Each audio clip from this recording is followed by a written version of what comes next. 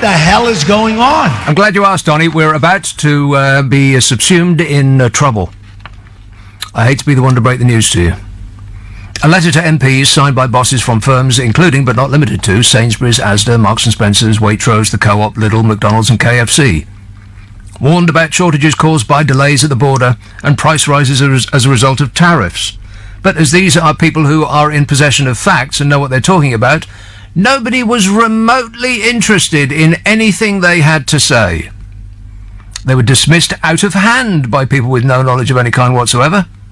Just a belief that if they think the best will happen, then it will.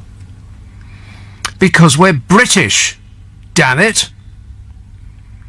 The government's own analysis says that up to 87% of cross-channel freight trade could be stopped in disruption lasting up to 6 months. Or 0% if you don't believe in numbers.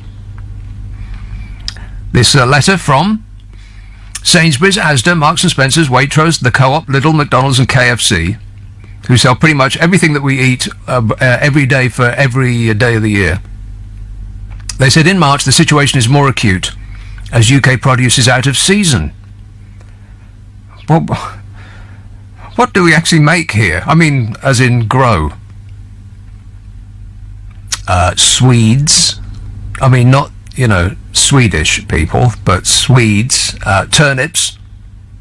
Anybody want to eat those? Of course not. They said in March the situation is more acute as the UK produce is out of season. 90% of our lettuces, 80% of our tomatoes and 70% of our soft fruit is sourced from the EU at that time of the year. And nobody is going to miss them. I think you'll find that is correct. Will we miss vegetables? No. Of course not. Fruit? No. The supermarket and restaurant people said, we are extremely concerned that our customers will be among the first to experience the realities of a no-deal Brexit. No, they won't. Those customers will not experience the realities of a no-deal Brexit because they'll screw their eyes up really tight and believe that it won't happen. Therefore, it won't. Like magic.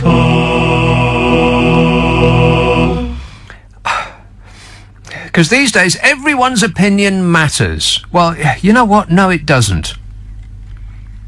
Everyone's opinion does not matter in air traffic control, for instance, or the law, or heart replacement operations. We defer to experts in those circumstances, and we don't give everyone's opinion, no matter how ill-informed, equal weight. We dismiss those that know nothing. Even in football, we don't allow the crowd to make the decisions, because they'd always go the way of the home team. We have independent experts to make those decisions for us.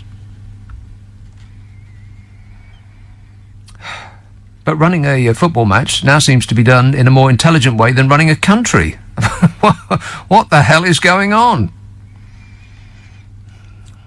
In other news, never mind about the food part, because nobody eats vegetables or fruit. I mean, the government has been trying over and over and over again to make us eat vegetables and fruit, and the public's opinion is to wrinkle their nose and say, disgusting, just at the very idea of it. But how about money? Do we like money? Yes. Wow, that was loud. He's very, very animated about that whole money thing. Barclays Bank is triggering plans to shift £166 billion of money into its Irish subsidiary. But fortunately, this has nothing to do with Brexit. In other news, they said it's got everything to do with Brexit. Oh, no. Yes.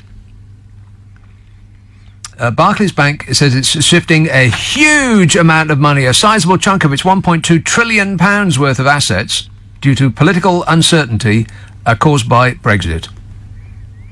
They said due to the continuing uncertainty over whether there might be a no-deal Brexit, or in fact whether the country will still exist after next March, the Barclays Group has determined that it cannot wait any longer. Am I the only one that... No, of course not. I can't possibly be the only one that's stunned at the position that we find ourselves in. I mean, this is ridiculous. What a way to run a country, eh? Stop whining. Mr. Justice Snowden, a judge, it can't possibly be called Mr. Justice Snowden.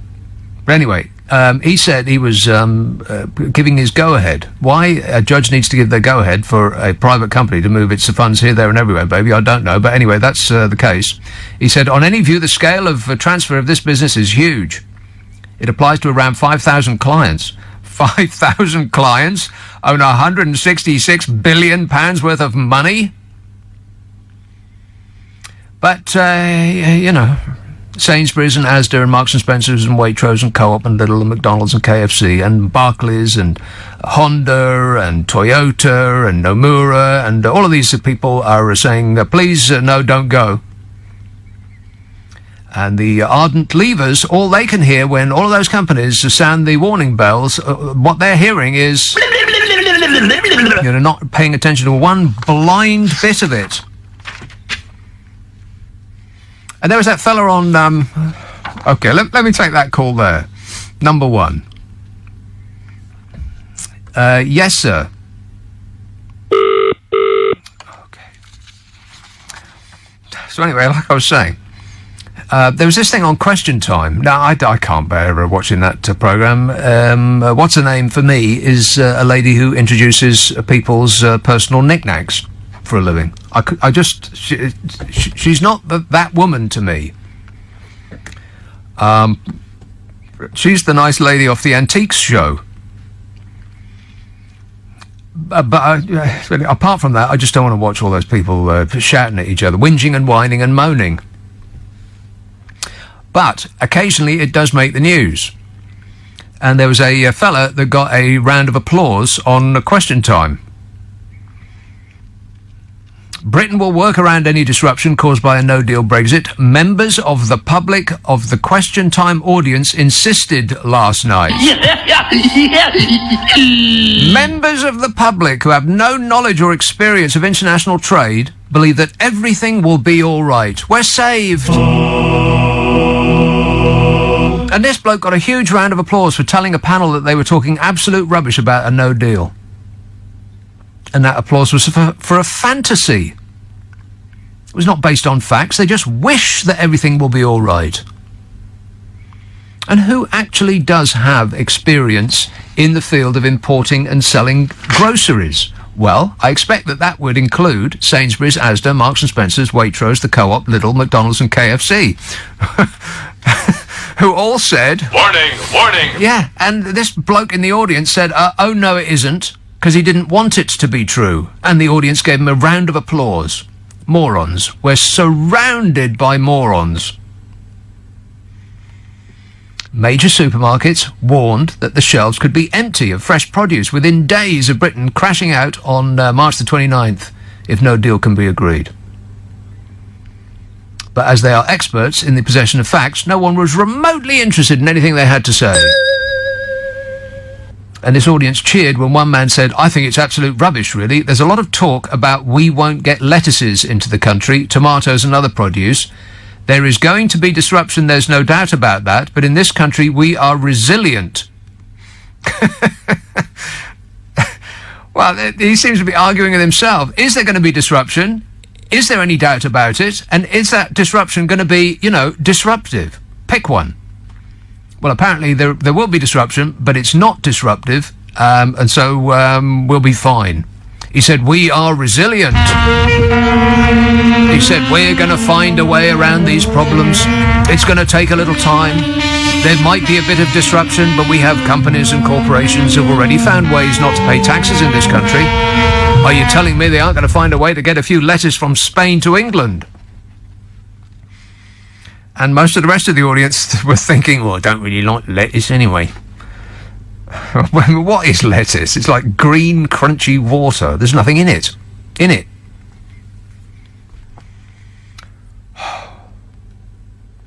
And Gina Miller,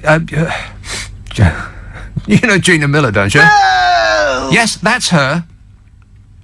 She said it's not about lettuce and tomatoes, it's about agencies and infrastructure, and we don't have it. And you know what? I can't believe I'm about to say this, but she's completely correct in every respect. We are not remotely prepared. We don't have the border staff. We fired them all. We don't have the infrastructure because we ain't built it. We haven't got the laws because they haven't passed them. We don't have the trade deals because we haven't made them. And we know this because the government said so. And so did the Institute for Government. Hell, if you don't want to listen to them, just listen to the goings-on in Parliament. You can tell we're woefully unprepared. But that does not sit well with those that have decided that belief in all that fairy story happy ending stuff will make it true.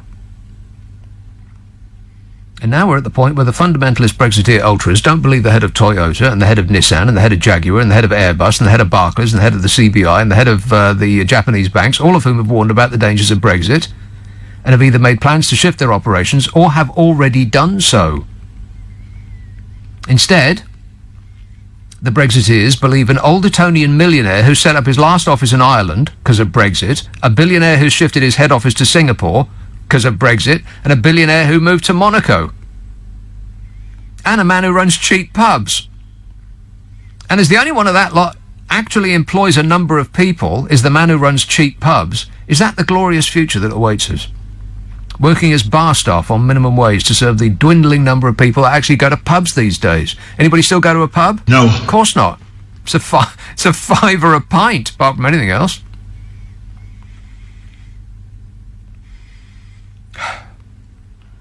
Meanwhile, leading retailers warned that a no-deal Brexit could cause significant disruption to food supplies because Britain is dependent on the EU for fresh produce.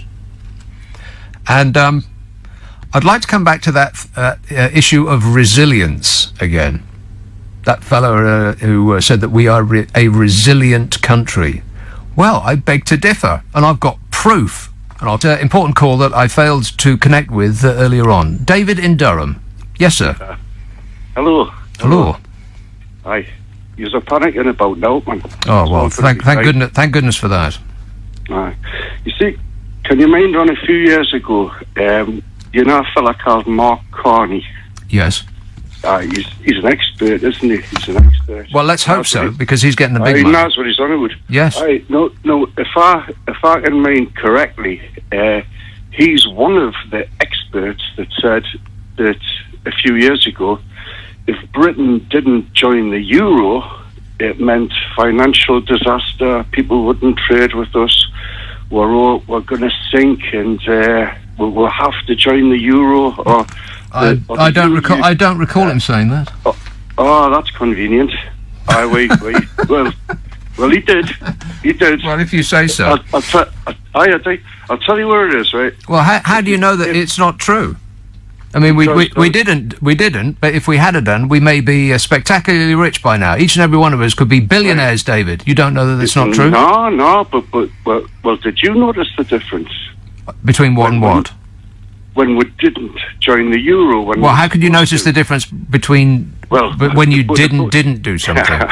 Well, there is no difference, because there's, I mean, that's a silly question. There would be if experts like Mark Carney were right in saying that we're all going to starve. You know what I object to, but people. Oh God, please, David. What I object to with people such as yourself is whenever you hear something that you don't agree with, you just come out with the same old thing. Oh, it's scaremongering. It's not true. It won't come to pass because I don't believe it will.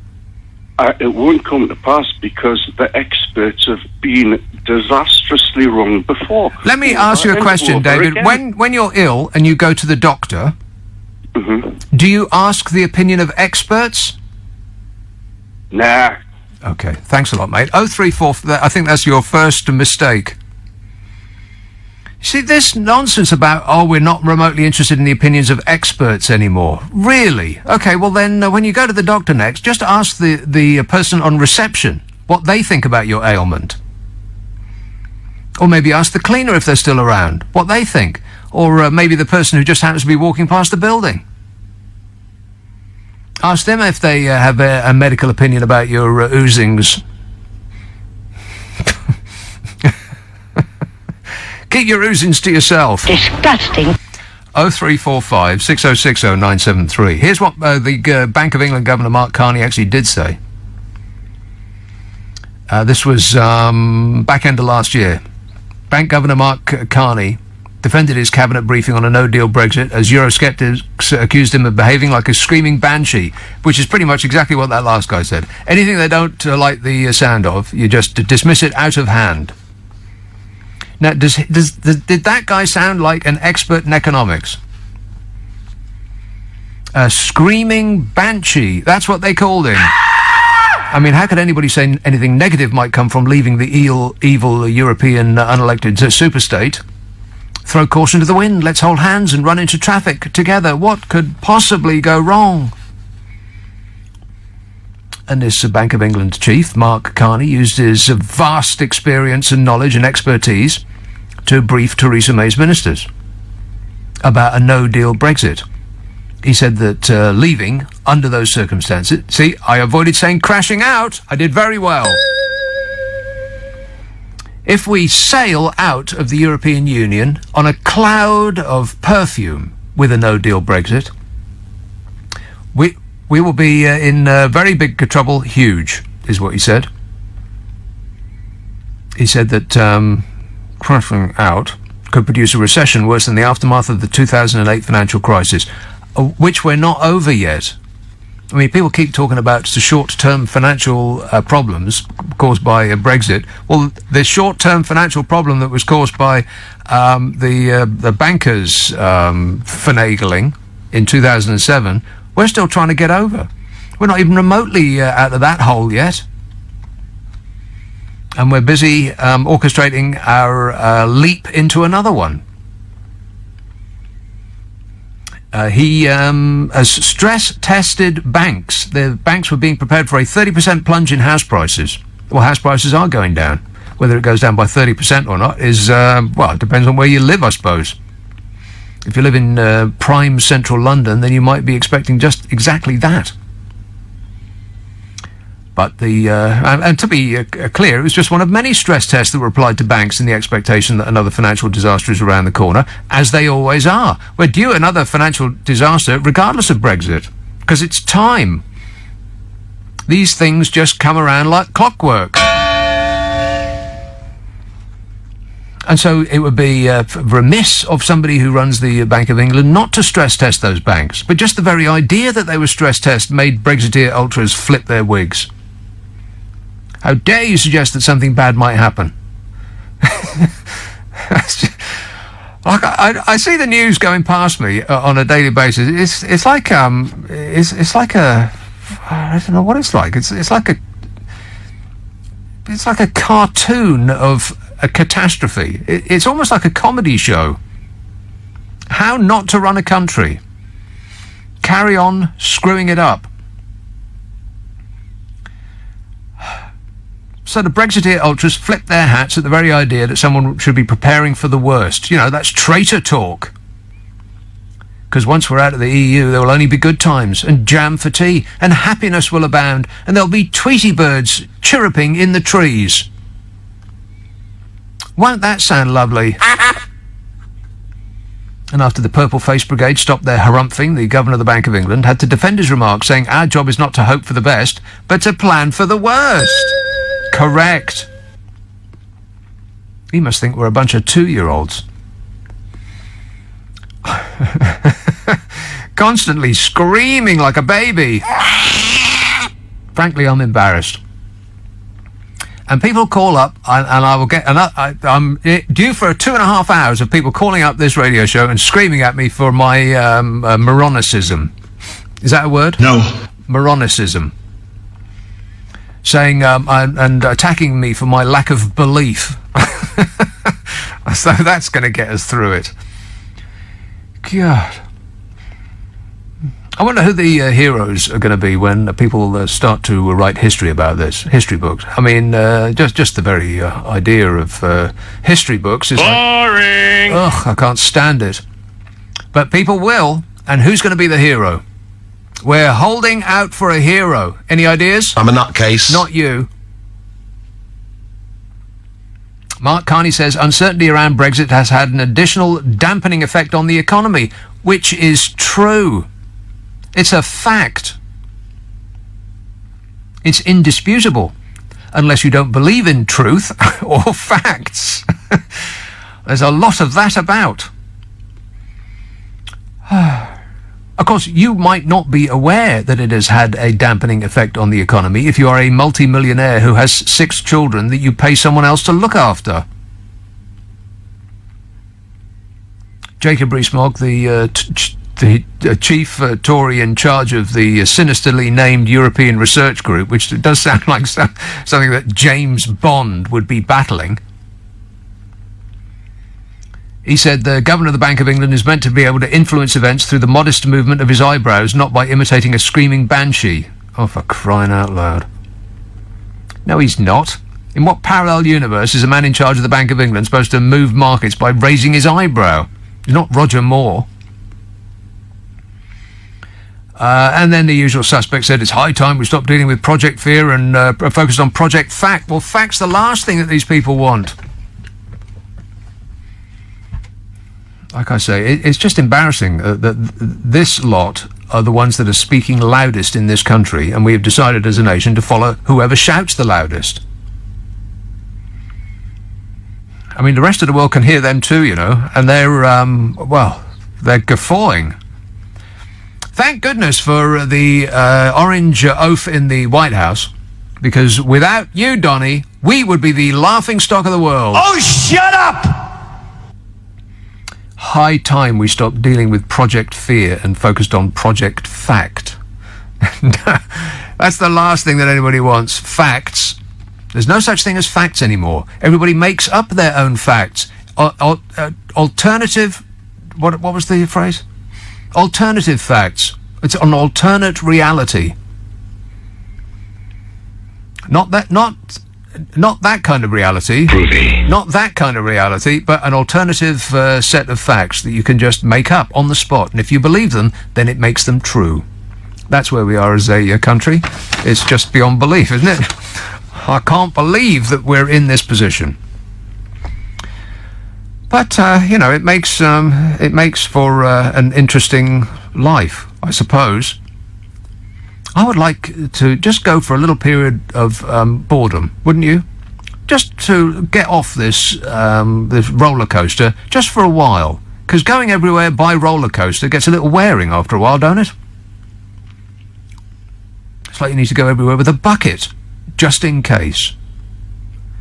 Durham, hello, Elizabeth. Oh, hello, Nick. I wish you well in the next couple of months. I really do. I picked up the phone because I picked it up just as I heard Dave from Durham was this semi-literate moron. I've had 2.5 years of listening to moronic morons. Right. And I'm sorry. I love it when callers start picking fights with each other. Semi-literate moron, you said. Well, I know it's not exactly correct to say that. He is a moron. Right.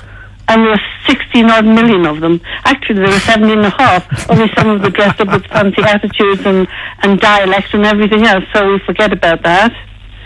Some of them even have places in Dublin where they put all their money. Yeah. Anyway, I've spent 2.5 years fighting with myself. Fighting with yourself? I'm the only one in the family who is a Remainer, so I'm not really allowed to speak a lot about how I feel about things. Yeah, well, don't do it with your family. Don't talk about with friends and family. No, with complete strangers on the radio. Yeah, I mean you can call me up and shout at me for my ardent stupidity. I don't want to shout at you. Okay, I find you so humorous. I love listening to you, and I agree with virtually everything you have to say. And virtually, it's a pleasure.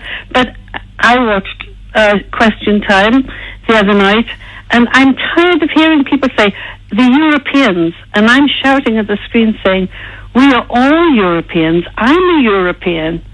But all of a sudden, we're not Europeans. As though they're our enemy. Well, yeah, everybody's picked sides on this and every other issue on the planet. There is no grey area on anything anymore. You're either an extreme or one way or the other. And everybody's a jet or a shark. Which one are you, Elizabeth? I'm the one that has the fact. Right, the sharks, then. If you want to call me that, yes. Okay. All right. I listen to everything.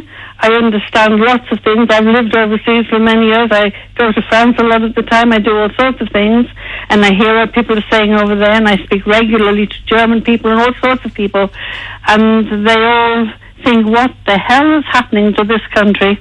Yeah, I would imagine so. It makes what's happening in their country seem like a picnic by comparison. In comparison, when they start telling me that any of our politicians are superior to people such as Angela Merkel, I could laugh. Right. Really, I'm not laughing. You're not laughing now. I'm very sad. But you could do. In an emergency, you could laugh. That's what you're saying. I would try my very best. Okay, well, try again. Thanks a lot, Elizabeth. By the way, hot news about Princess Sparkles, the Duchess of Sussex. I bet if I went into the street with a clipboard and a fiver and asked the first 100 people who the Duchess of Sussex is, I bet not one single person would have any idea what I was talking about. The Duchess of Sussex, Meghan Sparkles. She's left messages for sex workers to find in their food parcels. Food parcels?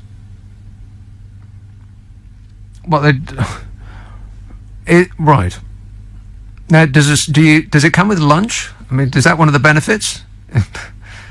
Anyway, she went to a charity in Bristol that makes up food parcels for sex workers, and hang on, I'm going to cough. And Meghan Sparkles wrote kind words of empowerment on an item that was included in their luncheon munchin. To wit, bananas. Now, I've heard of a message in a bottle, but a message on a banana. She wrote messages on bananas and gave them to sex workers. Disgusting. Is this real life or am I hallucinating? 0345 6060 973. Shrewsbury. Hello, Charles. Hello, Nick. Good evening. Now, I'm very sorry. I'm going to shout at you.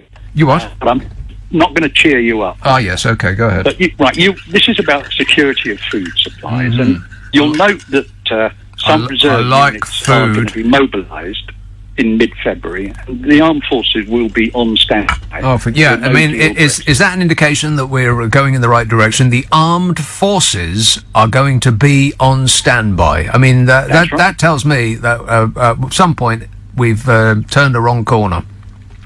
Yeah, well, I used to lead, before I hired, a defence and security consultancy. Your phone just dipped out for a second there at an important part. Say that again? Okay, so I used to lead before I was retired. It did it again. You used to what? I used to lead a defence and security Lead! Okay, see, that was the part that we didn't get. I was a senior analyst at the defence and security consultancy. Right. One of the things we did was study for a Far Eastern country about threats to society, and a subset of that was about security. Oh, do you have a landline, Charles? Because I'd actually quite like to listen to what you're saying, but your phone is crapping out on you. Is that any better now? No. Can we call you back? Get to higher ground. Yeah, okay. All right, thanks a lot, mate. 0345 6060 973. I want to hear what he has got to say, and just have they actually managed to invent a phone yet, a mobile phone that you can make phone calls with? No. That's because the kids don't use phone calls anymore, do they? They spend their entire life waggling their thumbs at each other. You might as well have tried to make a telephone call on one of those sex workers' bananas.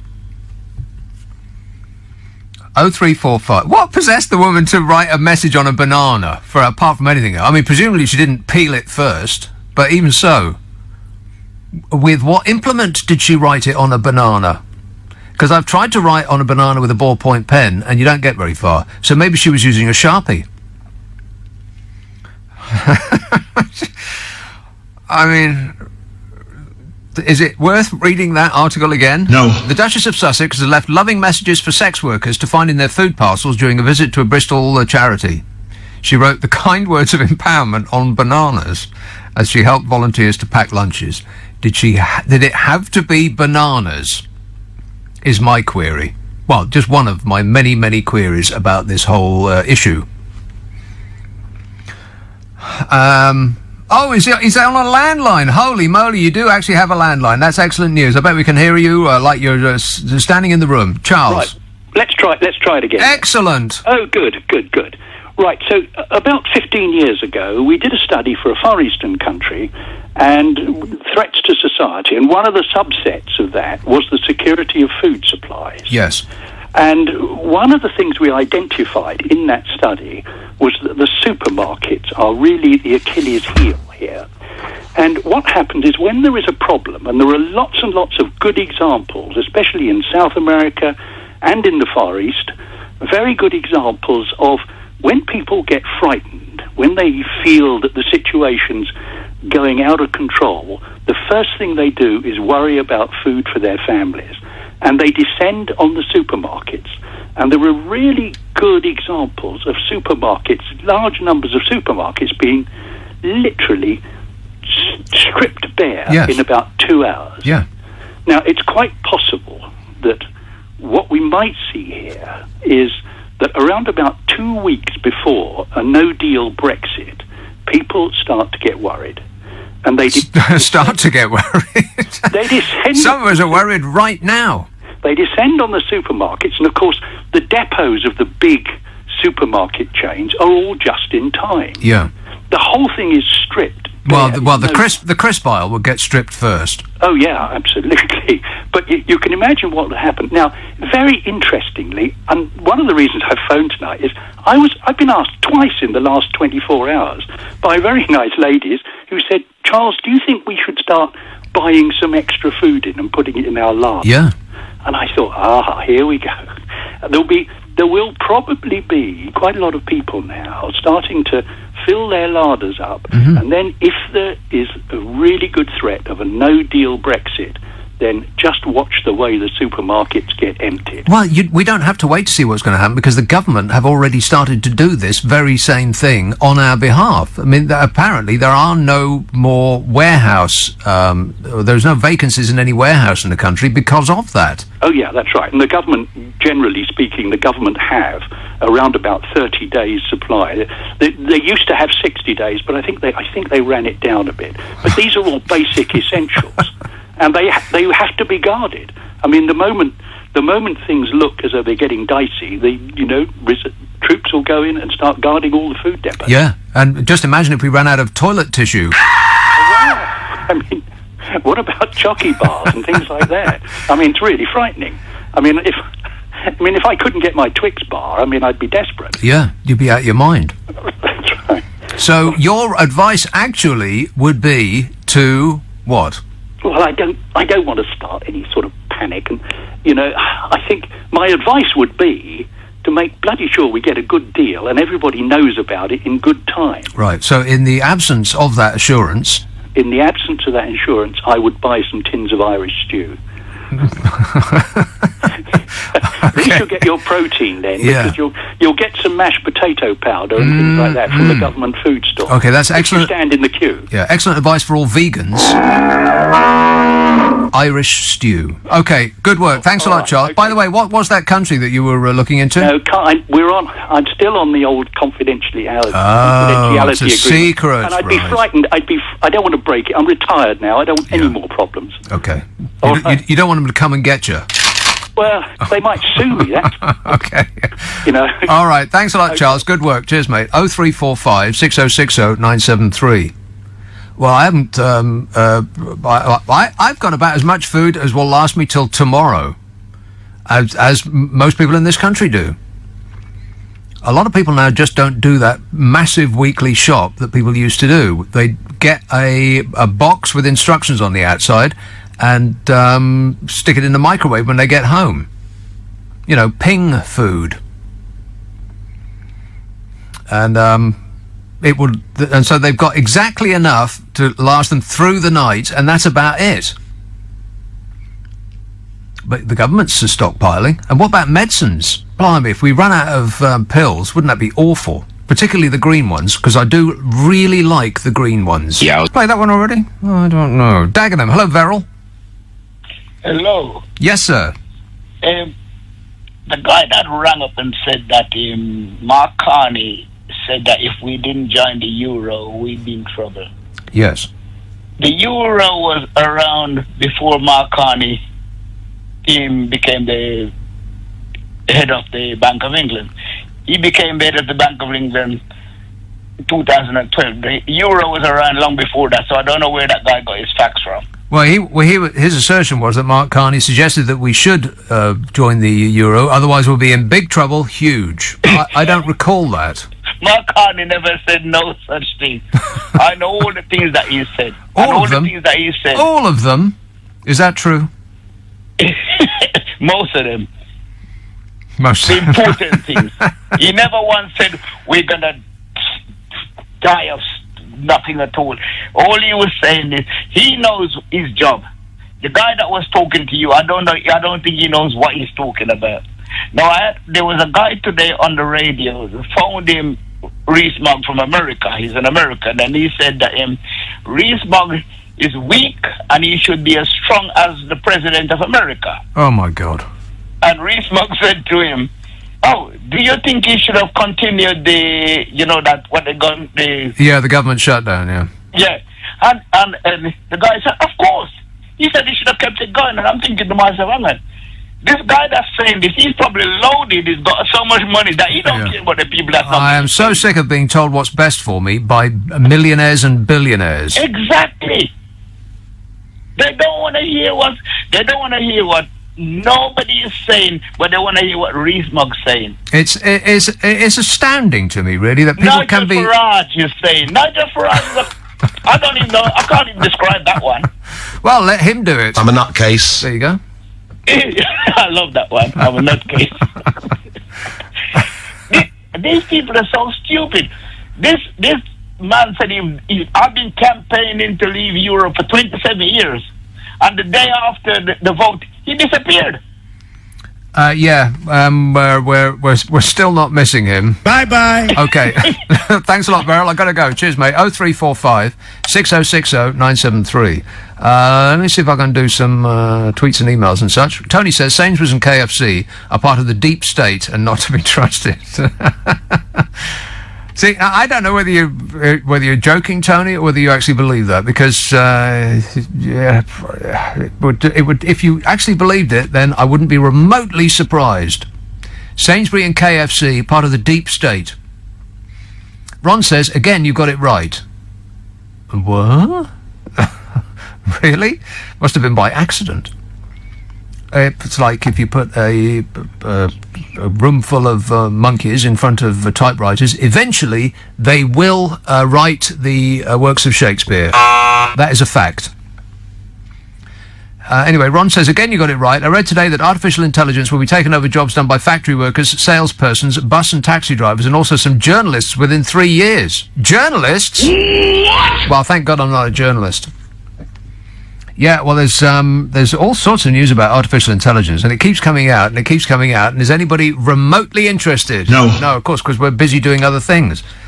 It's like I've used this simile before, this scenario. We are arranging grains of sand on the beach with Brexit, completely oblivious to behind us, this giant tsunami of change is bearing down upon us. And we're obsessed with this, which is going to make the artificial intelligence revolution is going to make Brexit seem like a tea party.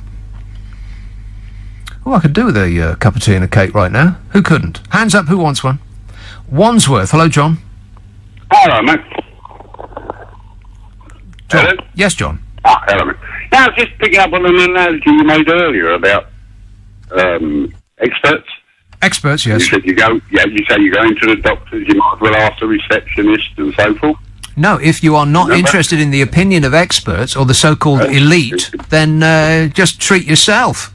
You know so much. You're saying you go into the doctors and see the receptionist. Yes. Nowadays, you have to phone the receptionist first. She asks you half a dozen questions, and then she decides whether you see the doctor. Yeah, but the doctor decides what your treatment is going to be. No, the doctor don't decide nothing. The receptionist first, and if she doesn't agree, yeah. you nip off to your local booth, let's say, and you ask the person walking down the road. So, you ask for the chemist, who is also an elite expert. Of course, yeah, there's all this over to them about. We know that. And no, they know what they're talking about. Chemists? Of course they do. That's their job. Chemists. Oh, so they say. So they say. And the other one, Mark Darby. He's telling us that he's regulating the banks, he's doing this. It's like putting the manager of the home football team and using him as the referee for the game, isn't it, really? Let's be fair. No. He's not going to run the sides down, is he? He's not going to run the side down? What do you mean? The banking side. Well, yeah, it's his job to... No. I know what his job is to do. His job's there to shore it up. What we need... To shore it up? Well, would it be... Would it be okay with you if the banking system collapsed? It did. 2008. Well, it didn't. And then Mark Carney came in after that, and now he's regulating the banks. As I say, it's like putting the young manager in charge of the football team. He's like, yeah, but fact.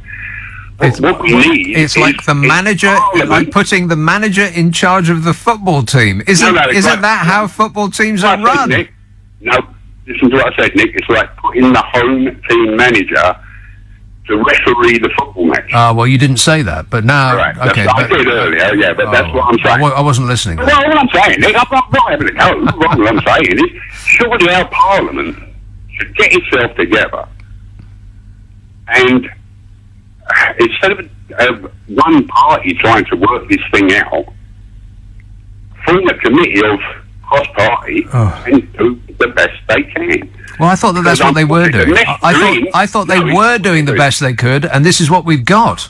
Awful. Well, leave that. I agree with that, by the way. I agree with that. They probably are doing the best they can, and that's what we got. But across party, I mean, Colby won't talk to May. May wouldn't talk to anyone for 2 years. I can sort this out. 2 years down the line, no, I can't. I better talk to Carl. I better talk to him now. Yeah, and now she's throwing money around like a drunken sailor. Now she's saying, come over to my side, come over to the dark side, and I'll give you all the money you want to the various, to Labour's heartlands. I know I and the Conservative government have been ignoring you since the dawn of time, but now we really, really care about you and your opinions. Sure they do. Sure they do. But I'll get onto that in a minute. Thanks a lot, John. That line was absolutely abysmal. That wasn't oh, by the way, when that fella called back on that landline, wasn't that the audio absolutely perfect in every way, shape and form? See, that's what it used to be like in the old days. It were grand when I were a lad. We used to be able to hear each other on the telephone. Well, we used to have party lines. We could hear our next-door neighbours on the telephone. You pick the phone up, and they'd be having a chit-chat down the road. Because you used to share the line. You tell that to the young people, the young folk today, and they won't believe you.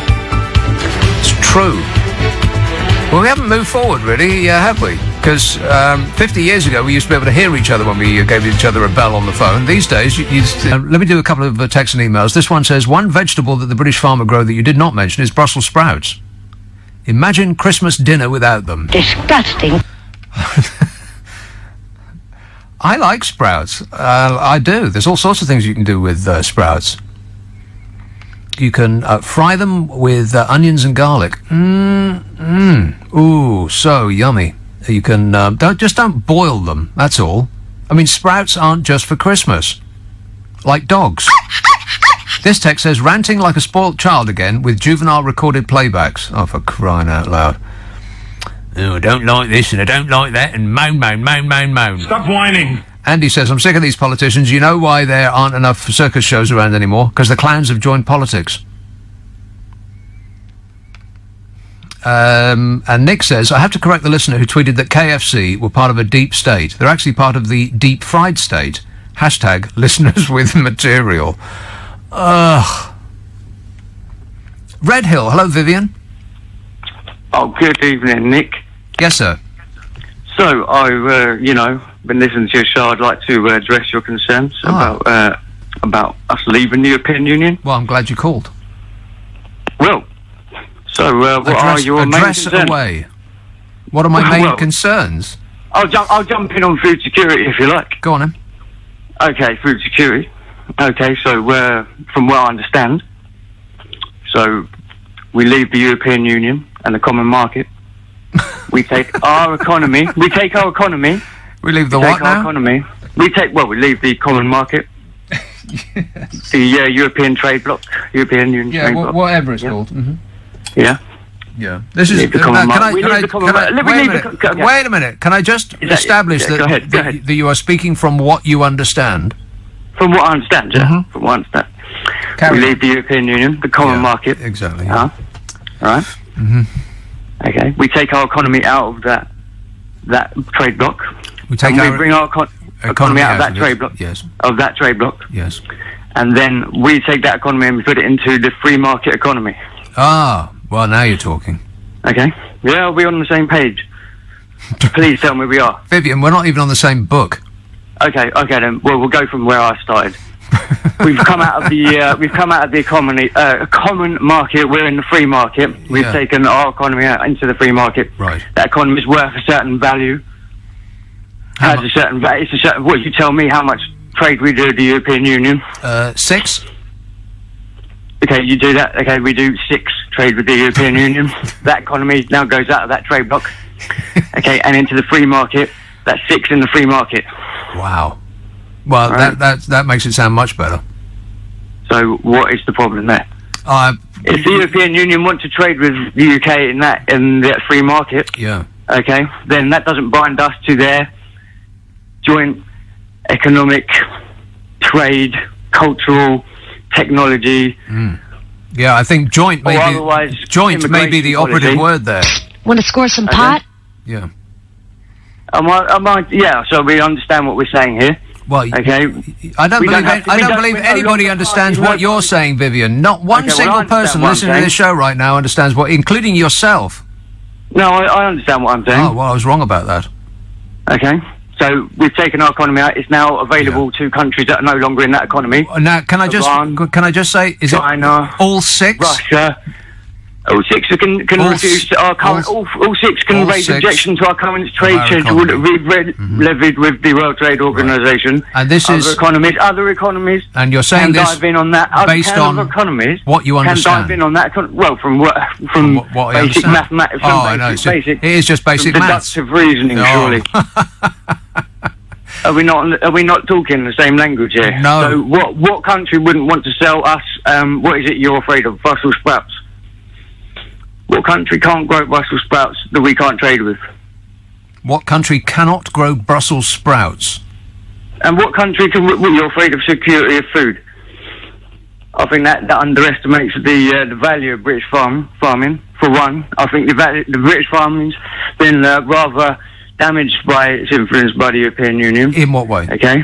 Well, I'd say it's been taken over by companies away from private farmers. Okay, there's a lot of European Union policy, okay, which raises regulation standards that prices out, the private farmer and forces them to join larger companies in order to meet these regulations, etc. Right. So it's the evil European overlords who have forced farmers to accept. That's one issue for farming. Giant sums of money from energy. companies. You're worried about energy security. Farms. Okay, what are you worried about with energy security? Is this another field of your expertise, energy security? This is something you've raised on your show. You're worried about not having energy. We have French companies with their nuclear power stations on our country. Soothe my furrowed brow, European Union, a nuclear power station run by a foreign country in our country. Yeah. Yeah, we wouldn't want that. Is that what you're saying? No. Well, so at the end of the day, you're worried about energy security. We're buying our energy through this company anyway. We're not buying English energy. This is energy that we don't have any control of. What's happening at that power station, okay, now affects other places in Wales, okay, because it's being managed from outside of our country, okay, with interests that are outside of in a greater good rather than in individual countries' best interest. Yeah. Well, you're making a lot of sense, Vivian. Please, I thank you. I applaud you for saying so. Okay, and I would like to go further into any subject you have worry about with leaving the European Union. Anytime, of course. Anytime, any place, anywhere. Well, yeah, of course. You're a really great show. I really enjoy it. Okay, thanks a lot, Vivian. I enjoy your show too. Did that make any sense? No. I don't think so. That has got to be one of the calls I'll put on the end of my podcast. That was superb. Unfortunately, for the future of our country, that fella is who we're following now. He is the person that we have decided has our best has a plan for the best future of this country. He's the person that shouts the loudest, therefore he's the one that we're following right now.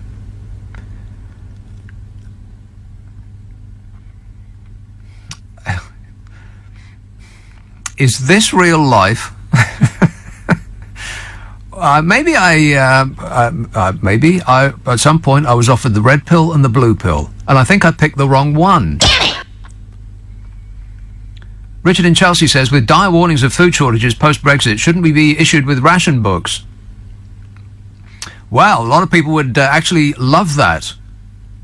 Oh, go back to the days when there wasn't anything in the shop, when even sex workers didn't have bananas. And bombs were falling from the sky, and people were dying of rickets and other diseases. And sewage flowed through the streets. Oh, the smell of it. You know, the good old days. Diane says, aside from business, I'm worried about my mum due to the total mess-up of Brexit. So far, it's affecting the ability to get the trial drug that has helped her function with some semblance of life for the past few years now.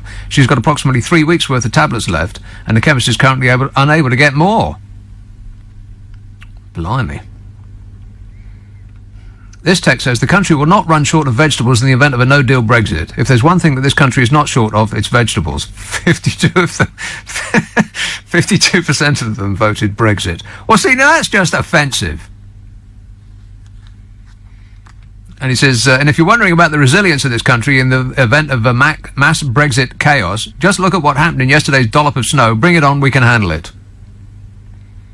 Well, I do want to talk about our resilience. But first, perhaps, based on that last conversation, maybe we should talk about education. Correct. Shall we give that a moment's thought? Oh, my God. The entire country is... You know what? People say that we no longer are interested in the opinions of experts. Yes, we are. Everybody is an expert now on everything. And everybody's opinions are equally valid, regardless of how asinine, stupid, and moronic they happen to be. It's the exact same thing that the ultra-right wing always moan about young people for insisting on, and that is that everyone must get prizes. It's curious, ain't it, that almost everything that certain individuals throw out as insults and accusations about those who are younger than they are, they themselves are guilty of. How many times have you heard people whining about kids at school saying everybody must get prizes and nobody is a loser, and we used to be great in the old days and there used to be one winner and everybody else lost. And they would get treated accordingly, no! We would say. Well, it's the exact same thing we got now. Everybody must get prizes. Everybody must be attended to equally, regardless of how misinformed and idiotic they are. Now, I'm not saying that any caller to this show so far has been misinformed or idiotic. But...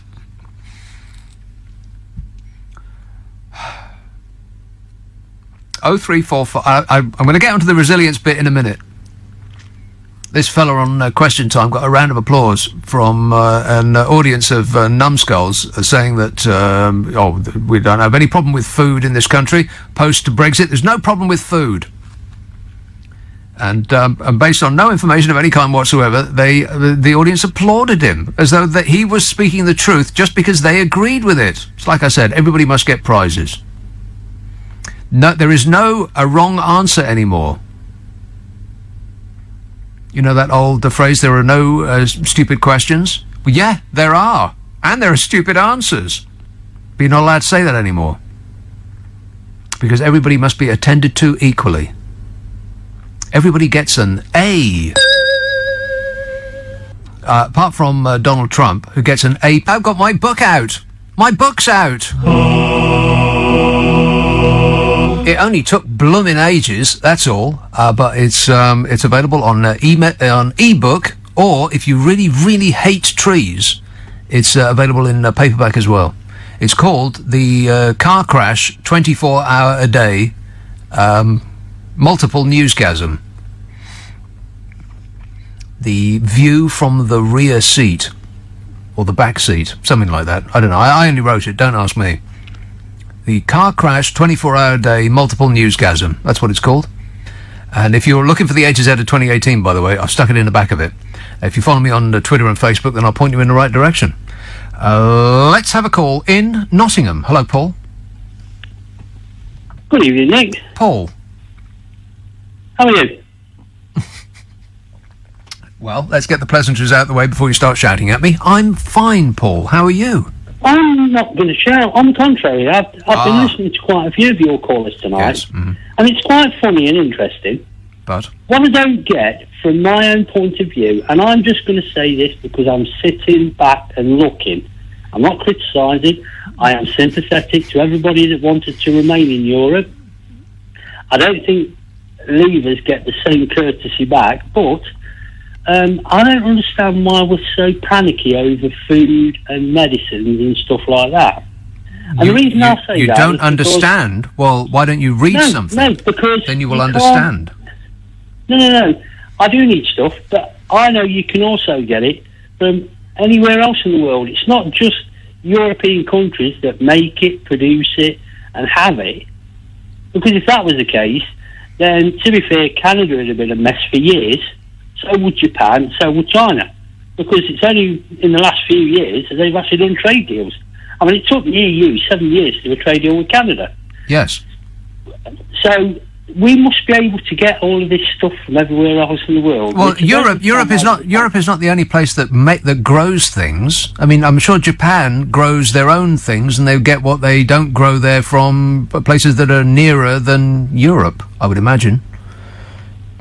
So why should we be so worried about? I mean, let's be right. I know a lot of people saw that thing the other day on the news about all these retailers saying there's going to be shortages on the shelves and everything else. Yeah, but what do they know? How many of your... No, I'm only going to ask you this as a simple, fair question. Go on. How many of those retailers, CEOs and chief officers and everything else are Remainers? And what difference does that make? Hang on, let me just explain something. How come you didn't see companies like Aldi and Tesco on that list? They're not panicking about food supplies. Wait a minute. Just because they did not sign a letter does not mean to say they're not panicking or making plans for disaster. No, but it doesn't mean that they are either. Oh, for God's sake. So you're dismissing the concerns of Sainsbury's, Asda, Marks and Spencer's, Waitrose, the Co-op, Lidl, McDonald's and KFC in favour of going with companies that haven't signed this message that may, and whose opinion on this you don't know. I'm not really worried about McDonald's and KFC, to be fair. Sainsbury's, Asda, Marks and Spencer's, Waitrose, the Co-op and Lidl. No, Sainsbury's is owned by Asda, isn't it? I don't believe that's... I don't think that's gone through. It's not, it's the other way round.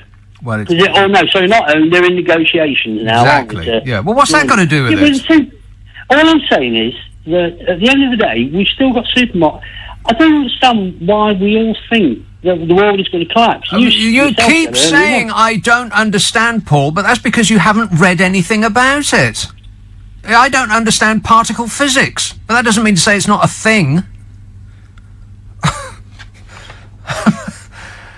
That argument is of all of the arguments I keep hearing about Brexit from ardent Brexiteers, that argument is that I don't understand why, therefore it doesn't exist, is about the bottom of the barrel. What are you talking about? I don't understand why there should be any food shortages, therefore there won't be. I mean, can you actually hear yourself?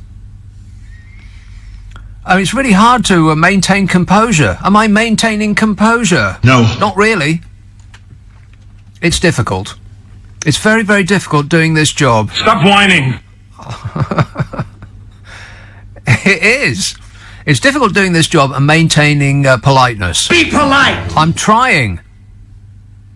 I don't understand why, therefore it won't happen. I bet he's still on the phone. Oh, he's still speaking. Paul, your argument is I don't understand why, therefore it won't happen, isn't it? No. Yes. I'm just saying. You just said that.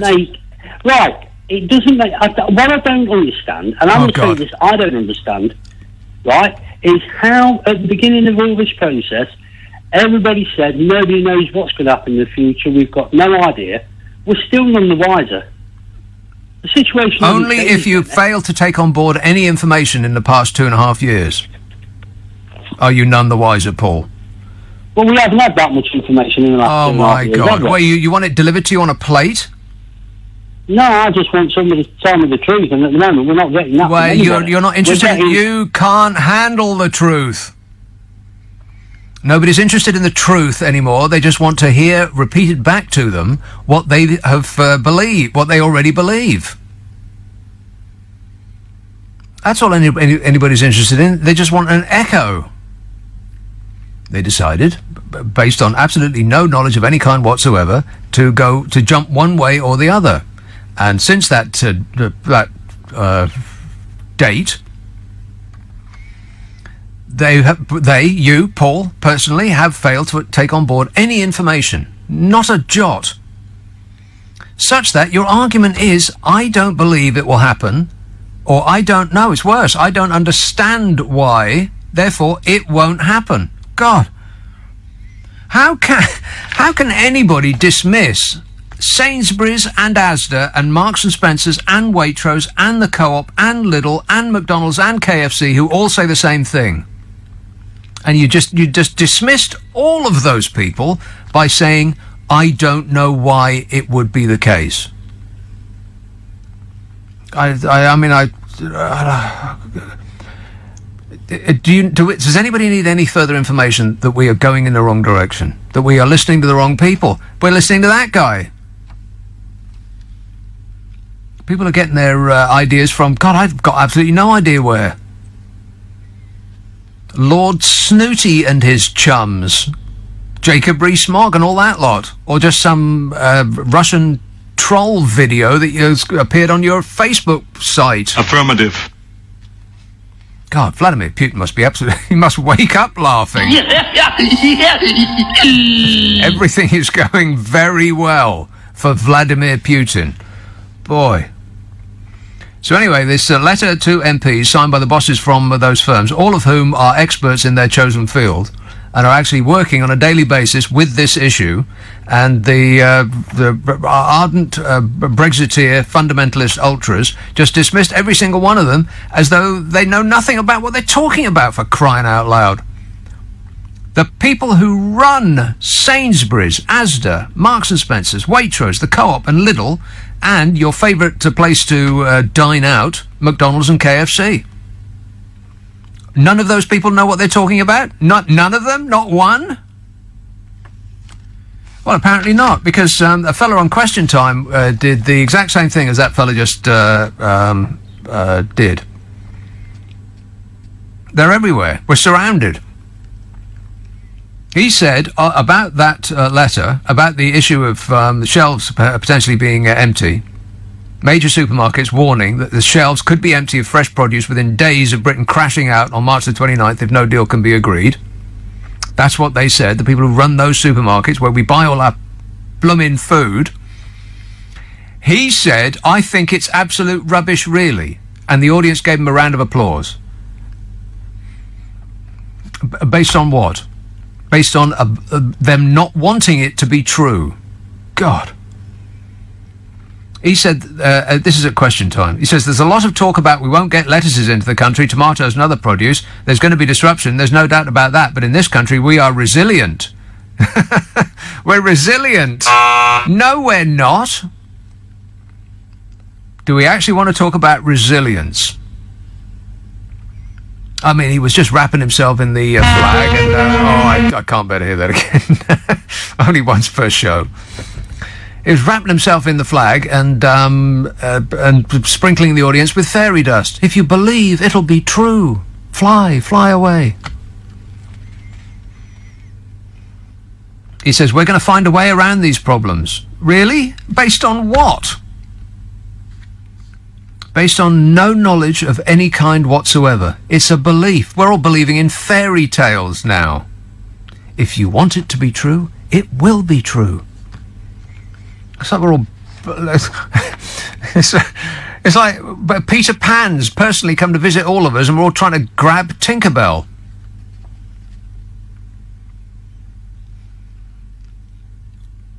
He says, we have companies and corporations who have already found ways not to pay taxes in this country. Are you telling me they aren't going to find a way to get a few lettuce from Spain to England? Well, I think we probably eat more than a few. And of course they'll be able to, but they'll be taxed through the roof. You know what the tax on beef is with WTO rules? 65%. 65%. That would make a very unhappy meal, wouldn't it? But people claim that they don't know what the problem is and they hadn't heard that it's going to cost more. Therefore, it won't. I'm really finding it hard to maintain an even disposition. I'm thinking about screaming. 0345 6060 973. I want to talk about the resilience part in a minute. But I keep getting interrupted by all these awful callers. Dangerous, man. Yeah, sick and dangerous. But mostly sick. And dangerous. Okay, we are a resilient country, said that bloke who was wrapping himself in the flag and Britishness will see us through and all of that nonsense. A resilient country, and he got a round of applause for that on question time. Well, on that assertion that we are a resilient country, I direct your attention to the news. London City Airport is partly closed or completely closed? Have they given up the ghost entirely, or are they struggling manfully on? Womanfully on? Sexist? Workers are told to leave early tonight, as thousands were stuck in a blizzard on motorways, and the threat of dangerous black ice forming on the roads looms, and the severe weather shows no sign of ending. We're all going to die. So the A21 in Kent is completely at a standstill and has been for hours. 2,000 schools across the country serving 800,000 plus children were shut after doomsday snow caused chaos, with some areas getting up to a millimetre of snow. It's been a catastrophe. Rail commuters living in the southeast of London and Kent were told to travel earlier or later to avoid the busiest trains. After southeast trains implemented its winter weather timetable. This resulted in fewer services during rush hour. So they told workers to go home, and then they pulled the trains that they would go home on. On the roads, drivers were being told to avoid the M3 at all costs, as the motorway was impassable after being plunged into travel chaos from the snow bomb. Dozens of motorists were trapped between Winchester services and Junction 5 as there were 3 lorries jackknifed blocking the road both ways, with queues as far as Basingstoke, wherever that is. 2,000 schools across the country serving 800,000 plus children were shut after doomsday snow. I mean, if there's one thing that we've learned tonight, is that we need to learn more things. I mean, can we do with less education? No. Rail, people were told to avoid Basingstoke, which is actually excellent advice, which has nothing to do with the weather. No offence. Motorists abandoned their cars after being stuck in blizzards in Cornwall. Snowfall knocked out power for around 1,000 homes around Southampton. Flights across the south were cancelled, including from London's Heathrow. Bournemouth Airport and Bristol Airport were shut, which is astonishing. They got an airport in Bristol. Rail lines were closed. Snowfall and icy conditions caused widespread travel disruption after temperatures plummeted. It's just astonishing, ain't it? And this is after one perfectly ordinary day, not too cold winter's day. It snowed a little bit and the whole country collapsed like a felled tree. It was a few degrees below zero for most of us, and most of the country stopped working. Trains cancelled, flights grounded, schools shut, alerts issued. Stay indoors, they said. Death awaits for you outside. Warning, warning. Resilient? Us? Negative. We're about as resilient as single-ply toilet paper. Disgusting. But it gets worse because weather warnings have been issued running into tomorrow, with another 4 inches of snow possible in northern Scotland and 1.6 inches over the Yorkshire moors. 1.6 inches? And TV journalists abandoned their studios to show us the tragedy unfold over their shoulders as they reported on the ice-tastrophe and snowmageddon. I mean, the white stuff almost came up to their ankles. You could see the painted lines on the roads that they were standing on through that thin veneer of snow. And just because morons can't drive and hurtle around like nothing bad's going to happen to them, you know, because they're special, and then they end up with their cars upside down, doesn't mean that it's a disaster out there. I mean, if that was the case, every day would be a disaster in the London borough of Streatham.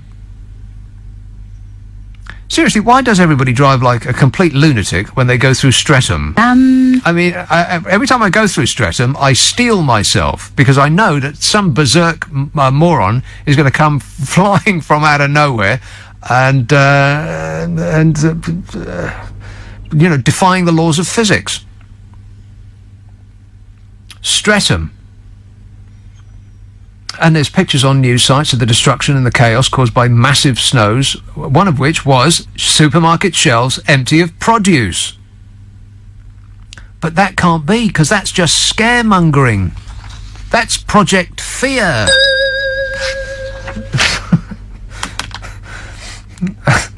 Empty shelves after a little light snowfall. Resilient, my eye.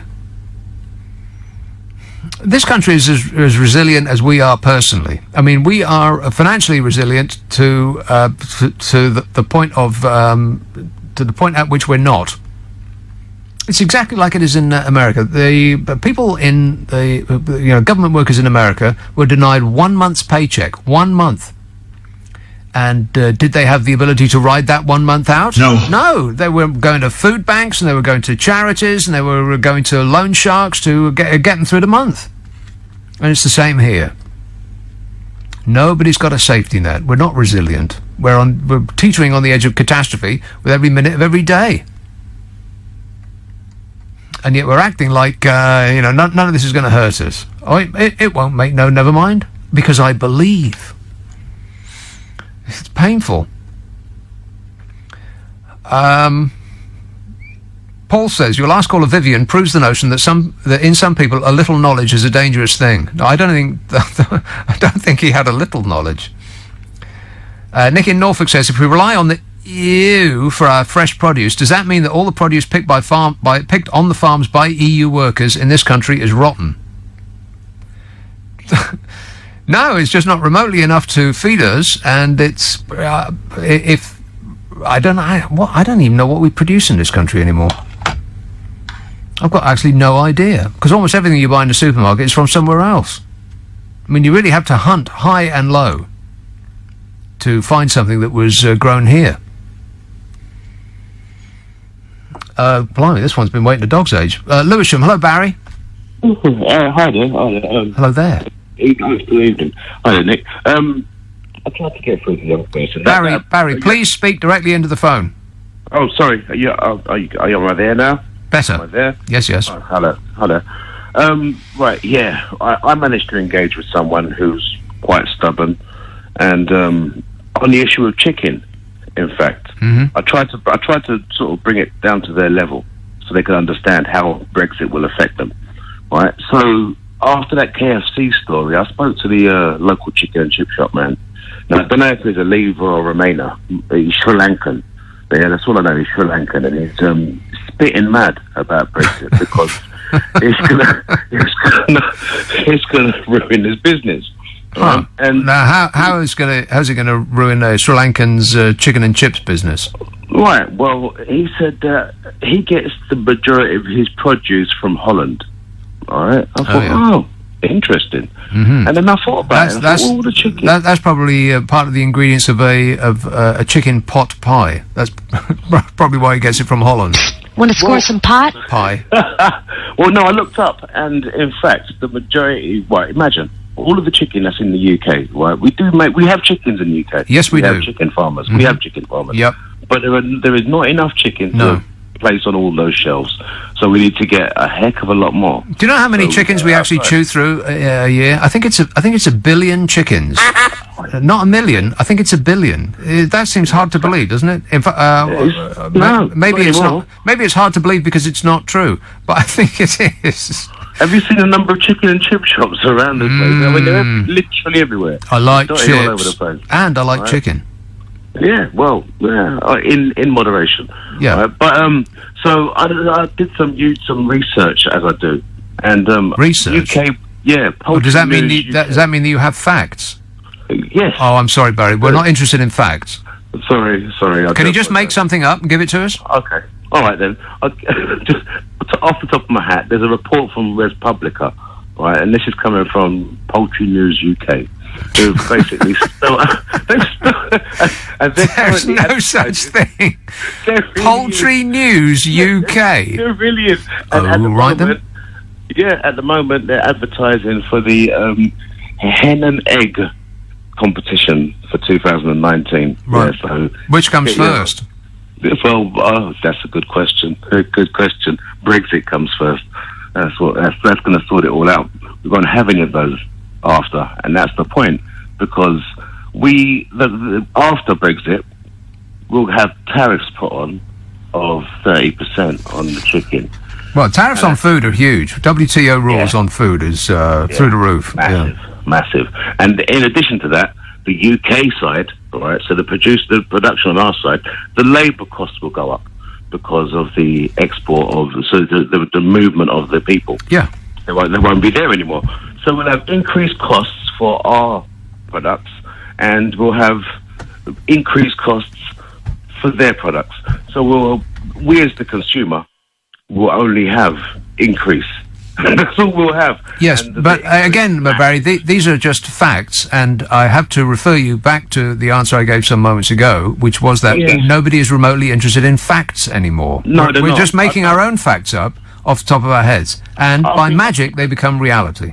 Yeah, that's right. I mean, I think that the whole idea that you can give the UK public, or any public, the impression that they know best, and that they know better than everybody else, and that they've got the right to make this decision. You tell people that, and they will grab that with both hands because they believe in their own specialness. I know I do. But they do. But when people say, "Oh, are you calling the UK public stupid?"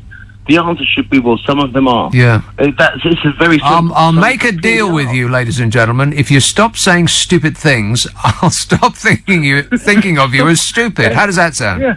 There we go. It's a deal, isn't it? All right. Thanks a lot, Barry. At least we're got. Charles in Bournemouth says, you are focusing on one dimension of Brexit. He says that is the short-term economic disruption. Well, I don't know what you mean. What do you mean by short-term? I mean, the short-term economic disruption of the financial crash is still with us. 12 years later, we're still trying to climb out of that hole, and we've got absolutely no chance, probably for the rest of our lives, of doing that. Short-term economic disruption.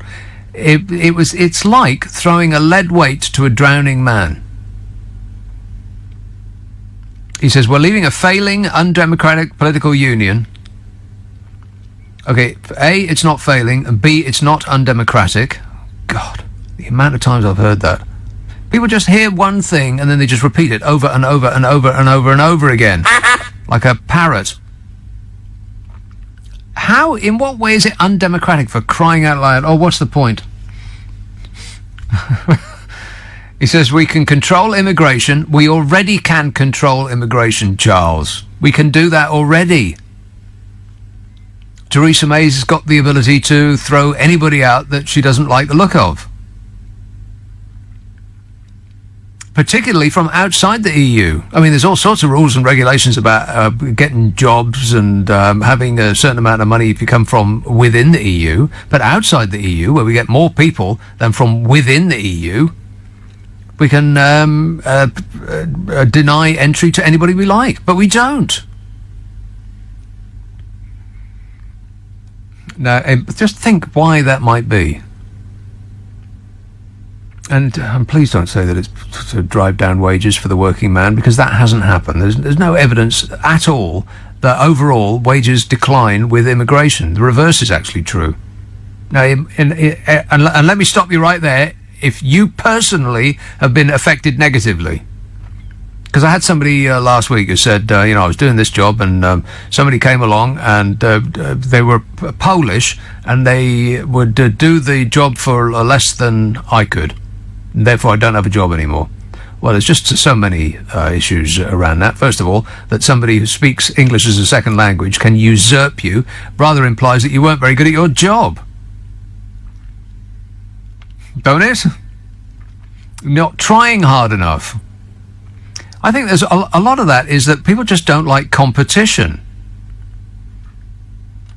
And and rather than just attack somebody from their own race for being smarter and harder working than them, it's much easier to identify a small group of others, people of other than yourself, and say it's their fault because they come over here and they work harder than I do. Damn them. Anyway, this email goes on. Blimey, it's a long email. He says, we can control immigration and select the best people to come into the country. Well, what do you mean by that? People that will pull tubers out the ground for us, people who will clean our offices overnight. Is that what you're talking about? People who will be security on buildings 24 hours a day. Is that who you're talking about? The best people. Are you talking about people who will clean up our various oozings from hospital wards? Are those what you're talking about? Carers? Or are you talking about traffic wardens? What do you mean, best people? He says, we will have control of our money. Like we don't have that already. He says, we'll have control of our budget. Our budget won't be rejected by the EU. That's not likely. That's very unlikely. He says 17.4 million people aren't stupid. Agreed. But a lot of them are, because a lot of people are stupid. Trust me, I've met people and I'm not keen. We might as well get a dog to run the country. I mean, it couldn't be worse, could it? Just as long as it's not one of those yappy dogs. 0345 6060 973. What kind of a dog would Theresa May be, by the way? What kind of a dog would Boris Johnson be? Boris Johnson would be a Dulux shaggy dog. What do they call them? What do they call those Dulux shaggy dogs? I bet my glamorous assistant knows. I don't. No, he doesn't know. I'm really glad that you came in today. You've been a huge boon for this show. What kind of dog would Jacob Rees-Mogg be? 0345 6060 973. A highly stressed one, I would imagine. I think Jacob Rees-Mogg would be a yappy dog. Let's have a call in Islington. Lisa Marie. Hi, Nick. I thought you'd come to me next. You're very loud, very loud. Back off the phone just a bit, Lisa Marie. Okay. All right, one sec. Is that better? Better. Right, good. Right, now I'm going to make this call better than my first call with you, because that went a bit... That was a bit embarrassing. I listened back. So one thing I'm not going to do, I'm not going to repeat like everyone's been repeating the same thing for years, 2.5 years. I'm not going to do that. That's good. But you are my fave, so please be kind to me. Okay then. No guarantees. Go on. No, no guarantees. No guarantees. So initially, I was thinking about how the bunch of nincompoops that we've got running the country, and what the geez, crying out loud, what are they doing? The thing is, Nick, I'm thinking that you've got businesses, okay, like big businesses. And big businesses will, let's just say a new business, they're going into a new light, they've got a new light, a new field or whatever, and there's going to be teething problems, okay? So you've got all the top people, they know that they're going to make all the right decisions and they're going to make some really good money or whatever, the business people, and there's going to be teething problems. I mean, why the hell have we got a government full of people that don't seem to be able to, they just seem to be incompetent, they don't seem to be able to do anything that they're supposed to be doing for the country? I mean, I just think we're in 2019 and we got the government. Oh, by the way, you need to walk around to make sure the lights don't go out. I know, I've done that. Thanks a lot. Oh, you've done it? Mm-hmm. Oh, Nick, every time you say that. I am way ahead of schedule. You're way ahead. Yeah. Excellent, that's good. So, anyway, like I said, I think it should be easier, and I just think people in that sort of area, the government and all the greedy beggars who want to make money off Brexit or Remain, and I just think that they're just making it harder because they want what they want, and it's not got nothing to do with us. We're just sitting here like us poor dopes, as you say. We've got nothing to do with it. I mean, I suspect that most of the people that are talking the loudest aren't remotely interested in what's best for the country. They're just working for what's best for them personally. Of course they are. Yeah. And that's it, and that's a human nature. Well, yes, it is, but we don't pay them the big money to just pay attention to their human nature, to act on their personal instincts. Yeah. We pay them to act in our best interests. Yeah. Help! We're drowning down here. Why can't they do something to help us? Exactly. Nick, this is what I was going to say. Someone said to me the other day. He said, but what about blah, blah? I said, yes, great immigration, it's fab. But 5-10 years, I've got a 9-year-old, 5-10 years, 15 years down the line, if it continues, what, the government, are they going to get off their backside and build houses? No. Are they going to get off their backside and build schools and affordable travel? If recent history is anything to go by, then the answer is almost certainly no, definitely not. I mean, how long do we have to wait till they take action? I mean, the lights are about to go out in this country. We're on our knees begging China to come and build us a nuclear power station, for crying out loud. All the while, our security services are saying, warning, don't let China anywhere near it. That's how desperate we are. The security services say China shouldn't even be allowed in charge of a telephone. and we want them. Simon in Feltham says, let's get one thing straight. You are not qualified to comment. You are a radio presenter. You have your own opinions, but that's it. It is your own opinions. You do not have a degree in economics, so don't comment until it's happened. When it's happened, then you can say, I told you so, but until then, keep stum. Oh, I can't wait. I can't wait that long. I told you so, I told you so, I told you so. Simon in Feltham, what are you talking about? Are you out of your mind? Everybody is qualified to comment. There are no such things as facts anymore. We're all making up our own facts. Everybody's got an alternative fact. Affirmative. I'm not qualified to comment as I'm a radio presenter, and I've got to have a degree in economics. We're dismissing the opinions of people who have degrees in economics. Hell, we're dismissing the opinion of the person that runs the Bank of England, for crying out loud. Exactly how many qualifications do I have to have before I can agree with those that have more education than I? Because the number of people who actually run things that are for us crashing out with no deal are vanishingly small compared to those who are freaking out at the prospect. Let's get one thing straight. You're not qualified to comment. You're a radio presenter. I comment for a living. This is what I do. I know it's hard to believe, but this is what I actually do for a living. Incredible, I know. Paul says, so after Brexit kicks in, are you going to live in an independent Scotland or of a reunited Ireland? Maybe it means or. So after Brexit kicks in, are you going to live in an independent Scotland or a reunited Ireland? Neither? What are you talking about? But it makes as much sense as anything else anyone's said on this show, including me. Danny in Tottenham says, I love it when foolish Brexiteers threaten not to vote again if Brexit is cancelled. For that reason alone, Article 50 should be withdrawn. Well, for that reason alone, we are still not missing you, David Cameron. Bye-bye. In case you were wondering. Don't rush back, not on our account. You'll be able to find David Cameron. He's in the shed where they keep the tools. Bill says, on our resilience, didn't Kipling say something like, to be born British is to be dealt the best hand in the world? Didn't he mean that through our character we shall once again emerge first among nations and take our rightful place in the world? I see, I don't know whether you've been sarcastic or not. I hope so. Gosh, I do hope so. Take our rightful place in the world, first among nations. No, I can't hear that again. That's what was, I do believe that's what was sold. That's the fantasy fairy story that was sold to people who were really, really eager to believe it. Oh, finally we'll be out from underneath the auspices of the evil European superstate, and then we will bestride the world just as we used to.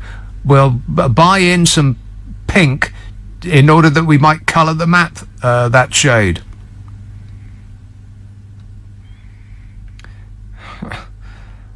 Jules says, never mind the free market, at this rate we'll be lucky to get the flea market. That sounds like a listener with material. Cork. Hello, Derek. Hi. Derek. Oh, sorry, yeah, I didn't hear you, just cut in there a second. I find you very refreshing. Oh. And you're a tonic. You're wasn't expecting James that. O'Brien. Okay, then. You know what I mean? You are straight down the middle. You challenge the callers. I find that the Brexiteers, they're brainwashed. As in, it's more like a cult. I agree with that. Yeah, I mean, we're all brainwashed to a certain extent, but I think that Brexit, for some people, has become like a cult. Yeah, I would say religion, but cult. Yeah. Yeah, because it's believe, and it's nostalgia as well. It's faith. It's exactly what it is. It's faith. It is like a religion, but as there's not enough of them, we'll just call it a cult. Yeah, but I'm just amazed that they say the same thing over and over again. Yeah. You heard what Jeremy Clarkson said. Did I? Did you? No? Okay. What Jeremy Clarkson said? Well, what among the billions of things that has poured out of his mouth are you referring? Yeah, they were, thinking about if they had a people's vote, they would bring Jeremy Clarkson in front as in how good Europe is. But he said he was interviewed on LBC, and then he was saying, "Oh, it's a disgrace with Brexit and all this, and the only reason Brexit got through was because of all those coffin dodgers." Well, see, that's just the sort of rude and offensive thing that has made him a millionaire. Exactly. But you know what I mean. But yeah, so you see, I don't think that that's entirely true. I think that people were sold a lie. People were sold a lie by various oily, shady individuals with using dodgy Russian money and all sorts of other propaganda, finagling ways. The media and people's internet was essentially hijacked by the Russians, amongst other actors, and the people who may or may not have been working with the Russians in America. And it wasn't a democratic vote at all. It was an attack on our democracy, which seems to have won. They seem to have won. Nick, if that was an election, would it be rerun? Well, that's this is something that we're going to have to really grapple with in the future, because they know that. I mean, these people who are trying to usurp democracy have done so successfully in two major votes, both in this country and in America. There doesn't seem to be any doubt about that among anybody apart from Donald Bloomin' Trump and some people that are allied to his cause. They know that they can win with this method. It's just I don't think the full gravity of it has come to bear on the people that should do something about it. Theresa May has said that Russia had some sort of an undetermined amount of influence on the Brexit vote, but she is reluctant to look into it any further for fear of what she might find. And then there's the criminal, organisation looking into it as well, and we've heard nothing about it. Wasn't there some organisation, criminal checking with whatever his name is? Well, on both sides, don't mention any names, but on both sides of the Atlantic, the evidence is mounted up to be incontrovertible that the Russians and some very shady billionaires on both sides affected the outcome of both the general election in America and the Brexit referendum in this country. The government knows that. It's already said that. And the security services know that. They both here and in America. Everybody seems to be agreed, but nobody is inclined to do anything about it, which is just astonishing, really, considering that this is the thing that is crippling the country. And we've got no idea what might happen next, other than we can be pretty sure that it won't be great, at least in the short term. But Ireland will be screwed as well, thanks to you. Well, the whole of Europe will be screwed, and if Vladimir Putin had written this down as a plan, it could not be working any better. I know. But one question. Yes. Would it be possible for the Irish government to sue the British government for... I'm just wondering. I don't know. Somebody will test that theory, no doubt. All right. Thanks a lot, Derek. Cheers, mate. 0345 6060 973. Paul says, Brexit has driven me round a bend. Correct me if I'm wrong, but did Mrs May agree to amend, which effectively says her withdrawal deal is rubbish? Correct me if I'm wrong, but did Mrs May agree to an amendment, which effectively says her withdrawal deal is rubbish? I'm really looking forward to being the sick man of Europe again, or did these people forget that period too? That was our glorious past. That was in the 1970s when we were the sick man of Europe. But if you ask people about that period, they will look back wistfully, as though those were the good old days.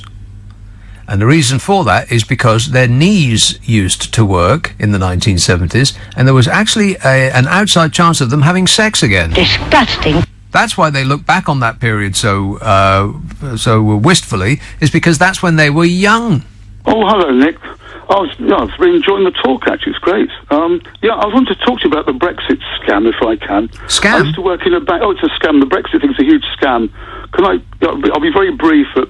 Have you noticed, when you look at Brexit, people, like big manufacturers, people who make things or do things like supermarkets or car factories don't want it because it interrupts the supply chains. But people who have finance capital, like hedge funds, do want Brexit. They want it a lot. You can see the division of the Tory party, you know. The way this works is that if you've got a hedge fund and you've got a lot of money and you don't have sterling, you've moved into the euro or something, or into dollars. If you crash the economy and you crash the currency, then what happens is you can buy UK assets at a double discount. So if I'm going to, buy Buckingham Palace, I could have paid 100 million for it a while back, but suddenly I could pay 50 million for it. And I also get the currency discount. So what happens is, if you're a hedge fund, and if you've got influence of the Conservative Party or any party you like, if you crash the economy, you get the national cake gets smaller, but you get more of it. Yeah, well, apart from that is true, but it's worse than that, because if you are a hedge fund, you can actually bet against the pound. You can bet that the pound will go down. And so I think what we got here are money men who are trying to influence the direction of the country in order that they can cash in the short term, which to me is treasonous. I mean, I think that should be a lock-upable offence. I think there should be things like owning media. I think in certain countries in Europe, you can't, for example, own a newspaper and B, not be a resident in that country. I think that should be, and that's an issue. I know it's a problem with the internet and everything else, but the idea that you're influencing people without it being a resident, and if you're promoting a certain political party, but you're not actually there to face the consequences of the ideas you're promoting. Yes, your and media. paying personal taxes in this country. Yes, that should be absolutely. the law in this country. Absolutely. And the whole thing, coming back to people, though, I used to work in a bank, you'll never guess, but now no, he's a banker. No, I'm not now. It's 25 years ago. But I retrained as a teacher. I had a real job. But there's something that really strikes me when I go around Europe and I go around Britain and America, and I'll tell you what it is. I've often thought about this, is that because neither British people nor American people have experienced real privation like they haven't. If you think about, if you're a Frenchman or a Belgian or a Netherlander, you've experienced or you've heard your parents, your grandparents talk about starvation, foreign military occupation, total catastrophe. Yes. And one thing that divides us, obviously, is the 18 months, is we've never, although we have massive bomb damage, we've never experienced total utter humiliation at the hands of a foreign military power, neither of the United States. No matter how bad things have been, you're not sort of having to sell your sister to somebody to get a tin of baked beans or something else. And this kind of nightmare is what, in many ways, I think unites the Europeans and makes us different. We don't fully, when that guy was talking to you, I get the guy about half an hour ago, the Liverpudlian guy, the guy you said was not very bright. And he kept going on. Well, that doesn't sound like something I'd say. I don't understand guy. The I don't. Oh right, yeah. And I was listening to him. He's typical of millions, really, because he had no idea of a society or a situation where there could be no food. It was unimaginable to him. Yes, so this is the problem that people have. Yeah. This is my problem with people's argument, is that they say that because they feel rather that because it has not happened in the past, then it cannot possibly happen in the future. Yeah, but if you said that to a Dutch guy whose grandmother talked about being in Holland at the end of the war, and you said to him, if this happened, there'll be a danger of starvation, it would click. It would just be something that he would be aware of culturally as a possibility. He wouldn't just think, this is impossible, it's like Martians, us starving, us being hungry, dear oh dear, It's this sense of invulnerability I think we have in the English-speaking world, really. Yeah, you might be right, but we also are, and I don't know whether this is unique to us or whether other countries' residents feel this way about their own country, but we do seem to be convinced of our own exceptionalism. Yes. Actually, coming on, as you were talking, I was thinking there's also a thing, I don't think this Brexit thing can actually happen, because I think there's a kind of culture thing in it, which the government, you can see May going back again to Brussels, and I think this is because the truth of the matter is the Good Friday Agreement, they can't have this border in Ireland. This will only work. You can't have a border that isn't a border. It's like a square circle. It's not possible. Well, the Brexiteer ultras are saying that we will invent something. But they're proposing some sort of technological solution that doesn't exist.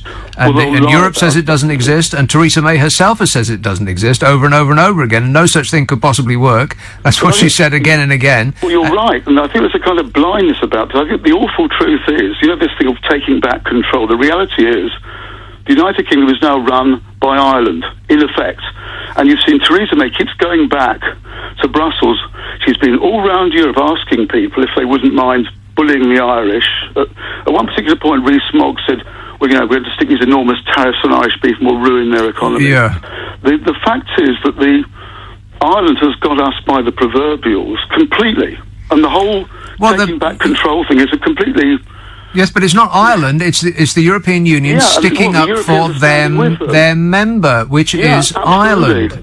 That's the whole point of being in the EU. You're part of a gang. 1,000 times, yes, and even more so, that deal, that Good Friday Agreement, carries the prestige of the United States. It was negotiated by George Mitchell. I was thinking of George Mitchell Minstrel, but George Mitchell. It's got the prestige of the United States attached to the GFA, underlining it, and incidentally, an awful lot of Americans see themselves of Irish descent. It has terrific strength behind it in all sorts of political and cultural areas. It's a very difficult thing just to get rid of the GFA. They can't just... I'm sure they'd like to throw it in the bin, but they can't. They're completely stuck. On an issue that didn't occur to anybody before the referendum. Well, you're right, and you're not, because people said this in 2016, but basically they were very arrogant. They said, well, the whole subtext in the papers was, if we go and see the big boys and the Germans and the French, we'll do a deal with them, and the Irish will just get in line. They'll just, it was a kind of post-imperial sort of attitude. Well, yes, exactly. And suddenly the Irish, bless them, have got them completely by the nudges. I mean, they cannot budge. It must be utterly humiliating for very right-wing conservatives to be talking about, taking back control, and 6 million people south of the border have absolutely got, we're stuffed. Yes, but only because they have the might and the heft of the organisation that we seem determined to leave in order to bob around on our lonesome on the sea, desperate for somebody in the White House to do us a favour. Well, listen, when we're all drinking out of jam jars and begging, we'll still be taking back control. That's what we've got to look forward to. Well, I will look forward to that. Thanks very much, Michael. Cheers, mate. 034. I think the people in Hoxton are already drinking out of jam jars, aren't they? I think that's what cocktails come in these days. It's sophisticated. Chris says levers don't eat vegetables, so they won't miss them. That's why they've got... that's why they've got brain rot. You should volunteer yourself as a panellist on Question Time as an antidote to the party stooges. I will not. Levers have brain rot. It's not me saying that, that's Chris saying that. Hey, Chris! Be polite! Edward says, next time you have a Brexiteer on the line who claims greater economic knowledge than the Governor of the Bank of England, can you ask them to provide an explanation of endogenous growth theory? And if they fail to do so, please save us time by terminating the call without further delay. He wants me to terminate them. Affirmative. And Anne says, I have decided that I don't believe in experts such as meteorologists anymore. I believe it will be a fantastic summer day tomorrow. A forecast of snow is just fear-mongering. I know this because it's what I want. Well, I can't wait for that. I'm going to pull on my mankini in preparation. Disgusting. 0345 6060 973. About the weather, by the way. How is this country? I mean, how do we get by on a daily basis? A little bit of light weather, and the entire country falls on its face. People are being dug out of their cars. Gritters. The message from the authorities is gritters are going to be sent out, and they'll try to keep the major routes open. Other countries have gritters, have snowplows going through that create 15 feet of snow on either side of the road, and they still drive down them.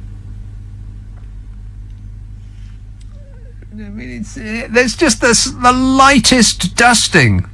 You see more snow backstage at Oasis.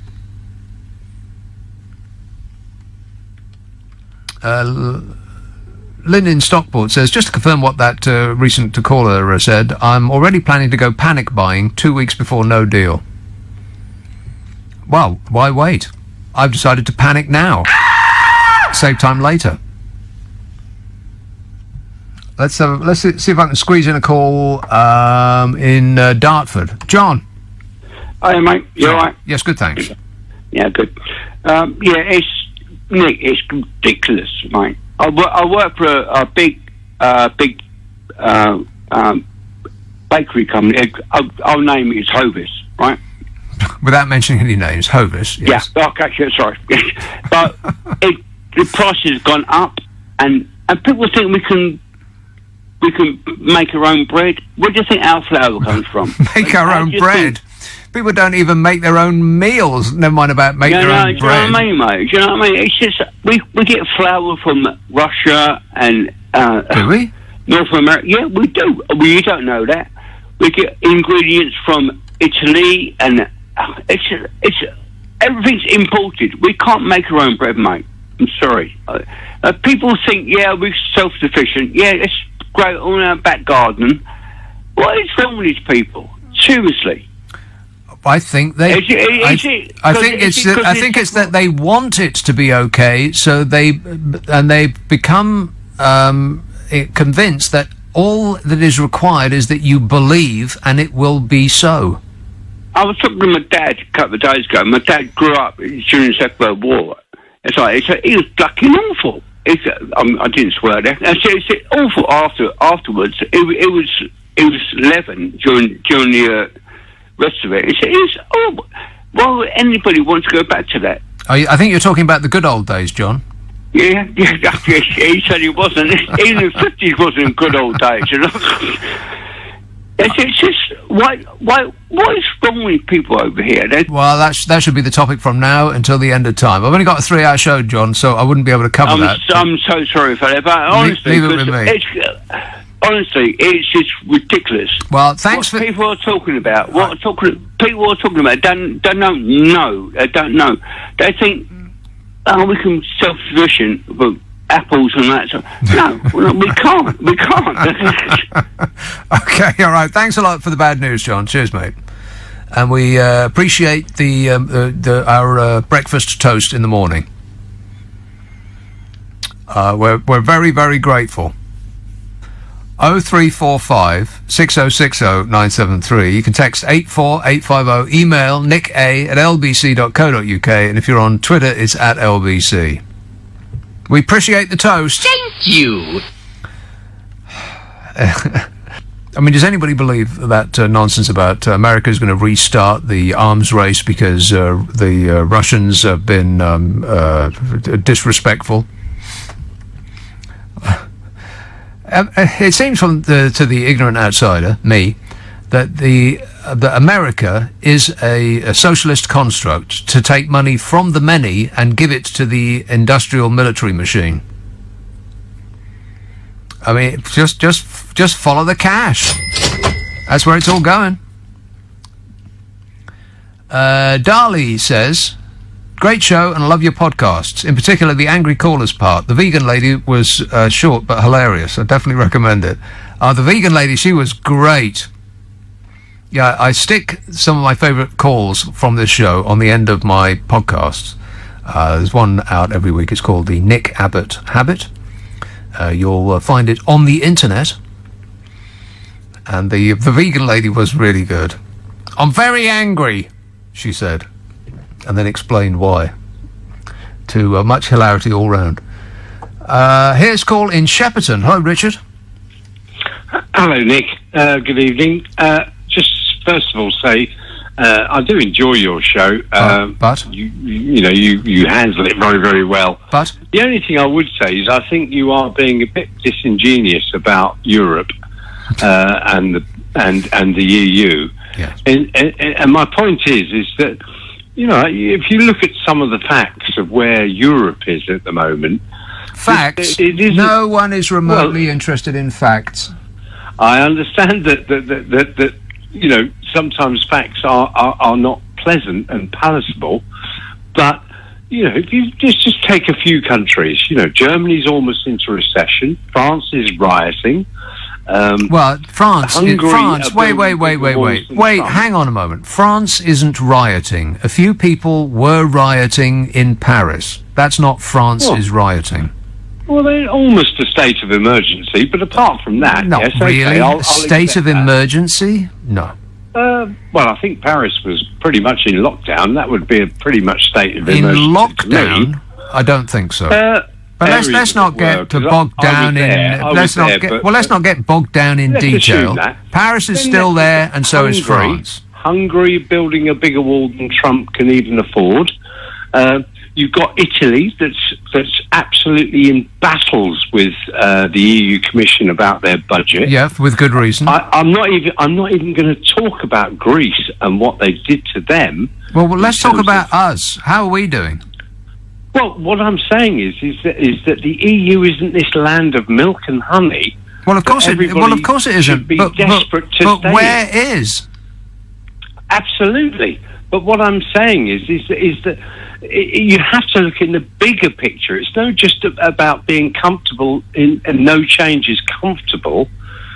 There is always going to be change, and I have to applaud from my seat in the armchair, that guy yesterday said we're quite a resilient nation. Oh, God. And we'll find ways around things. That is just fantastical thinking. That's just wishing it will be true. We're resilient people. What on earth are you talking about? No, that wasn't my point. I was saying about that there'll be ways around this. How do you know? Not just from the UK.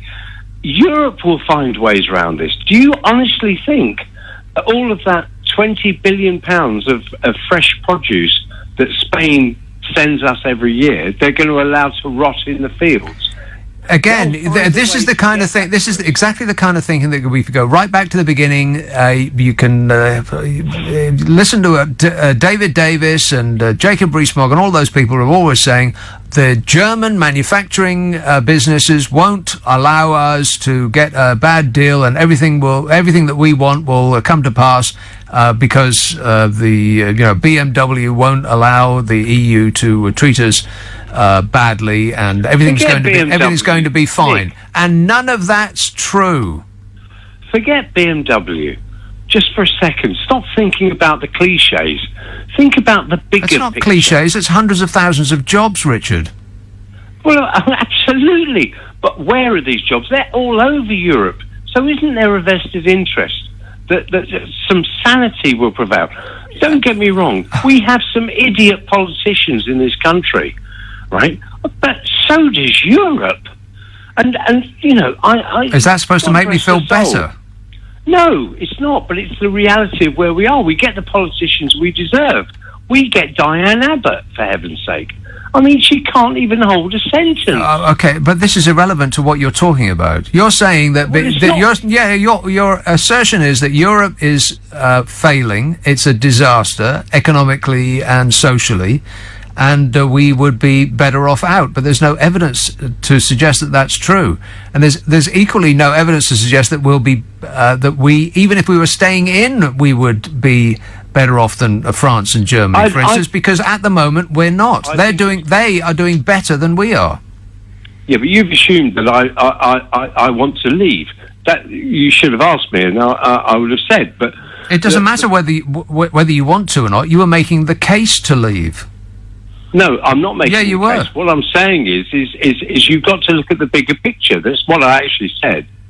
I didn't say whether I think we should leave or whether we should stay. Well, then then either you're not explaining yourself well, or I'm lacking in comprehension, because it sounded like you were making the case to leave to me. I gotta go, Richard. 0345 6060 973. Aggie says, "What utter tosh!" Exclamation mark, like she's shouting at me. She says, "I have wanted to leave the EU for years and years, way before all the propaganda. Neither the Russians nor anyone else had any influence on my decision.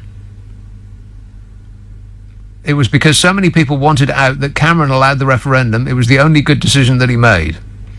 Okay, well, from the beginning, what utter tosh. I can't argue with that. I've wanted to leave the EU for years and years. Why, though? Way before all the propaganda. But what led you to come to that conclusion, Aggie, apart from the propaganda? And as for neither the Russians nor anybody else had any influence on my decision, well, that's a pretty bold statement. How do you know? That's like saying that all those adverts for Coca-Cola had absolutely no bearing on my decision to go out and buy some, Coca-Cola. I mean, if advertising had no influence on anybody's decisions, then there wouldn't be any.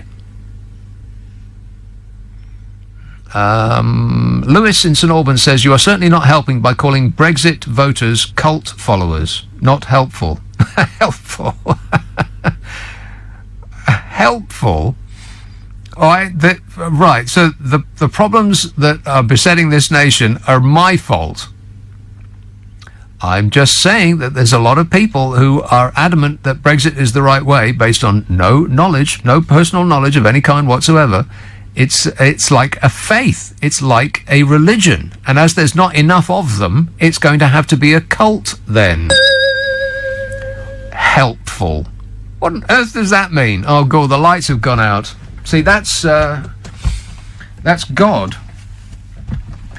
giving me a sign that I'm not being helpful. Affirmative. Paul says everyone else is going to get the blame for Brexit apart from those who voted for it or funded it. Yeah, well, I suspect that is true.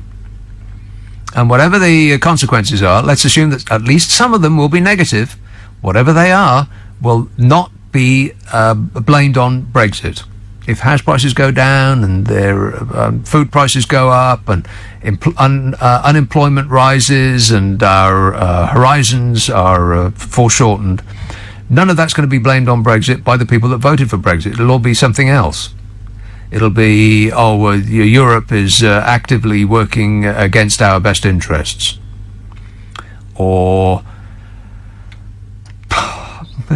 it's because Donald Trump didn't get to build his wall. Or it'll be Hillary's emails or something like that. I'm building a wall, okay? Yeah, you're not building a wall, Donny. No one's going to allow you to build your stupid wall.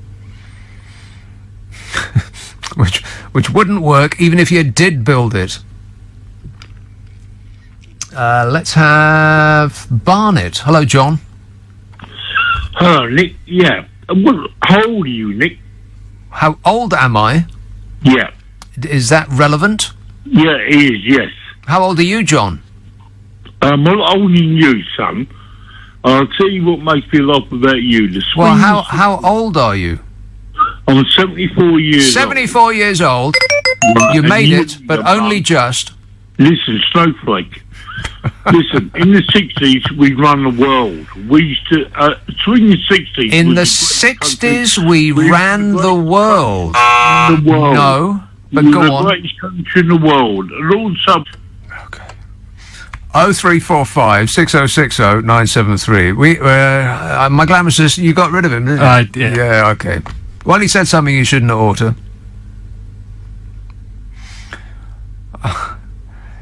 You can text 84850, email nick@lbc.co.uk, and if you're on Twitter, it's @lbc. I'm glad he swore right at the beginning, and I didn't have to sit here and listen to him for a good long while. If you can just do your swearing right at the beginning, then I can get rid of you straight away. The reason that you didn't hear it, by the way, is because we run a delay here. We're not actually live. There's about 7 seconds between what happens in this studio and then it going out on the air, which is which gives us the opportunity to erase people who disobey the rules, and we erase them with great vengeance. Jim says, we're so resilient that after 8 years of austerity, we threw our toys out of the pram and blamed everything on Europe.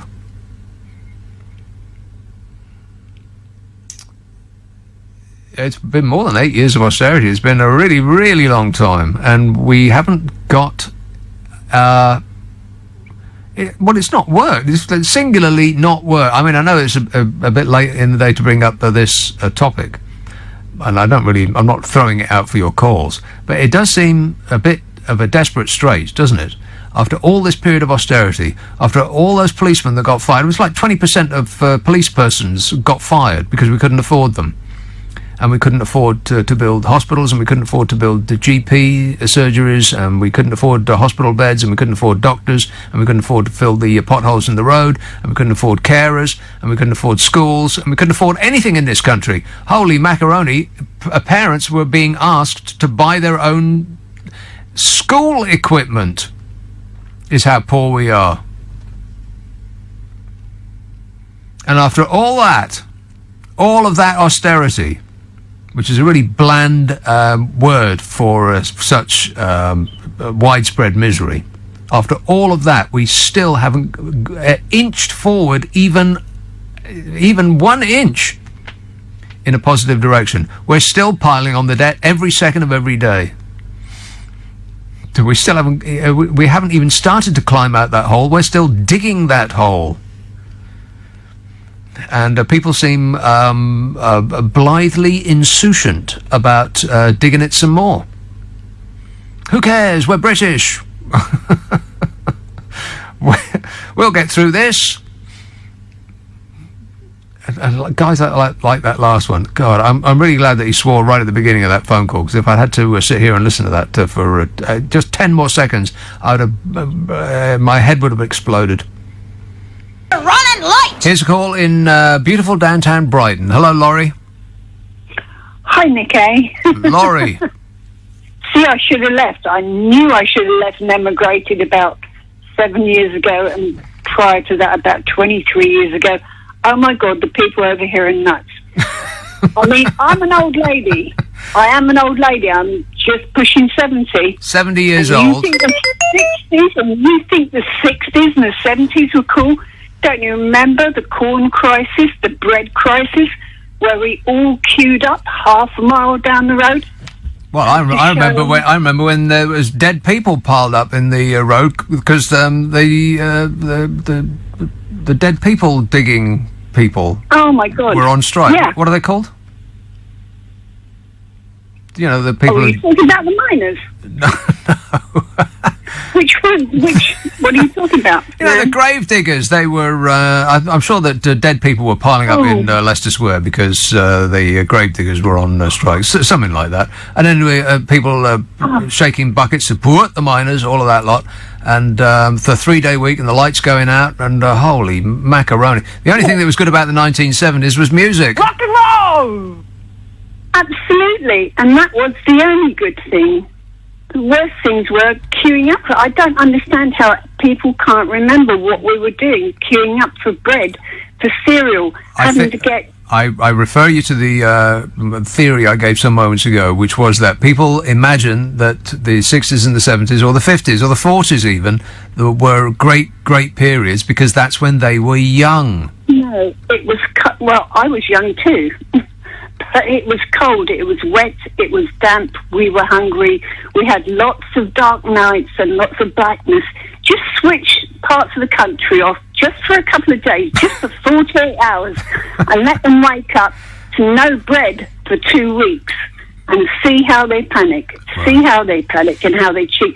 I actually had neighbours come up to me that wanted to borrow my children in 77 and 78 so they could take them to the shops and claim that they were their children to get an extra loaf of bread. They were giving away loaves of bread to children?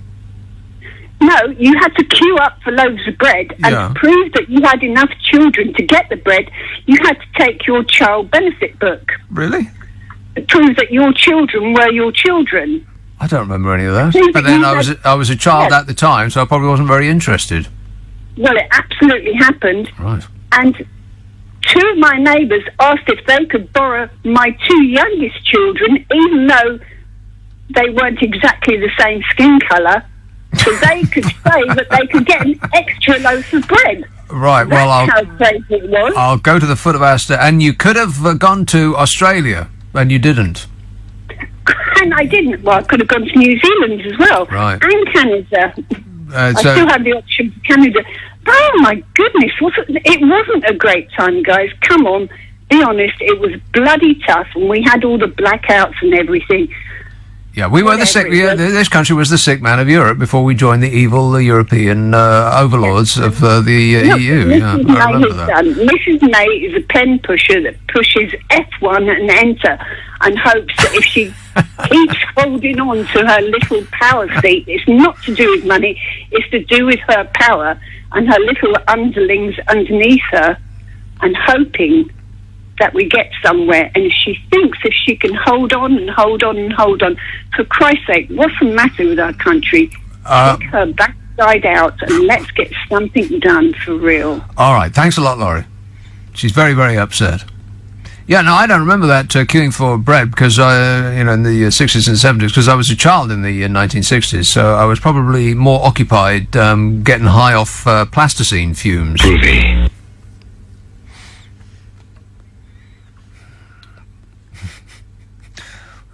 The aroma of Play-Doh. Yowza.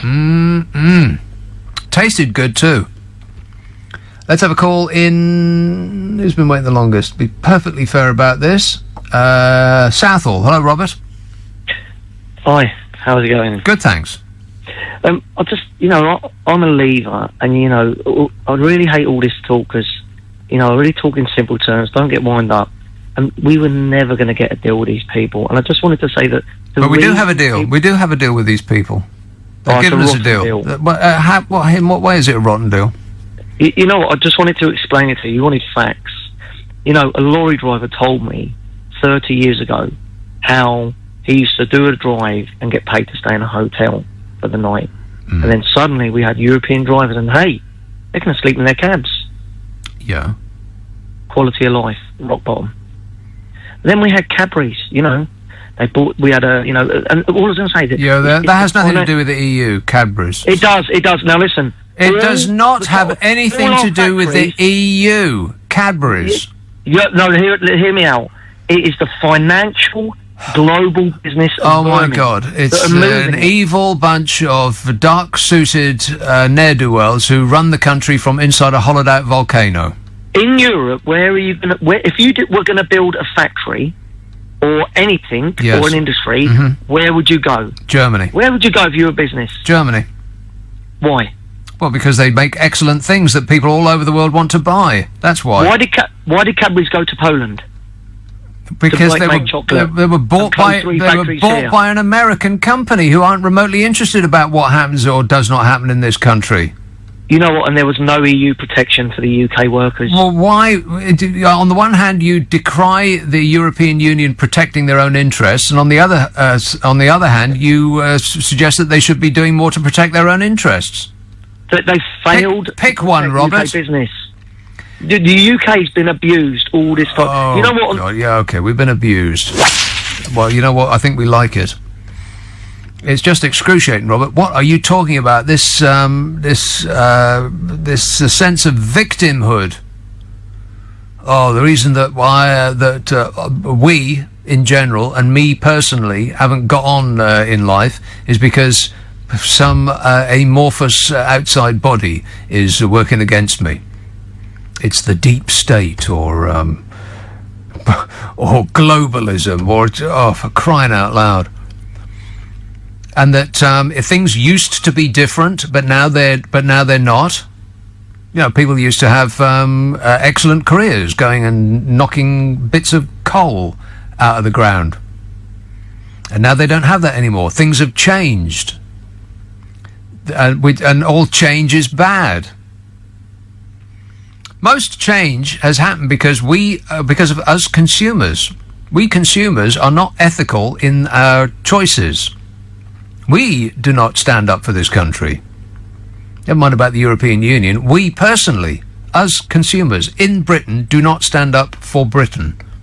And the evidence of that is that it's almost impossible to buy anything British these days. Even things that we think of as representing this great country of ours aren't British anymore. And it has nothing to do with the evil European superstate or anything of that order. The reason that you can't go into a clothes store and buy a nice pair of British-made Action slacks is because it would cost too much. You put a British-made shirt next to a shirt that was made in China, and no one is going to buy the British shirt because it will cost twice as much, because the British worker gets paid more, and the machinery costs more, and the fabric costs more, and etc. and so on. It's a luxury product, and the only thing the British consumer is interested in is price. It's all about the money, honey. It's all about price. That's all we care about. So if you really want to blame somebody for the ills of this nation, then you're going to have to blame us, because it's our fault. Or you could cloak yourself in victimhood and just blame somebody else. Yeah, whatever works for you. So we're about to have a hot war. Not a cold war, it's going to be a hot war. And that nice man on the news said that this is not an indication that you need to stock up on canned goods and start building a bomb shelter. So I think that's an indication that you need to start stocking up on canned goods and build us a bomb shelter. I'll bring us into war. I think Russia is going to have to go to DEFCON 1. They're going to have to use the P-tape. Oh, shut up! Okay, first off, Gibraltar. Anybody want to talk about Gibraltar? No. Uncle Nigel Farage, absolutely furious. He's beside himself after the evil EU described Gibraltar as a colony of the British Crown. Damn it! This comes after the island was described as a colony in a footnote in a piece of EU legislation which allowed for Britain's visa-free travel in Europe after Brexit, which was first drafted in November. It's been there since November. Anybody see it? Negative. No, you have to look for it with a microscope to be able to see it. It was excellent, excellent news. Trust Uncle Nige to be able to pull disaster from the jaws of success. I'm a nutcase.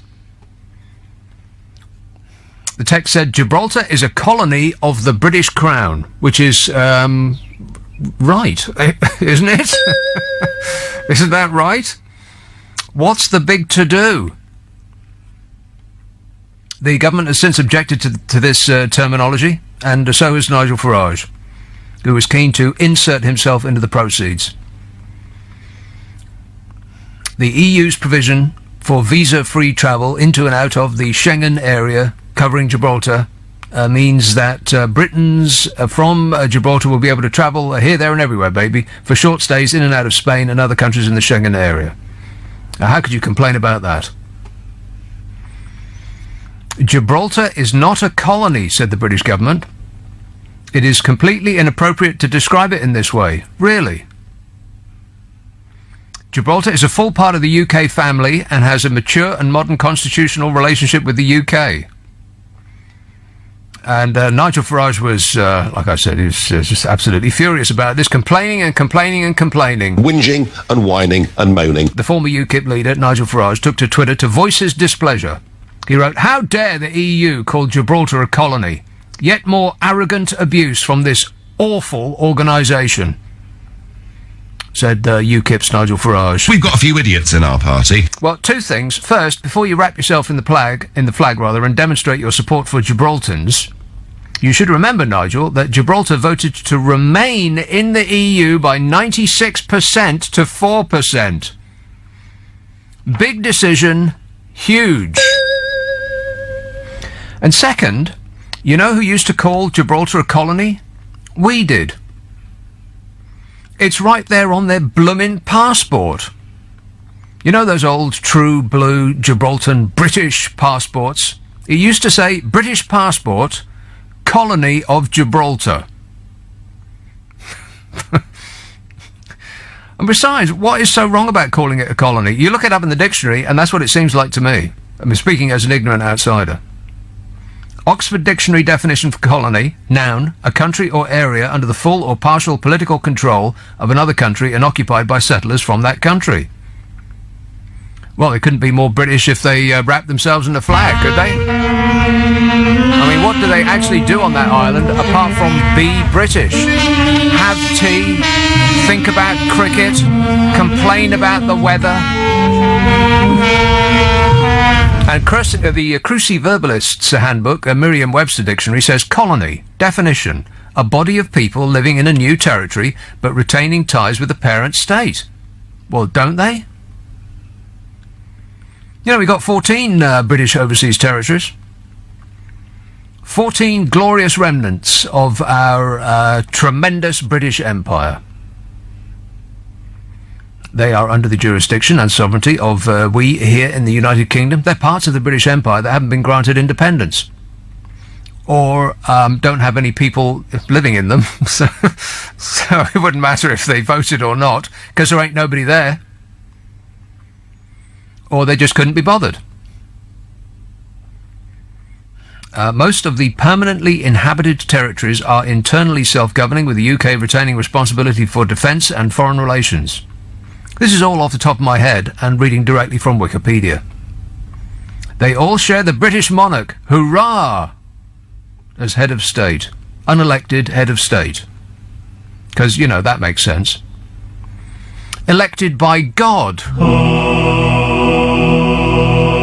Here they are. I bet if I offered every single person in this audience £1 million, you wouldn't be able to pinpoint half of these places on the map. I bet you haven't even heard of the first one.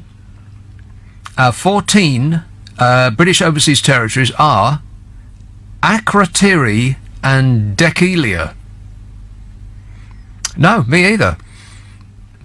Anguilla, Bermuda, British Antarctic Territory, British Indian Ocean Territory. Where's that then? Well, the clue's in the name, stupid. I still bet you couldn't find it. The British Virgin Islands, the Cayman Islands, the Falkland Islands, Gibraltar, Montserrat, Pitcairn Islands, St Helena, South Georgia and Turks and Caicos, which sounds like a collection that we found in the remainder bin. That's our glorious empire, what's left of it. I mean, there's fewer people that live on all of those places than live in Hull. But on the other side, the weather is much, much better. Mostly. It said colony on their British passport. But, you know, if the EU said it, then it must be wrong. In other news, the motorcar manufacturers are heading for the exits. Oh, no. Yep. Japanese car maker Nissan set to abandon plans to build its X-Trail model at its Sunderland plant. Company executives expected to cancel plans to build the new SUV on Monday. Well, a few fewer SUVs in the world wouldn't be a bad thing. Why does everybody need an off-road vehicle when they never go off-road in it? All they do is go to Tesco's and back and use 2 parking spaces when they get there. Those things are so huge. Company executives at Nissan expected to cancel plans to build their new SUV less than 8 weeks before Britain is scheduled to leave the EU. But I'm sure it has nothing to do with our glorious exit from the European unelected superstate. Nothing to do with it whatsoever. In other news, Nissan had actually voiced concerns about Brexit before committing to build the new X-Trail models in its northeast factory in October 2016. And apparently they have changed their mind. Well, I would assume that they and pretty much every other manufacturer of goods in this country had expected the government to actually come up with some kind of plan. But the government can't even agree with itself. Do they have a plan yet? No. They were gone through plan A, and now they're on plan C. Does anybody know what happened to plan B? They skipped one. Plan B was just plan A with plan B written on the front cover. What a state. So this is in Sunderland. The Sunderland plant, which has been active since 1986, employs 7,000 people and produces about 2,000 cars a day. Now, Nissan is part owned by Renault, who are French. No! And this has led to concerns that they may go to France to avoid any tariffs. You know, because of our glorious exit from the evil European Union overlords. If we leave the single market, then it would be unusual if they actually stayed here. Why don't they just go to France? That would make sense, wouldn't it? Oh, then this is happening in Sunderland, and by the way, Sunderland voted to leave the EU by 61% voting to leave and 39% voting to remain in the European Union. I think that's what's called consequences. Affirmative. A report by the Society of Motor Manufacturers and Traders said investment had effectively stalled amidst fears over the UK's future trading with the EU. But what does the Society of Motor Manufacturers and Traders know about manufacturing motors and the trading in them? They're only experts in possession of facts, so nobody is remotely interested in anything they have to say. The chief executive of the Society of Motor Manufacturers and Traders said the fall in investment was deeply depressing. Oh, cheer up, mate. It might never Oh, no, that's right. It already has. He said it should send a strong signal to politicians to secure a Brexit deal. Well, I think if they were going to be receptive to a strong signal, they would have received it already. I think they'd have heard us already. This reported decision by Nissan also comes weeks after Ford confirmed nearly 400 jobs will be lost at its engine manufacturing plant in Bridgewood. Jaguar Land Rover decided to reduce its 44,000 workforce by 4,500, in addition to the 1,500 workers who left the company last year.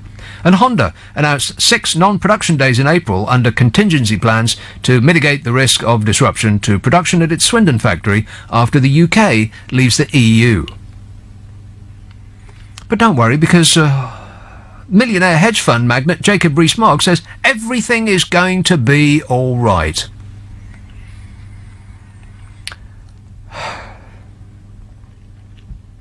(0345 6060 973). You can text 84850, email nick@lbc.co.uk, and if you're on Twitter, it's @lbc. I want to talk about parliamentary recess. You know they're going on holiday.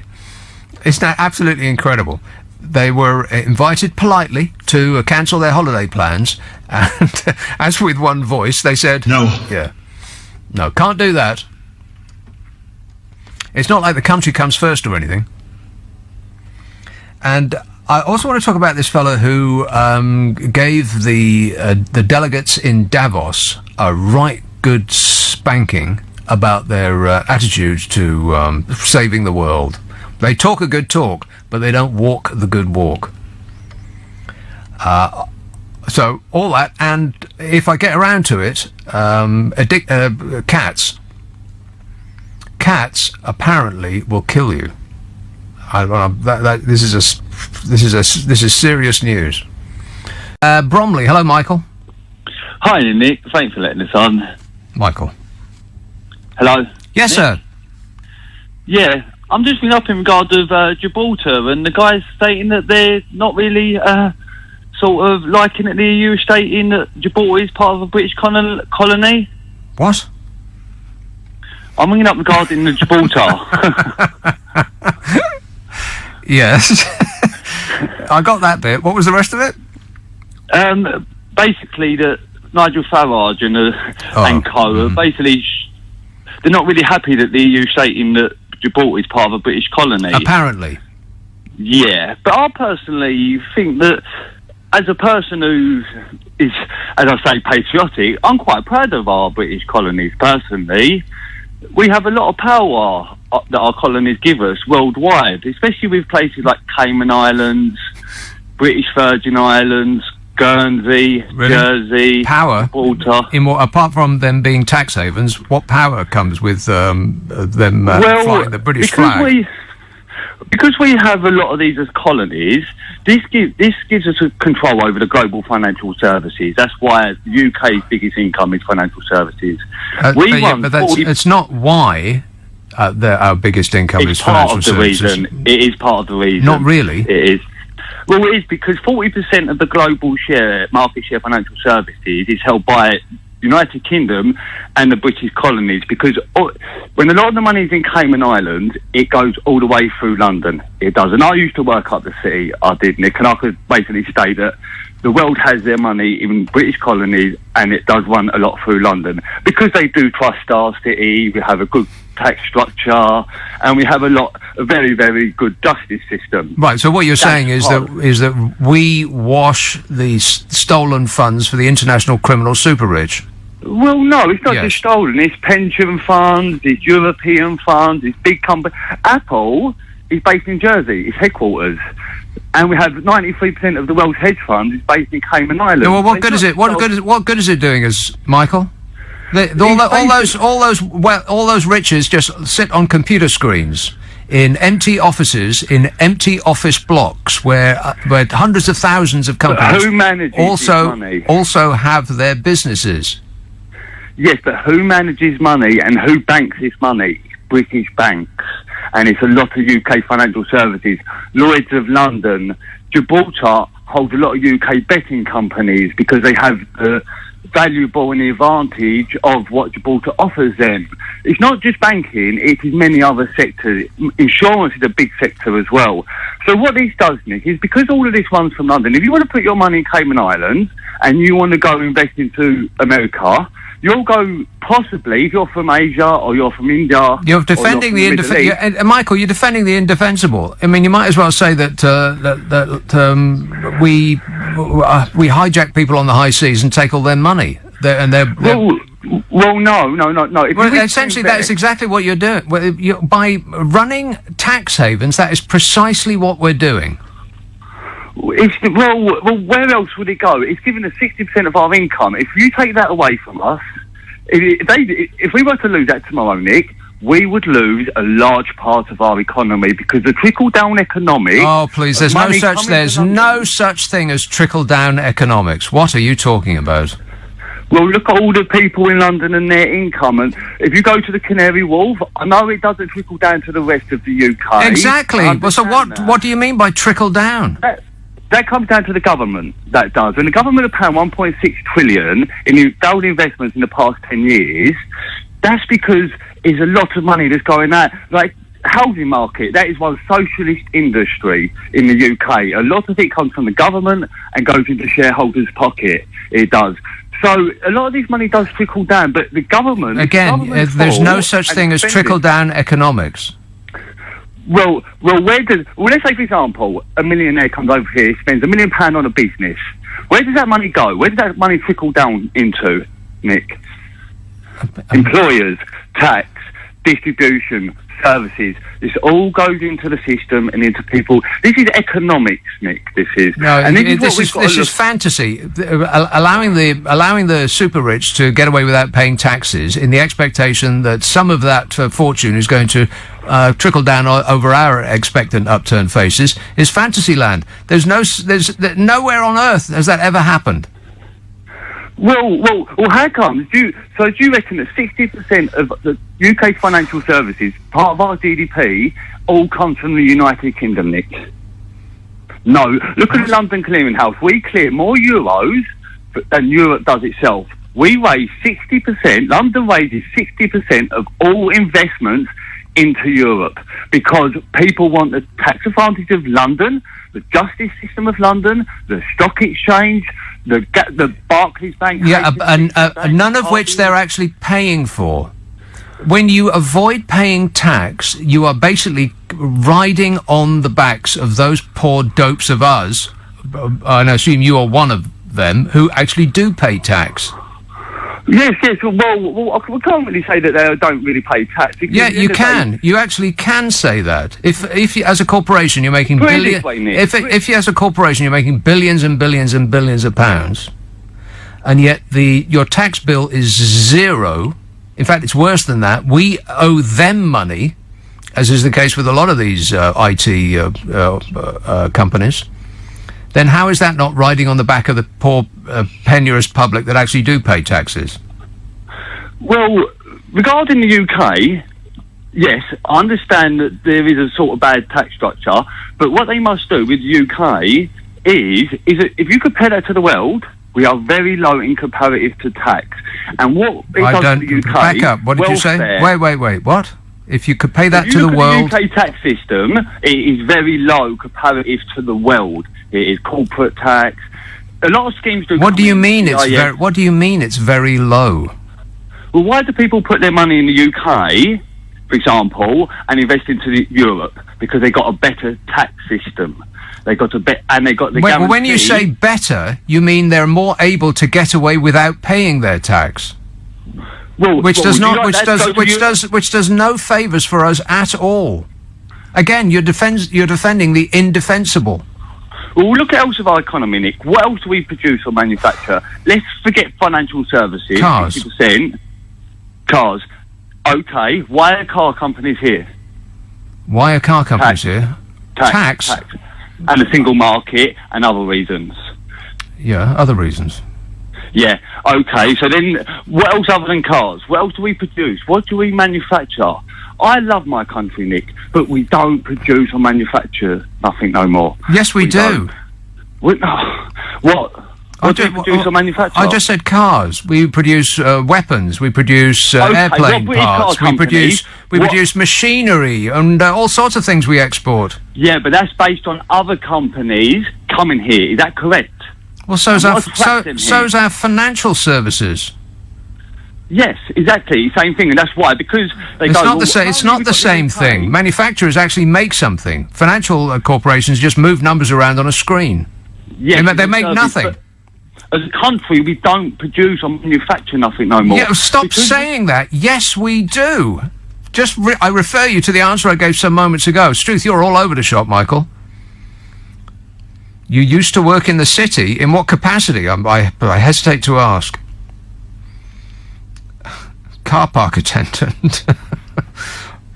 You weren't in charge with in charge of anybody's money, were you, Michael?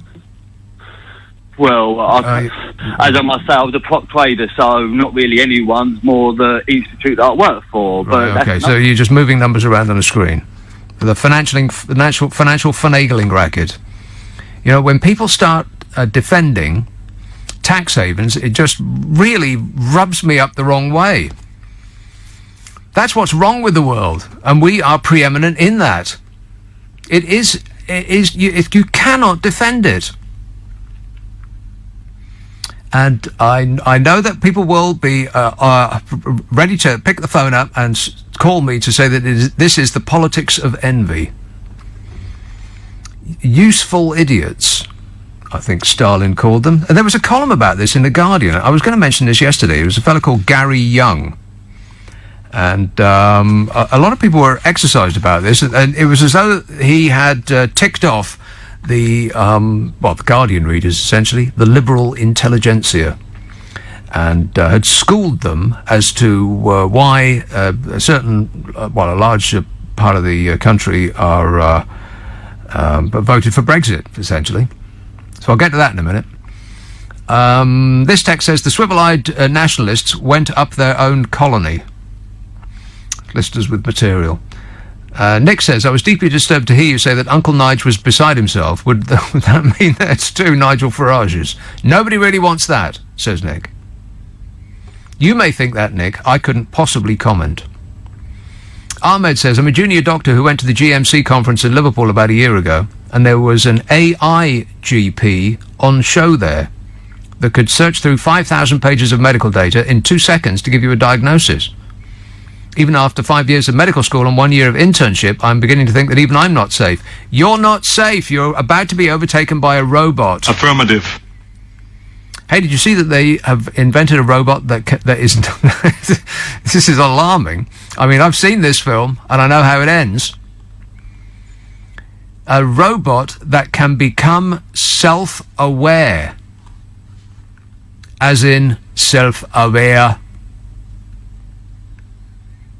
And I think about 2 hours after it becomes self-aware, that's it for planet Earth. Oh, spoiler alert. Georgia says, this reminds me of when they changed the name of the War Office to Defence. It was a rebranding exercise. The overseas territories are still colonies, despite the new name. Let's call a spade and tell Farage not to get his red, white and blue white fronts in a twist. Well, it's funny you should say that, because the last time I saw him, he was wearing Union flag socks. I am not making that up. That was actually true. Union flag socks on his little British feet. Oh, I can't hear that again. That has to be the worst. I mean, can you think of a worse national anthem than this thing? I mean, it's just such a chronic dirge. Poor Her Majesty. She's got to listen to that every time she steps out of a car. Plus, the lyrics are terrible. I mean, for our national anthem, the only lyrics in that entire song, if you look at all the verses, apart from a little unpleasantness about Scotland, it's all about us. It's all about her or her descendants, random descendants. It's about us giving her our best stuff, like she needs it. Anyway, this Dutch historian rippled some. Caused some ripples at Davos. He just basically blurted it out like it is. He called out billionaires there who preach about philanthropy but avoid paying their bloomin' taxes. Rutger Bregman was speaking on a panel at the World Economic Forum in Davos, where the world's richest and most influential people convene every January to discuss improving the state of the world. And he took aim at the billionaire elite and ultra-rich celebrities for pushing stupid philanthropy schemes. All they really need to do to solve inequality, he said, is simply pay your blooming taxes. Completely correct in every respect. Philanthropy. See, for you and me, if we flick 10 pence at a tramp, we call it charity. Don't flick 10 pence at them. Put it politely in their hand. Charity, that is. Small word. Philanthropy, much bigger word. It's like remuneration. We get paid, they get remunerated. Bigger word to denote a bigger amount of money. You know, like they're really, really generous. No, they're not. What philanthropy is them nicking money from us, which is essentially what they're doing when they're avoiding paying tax, and then giving us a little bit back to make themselves feel better about their finagling. Or, yeah, which also has the added benefit of making us doff our calves. Doff our... Oh, God, the lights have gone out. In the studio and in my mind, both at the same time. Curious. Yeah, philanthropy makes us doff our caps and you know, and be grateful. This Dutch historian says, I hear people talk in the language of participation and justice and equality and transparency, but then almost no one raises the real issue of tax avoidance and of the rich just not paying their fair share. Hey, get Bongo out of U2 on the phone and he'll sing us a song about it. He says, he pointed out that there was only one panel at Davos dedicated to discussing tax avoidance. He said it felt like being at a firefighters conference and no one's allowed to speak about water. He says it ain't rocket science. We can talk for a very long time about all these stupid philanthropy schemes. We can invite Bongo once more. Come on, but we've got to talk about taxes. Taxes, taxes, taxes. All the rest is BS, in my opinion. He's right. And the reason we can't afford policemen or doctors or carers or border patrol or libraries or pothole maintenance or anything in this rich country is that the wealth is tied up in the hands of a very few people. And we've been trained to be grateful to those that are wealthier than us, who have drained the wealth of the country to sit on computer screens in offshore tax havens, and to be grateful when they flick 10 pence at us in the name of charity, which they call philanthropy because it sounds more generous. I mean, ask yourself, how much did the richest man in the world under 30 pay on inheriting his staggeringly large fortune in Great Britain? 0. Because it's held in a trust, and it's bound up by all manner of legal and financial methods to keep the money in the family and away from us poor dopes who actually do pay taxes. And you'll hear that the rich pay a large percentage of tax, and they should do, because they earn an even larger percentage of income. But that's not even the main event. It's not taxing income that's the thing that we should be focusing on. It's taxing wealth. I mean, the rich would prefer that we focused on taxing income. But it's wealth, assets, unearned income that keeps the wealthy wealthy. And those things are taxed at a much lower rate than actual wages, if at all. And that's why the average person in this country is just about getting by, while the rich become ever more stratospherically wealthy. It's because the game's rigged.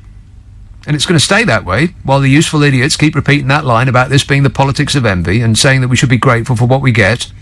And if we want to change the tax laws, then we could. Well, you know what? We can't.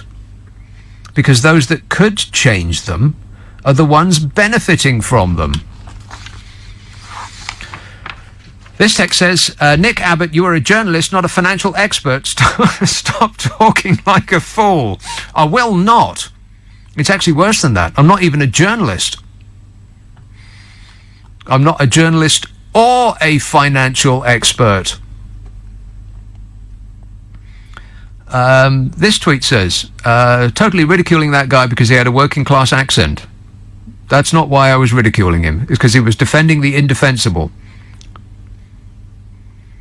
This says, why do people call up to state the case without any intelligence or facts? Because it's hilariously entertaining to hear them try to dig themselves out of an ever-deepening hole. I missed a bit out of that tweet. I was ridiculing that guy because he had a working-class accent. Well, that's complete nonsense. Kept interrupting, yes. Well, he was on for about 15 minutes. Well, you don't get to just have the show when you call in. He says, I refuse to believe he worked in the city, and I dismissed him as a cleaner. This is exactly what the right complain about when they refer to stuck-up liberals sneering at them. Well, that gives me a perfect intro to this column in The Guardian. It's a fellow called Gary Young, and he made some waves writing about that exact issue, about people being unable to comprehend why the poor appear to have voted to become poorer. You know, in Sunderland, it was a perfect example. Sunderland, the good people of Sunderland voted by something like 64% to leave the EU, and now they're losing their jobs in a car company, reportedly so, because of the problems that are going to be besetting the car industry once we leave the European Union. And people find it difficult to understand why people would vote to become poorer. And this is what this fellow Gary Young was writing about in The Guardian. So I'll give you a taste of what he said. First of all, he quoted from Uncle Tom's Cabin. He says, there's a moment when Augustine St. Clair, who owns Tom, suggests that he's better off as a slave than he would be as a free man. And Tom says, but I'd rather have poor clothes, a poor house, poor everything, and have 'em mine than have the best and have 'em any man else's. Which makes sense. And from that, Gary Young writes, it's long been a challenge, particularly for those who are comfortable, to understand why anybody who is struggling would choose to be worse off. And the assumption that he's making is that people voted for Brexit, choosing to be worse off, but to have, to take back control. That old line. He says the assumption is that they must be misinformed, ill-informed, uninformed, stupid, naive, or cruelly misled. He says whether they be poor Americans demonstrating against healthcare provision that they don't have, or direct beneficiaries of the European Union voting to leave the EU, those who act against their material interests invite a mixture of befuddlement and derision. He says since becoming poorer is not a course of action any poor person would consciously take, goes the argument, they are clearly not acting rationally. And I think that this guy's got it completely wrong. His assumption is that people have voted to leave the European... that poor people have voted against their material interests to leave the European Union because they want to re-establish national control. No. What I think he fails to understand is that the poor did not vote to be poorer. They voted to be better off, because that's what they were told. The idea was that immigrants are keeping down their wages, they're taking their jobs, they're stymieing their progress. The people voted out because they thought they would become richer, not poorer. So right at the very beginning of this article, I think he's completely turned around. Anyway, he goes on quite why well-off liberals in particular would find someone voting against their material interests such a baffling idea is odd, because liberals do it all the time. Whether they vote Labour or for any party that plans to raise taxes on the wealthy and redistribute income, they vote to make themselves worse off materially. And that's not true either. Because those who are comfortable and vote for a party that would redistribute income aren't voting to get poorer, they're voting to get happier. The Scandi countries that tax and redistribute, who provide better health care and health services, who take the wealth of the nation and spread it around more evenly than we do, have happier populations. Every happiness index that ever was taken says so. And what is life if it's not a race to be happy? I mean, what would be the point of being up to your eyeballs in money, but miserable your whole life? Anyway, this columnist from The Guardian goes on, true, liberals are better positioned to take a hit, or the comfortable middle class. But the middle class aren't even comfortable these days. I mean, you've seen this in America. Middle class people with good government jobs don't have the ability financially to go one paycheck without having to go to a food bank. That's how comfortable the middle class are. And that is a direct result of the money being drained out of this country by companies like the IT companies out of Silicon Valley that do not pay their taxes. And they do so, going back to the first caller that I had, with the conniving of this country. And those crown dependencies that have the British flag flying over their empty office buildings that suspiciously contain tens of thousands of companies, all based there for tax reasons, so they don't have to pay any. And we're up to our eyeballs in guilt about that. How anybody can defend that is just beyond me. But anyway. Anyway, he said, true, they're better positioned to take a hit than those at the other end of the income scale, but there's more to it than that. They do so, for the most part, liberals, the so-called comfortable middle class, because when it comes to politics, they don't just vote for their own financial well-being. They're thinking about the kind of country and world they want to live in, and the values that they hold dear. The notion that working-class voters approach politics differently is extremely patronising, and that's right. Both groups, everybody votes for their own self-interest. Remainers voted that way because they believed we were better off in a big group of countries with all that power and opportunity that comes with that, and to maintain the wealth of the nation. Leavers voted that way primarily because of immigration. Every exit poll said so. They were acting in their own self-interest too. I mean, apart from the not liking foreigners part, there was the notion that immigrants are dragging down their prospects. Therefore, fewer immigrants, more money for them. He says, when you start from the premise that those who disagree with you are acting illogically or are too unsophisticated to understand their own interests, no meaningful political engagement is possible. He says, this has become a particular challenge when it comes to Brexit, where the two things we know are that poor people will be the most adversely affected by Britain leaving the EU, particularly if there's no deal, and that the poorer you are, the more likely you were to have voted for it. He says, with some notable exceptions, Remain advocates have responded to this apparent conundrum by forsaking respectful engagement in favour of a combination of face-palming at the stupidity of lemmings going for a leap and promising Armageddon when they land. This didn't work in the run-up to the referendum, and it's not working now. Well, you know what, it's hard to call someone ill-informed, or rather it's hard not to call someone ill-informed if they actually are ill-informed. I mean, should we respect everyone's opinion when it comes to health, for instance, or cars? I mean, if somebody arrives at a doctor's with a condition, should we leave it to the elites with actual knowledge, doctors? Or should the belief of the patient be more important, even if they think that prayer and leeches are the answer? I mean, would it be sneeringly condescending to attach more weight to the opinion of experts or to the ignorant person with the problem? Thank you. Yeah, I just want to get through this article. This was in The Guardian a couple of days ago, and it was the subject of much discussion. People felt that they had been put in the corner. Gary Young of The Guardian. Now, he's talking about at the point at which I left it, he was talking about people predicting economic harm. And those predictions of economic harm aren't working on Leavers because Leave voters don't believe the hype, he says. He says a recent poll showed a significant majority of them believe Brexit posed a less serious crisis than either the financial crash or the miners' strike. In other words, it's not that they don't understand things could get worse, they just feel that they've been through the worst, says this guy. But that's exactly what that means. They don't understand. I mean, to boldly say that Brexit's not going to be as bad as the financial crash or the miners' strike, exactly what are they basing that on? On all the research and the reading they've done?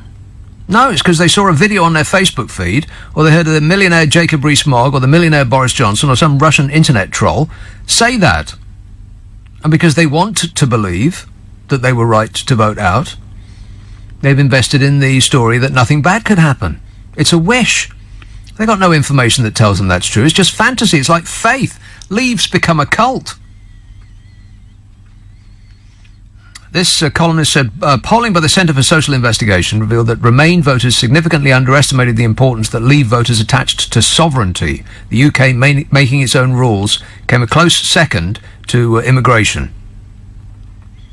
He said embodied in that preoccupation with sovereignty was a notion of what this country has been, has become and might be. A story many British and particularly English people tell themselves about a once independent and impregnable distinct Ireland that's lost its autonomy to a faceless pottage of bureaucrats and is now presented with a chance to break free. He says, I think that story is deeply flawed. It's mythical about the past. Those who evoke wars conveniently forget that they couldn't have been won without allies. All that stuff about we stood alone. He says those who evoke empire conveniently forget that it couldn't have been maintained without brutality. It's obtuse about the present. Countries evolve, borders shift, identities develop. Our royal family is German, our favourite food's Indian, and if people could only agree on how to spell Mohammed, it would be England's most popular name for a boy.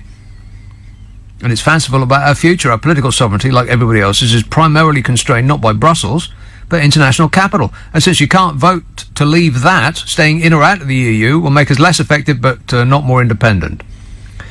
Yeah, so if the story's a lie that people tell themselves or have had told to them, then what on earth would be the point of not saying that those people are wrong? Those that constantly go on about the war and sovereignty. We're not doing them any favours by accommodating their beliefs in a sort of everyone must get prizes kind of way. That would really be condescending, wouldn't it? He says, we are not who we were and nor should we seek to be. But I also think, in the absence of other stories, it's compelling, far more compelling than the threat of a scarcity of fresh vegetables and a run on the pound if we crash out without a deal. Compelling, though, that compelling enough that some would suffer to see it through. Our challenge is not to mock, but to tell a better story. Yeah, well, one that includes them, has the future of all of us, and ultimately turns them and us into we. Yeah, well, good luck with that. And I do object to the notion that simply because somebody believes something to be true, then we should accord them the greatest respect for their view. I mean, that way leads to the Dark Ages. And to accord respect to an idea that's dismissed by just about every expert who has had anything to do with the areas of life and business that will be affected is just pandering to those that can't ever admit that they might have made a mistake because it's either too much loss of face or they feel that there goes their winning lottery ticket. Science is a thing. Numbers are real. There is a thing called verifiable truth, and the world is not flat. No matter how many people insist that it is.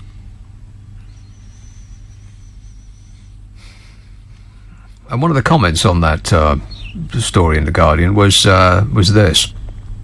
The real story of Brexit is not about principled, proud, working people choosing to be poorer to be more free. It's about a jingoistic movement that simply did a better job of finding the right sound bites to seduce half the nation into thinking that there was something better than austerity, with the support of most of the mainstream media. Yes, in a nutshell, bingo. Unless you know otherwise, in which case you must correct me. Let's have Newcastle. Hello, Henry. Hello. Henry. I'm afraid this doesn't make for terribly good radio because I couldn't agree more heartedly with you if I tried. Oh. Could you try a little harder? My two key points. First, I've got a Brexit question to give to you. But Homework. just on the theme of tax havens, yeah.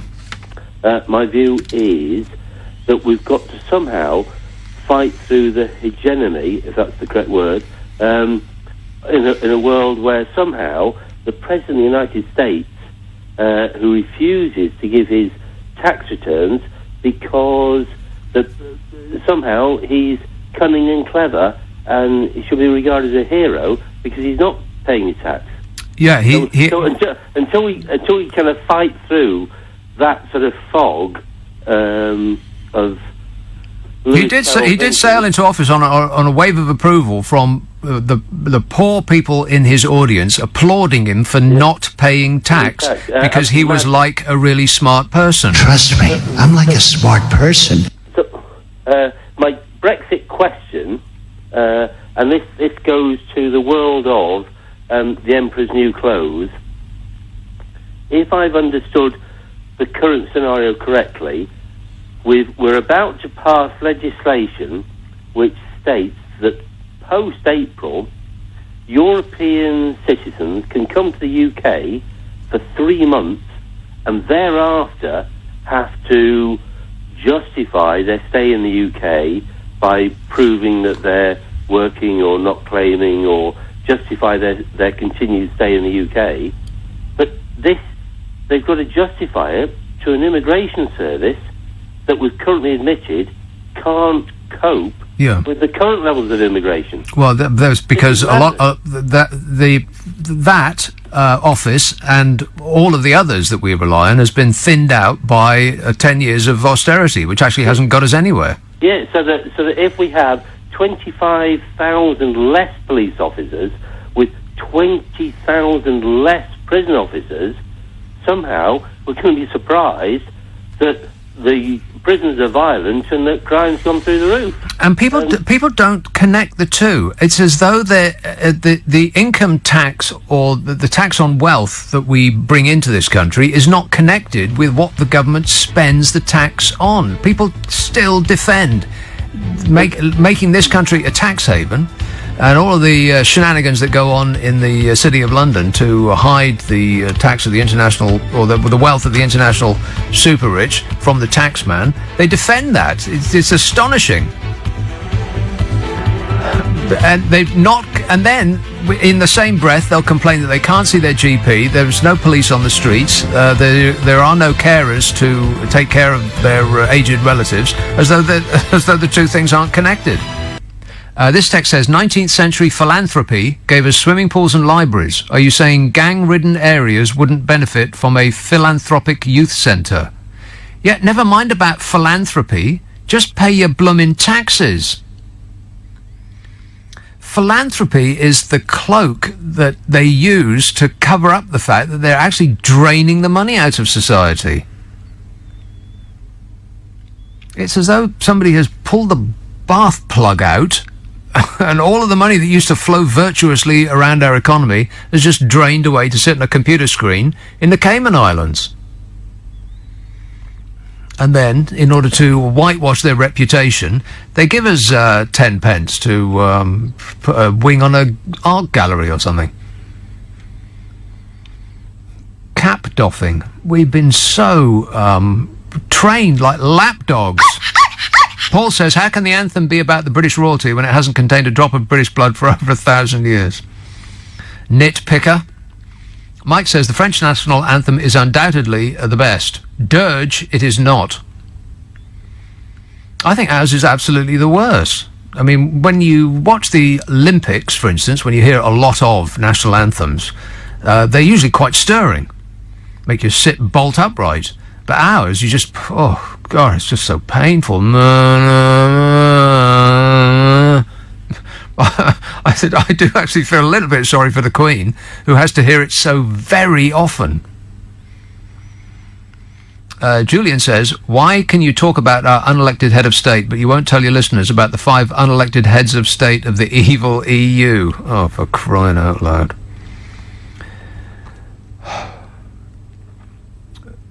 I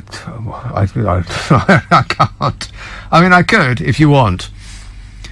Well, when you say unelected, do you mean they're not directly elected by us, the people? Is that what you mean? Like their chief negotiator, for instance, is not directly elected by the people. Who the hell is he to tell us, and etc. and so on? Well, are any of our trade negotiators elected directly by the people? No. Not everybody that works for us in this country is directly elected by the people. I mean, we directly elect people that then choose others that work, that make the government to go round. You can't directly elect everybody. I mean, people can barely be bothered to go out and put their cross in a box for a general election. Let's have Swiss Cottage. Hello, Eamon. Hello, mate. Hi, Nick. I agree with you. It's the first time I agree with you on anything for months. Wow. I really like you, but I'm not but I wrote it out, sort of thing. But I agree with a lot of things you say. Brexit sort of split us a little bit, but we haven't fallen out, I hope. Okay. Hello? Well, I hope tax not. This tax thing has been a bugbear of mine for 20 years. It's just disgraceful attitude, and I think it's come under a Labour government. What the one start that's really ruined the whole economy. The idea of giving tax credits to people, right? It's just a thing that you can give employers so they don't pay proper wages. That's one side of it. Yes, that is a problem. Mm-hmm. I mean, you can look at all these companies. Like I don't know if I'm allowed to mention names. So no, don't. You can look. No, you can look at supermarkets, right? That are based in this country, and then you can look at foreign companies that come in and they're paying better wages by about £2 an hour in London. Now that's just, and I don't know how they're doing it. They might have less staff in the shop. The other firms might say something, but they're the best paid people in London now in supermarkets. They're not British supermarkets. So where's all that money going? Now the other side of it is all these people that are apparently offshore, all these coffee shops, all these people like that. Yes. Chains of chains and chains. Now I actually, if you can't make a living, right, all these chains, right, yeah, and you're not making enough to pay tax, right, I'm sorry, but you can't. You just can't exist here. It's the other way round, Eamon. They're making so much that they can afford not to pay tax because they can afford the genius accountants and lawyers in order to make their affairs invisible. I understand that, yeah, but they're not paying no tax here. They're not making a profit here. That's how they're avoiding it. What they're doing is you buy the coffee for £1, you sell it for £2. You get licensed in some other country for 95 pence, and that removes all the profit. Removing the profit is so easy, it's untrue. I mean, they don't make no money. It's not easy at all. I mean, that's the it of it, isn't it? It's not easy. Yeah, precisely. It's extremely difficult. You need to make a lot of money in order to save a vast amount of money. Well, if I'm allowed to do it, if I was allowed to have you as my advisor offshore, and I was I'm a carpenter, and I was making £1,000 a week, right, and you could charge me £995, right, for your service to advise me, and I could give that to HMRC, right, I would not be making money. And the money you're making then, right, whatever you're doing would be taxed at a certain thing, and we can put it somewhere else and you give half it back to me. That's how it's working. If they want to sell stuff in shops, right, and they can't make a profit on this country, they shouldn't be here. I would personally, right, just start with a purchase tax. Every cup you sell, you give me 50 pence a cup. I don't care what you make. If it puts you out of business, fine. I'd make a rule if you got over a chain of 5 shops or something like that, or if you're not making a profit. Now, they will come back and tell you, oh, we'd rather not do that. You can put the VAT up. You can put VAT up to whatever you like on certain goods. I mean, they've started a new one now, and they started doing apprentices, so they're getting staff for even less. This is just disgraceful. Tax credits, apprentices, paying nothing. I mean, I refuse to go into them. This is like you say about certain other things. I refuse to use them. Yeah, I mean, there's a lot of companies that it's getting rather difficult, even if you don't want to give your money to certain giant multinational corporations. It's getting quite difficult not to, because even if you make a decision not to buy a certain beer, for instance, because they don't appear to pay. They had it in the beer. I never knew they were in the beer. This is awful. I'm more of a beer drinker than a coffee drinker. You've upset me. Go on. Even if you're trying not to avoid giant multinational brands because you have come to the conclusion that they don't pay their fair share of taxes, and so you decide to buy, artisanally produced small, companies that produce small quantities of beer. By picking something off the signs on the counter that you've never heard of, for instance. Even they have probably been subsumed by these giant global corporations that span the world. And just if you, well, I'm out. If you, all right, no coffee or beer. God, that's a life barely worth living, Eamon. Well, my worst one, right, is when I see little coffee shops. I know the people in there, right, and all of a sudden I can see them people right struggling not to make some money. Because the man next door, the man further down the high road, he can sell it for nothing. Because he's not paying no tax. So yes, well, that's the problem with the high street in a nutshell. You've got big shops who have to pay their tax because they have a physical presence here, who are in direct competition with internet giants, who do not pay their tax because they're located on a moon circling Jupiter for tax reasons. And they don't pay their tax at all, so it's completely unfair. The ground has been tilted in their favour, and as usual, the actual fault lies with us, the consumer, because we know all this, and yet we decide to go. Even if we do go into one of those shops in the high street, we go into a touch, feel, squeeze, and sniff the products, and then we go home. We buy them on the internet because we can save 10 pence, and then we complain that the high street's shuttered up. And the centre of town is a no-go area, as though the two things aren't connected. Thanks a lot, Eamon. So this story basically started with this guy called Rutger Bregman, the Dutch historian, who went to Davos. Now, he was invited there on the basis of his book, which is called Utopia for Realists, which argues for a basic income and a shorter working week. And wouldn't that be great? I think that's something we're going to have to enact eventually. A basic income.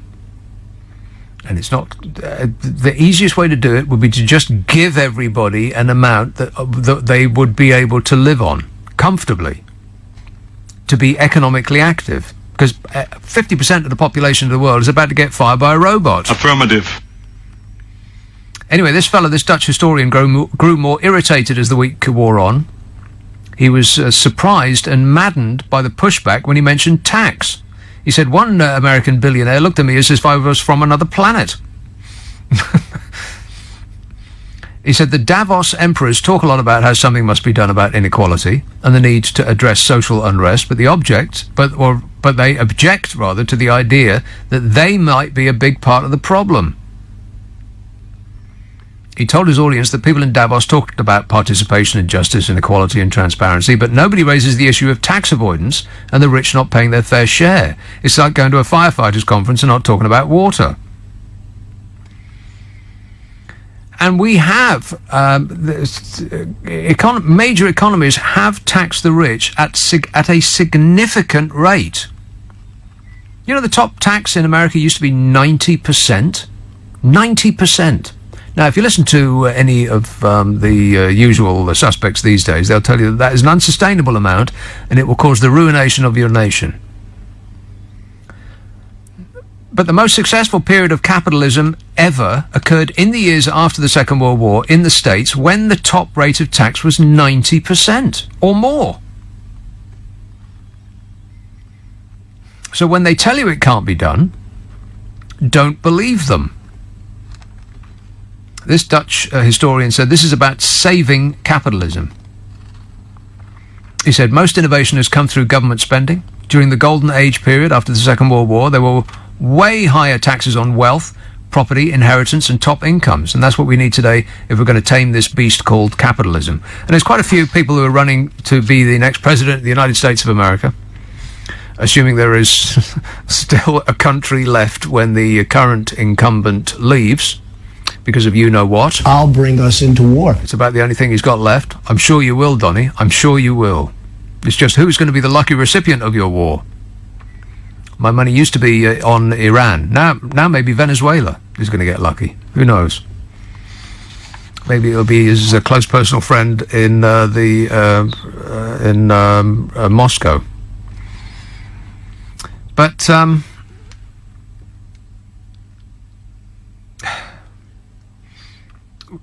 and it's not income that's the problem. It's assets that's the problem. It's assets that keep the wealthy, not income. That's the small amount that actually does get taxed at more or less the same rate that we dopes who really do pay taxes are subject to. It's the wealth part that's the problem. Here's Barnett. Hello, Martin. Oh, hello, Nick. How you doing? Good, thanks. Yeah, I'm just ringing up about the tax and how some people, actually, the worst class of people, defend the richest people. That's weird. Well, it is weird, and this goes back to what this guy in The Guardian was saying. People who are comfortably well off can't understand why the poor would vote for getting poorer, failing to understand that that's not what they're voting for at all. They voted to leave the EU because they thought they would get richer, and they also vote for the status quo as far as tax is concerned because they imagine that in the future they will be one of those people that is rich enough to avoid paying tax. It's almost like they're gripping a lottery ticket, expecting to win. I know. Yeah, I understand. Yeah, I mean, I came over here in '86, and I started I squatted, I slept rough, and I'm lucky enough now to own my own company with my wife, and I own a couple of houses and whatever. And I think it's only fair to say that the fair point of society is that you have to pay your own taxes and you have to pay them right, and not be blaming making excuses for not paying your taxes. Is that making sense, Nick? Yes. Now, some companies say, well, don't concentrate on the part about us avoiding paying a tax because we have located in Ireland or the Bahamas or the Cayman Islands or one of these places. You don't mean like... Hang on, let me finish. They'll say, sorry, go on. don't concentrate on that part. We employ people who pay their taxes. Therefore, we are doing a good thing. But that's just such a specious argument. Well, you don't mean like Nigel Rees-Mogg or Boris Johnson or people like that who screw the country and have hedge fund companies in Dublin and... no, I don't. As you've mentioned names, I most certainly do not think that. Of course you don't, because you can't say it. Because I mean, why would they endorse what's not good for the country whilst what's good for them? You know, somebody sent me I'm talking about paying taxes now, Nick. Right. Well, somebody sent me a letter about this, about hedge funds. Now, I very rarely read my email. If I read your email on the air, then I've read it. Other than that, I probably haven't read it. Yeah, actually, Nick, I don't read emails. My wife reads my emails. She always says to me, "Have you read the email?" And I go, "I don't read emails." Yeah. And she points them out to me. Sorry, I'm digressing. Please go on, sir. It says, on December the 5th, Max Hastings, writing in the Times, noted that hedge funds contributed millions of pounds to the 2016 Brexit campaign. Hedge funds are not altruistic organisations. They are strictly about making money. He says, clearly they foresaw that after Brexit the pound will fall, and if it's a no-deal Brexit, it's liable to fall to a parity with the US dollar. Well, we'll find out, I suppose. He says, by selling short, hedge funds clearly expect to make a huge financial killing. It must be asked and answered, is the judgment of those members of Parliament who are involved in hedge fund investment being swayed by prioritising their own financial futures over the needs of the nation? The country should be told which of the Brexiteers and their spouses are invested in hedge funds and similar financial concerns. It's possible that the country's future hangs in the balance. Members must now be made to declare their financial interests, and I couldn't agree more. Well, I think Max Hastings is a wonderful historian, but a very bad economist. I kind of agree and don't agree with that comment you made. Well, that wasn't Max Hastings making those comments. The Max Hastings comment was limited to the part right at the beginning. He noted that hedge funds had contributed money to the Brexit campaign. That's the part about Max Hastings. The rest of it was a fellow called David Lee who wrote to me. Okay, and how do you feel about hedge funds? Do you think they've contributed to the economy or taken over the economy, or do you think they've corrupted the country with regard to the Brexit vote? I mean, what do you think, Nick? But the latter, if people are actively working towards the country leaving the European Union, such that they're trying to engineer the collapse of our economies so that they can benefit by shorting the pound, then of course they are doing us a disservice. You can't say. Huh? Which you can't say. Like Jacob Rees-Mogg, which you can't say. Well, he will short the pound. I don't know what Jacob Rees-Mogg is or is not doing. I don't think he has. I don't think his hand is on the tiller as far as that's concerned. Make a fortune of an economic crisis. His name was William Rees-Mogg, which I grew up with in my day when I came over here in '96, and he wrote for the. I think he wrote for some rag called the Express or something. I've forgotten, but he was very anti everything. He was very racist, and I can see where his son gets it from. I don't know. You seem to be throwing around a lot of accusations. I don't know anything about that, Martin, but I'll reserve my judgment. But anyway, thanks a lot. 0345 6060 973. This text says, the national anthem has been played every day since forever, and it's never made the charts. Can the Queen not afford decent record pluggers? Are there even such a thing as a record plugger anymore? There used to be. I used to go home, I used to play sort of ersatz rock music. Rock and roll! At another place. And I used to go home with bags of CDs. I mean, just loads of them, such that my flat would be just full of CDs of artists that I'd never heard of, that had one CD out, and then that was it, forever. Never to be heard of again. I just ended up selling them. Because it was either sell them, which seemed more virtuous than just throwing them away and adding to the plastic mountain. Oh, by the way, there was an awful story, not that anybody really cares, but there's an awful story about something like 50% of the dolphins that die have got a stomach full of plastic. Dolphins! And that's because of us as well, but nobody is really that bothered, so forget it. Just forget I said anything. Steve says, you said about the national anthem, Billy Connolly once did a sketch where he said we ought to have the Archers theme tune as our anthem. You ought to sell copies of your drunken anthem for charity. It would make a fortune. Why, if only. That's a lot better than this, isn't it? I mean, this just makes you want to put your fingers in your ears and run away, don't it? What must the Queen think? Every time she steps out of a door, it's this. Oh. The Archers would be a lot better. I like the sound of that. Johnny says, you're 100% right about the national anthem. It is by far the most dreary and soul-destroying anthem of them all. I feel a little miserable just thinking about it. Tar, he says. You're welcome. Let's have West Hampstead. Hello, Mark. Stop knocking my nationality again. You're constantly doing this. Right, let me give you two examples of the economic study, right, for us to argue about. The fishing industry only made $980 million last year. Yeah. It paid less than £23 million in tax, $170 million profit from all the trawlers, etc.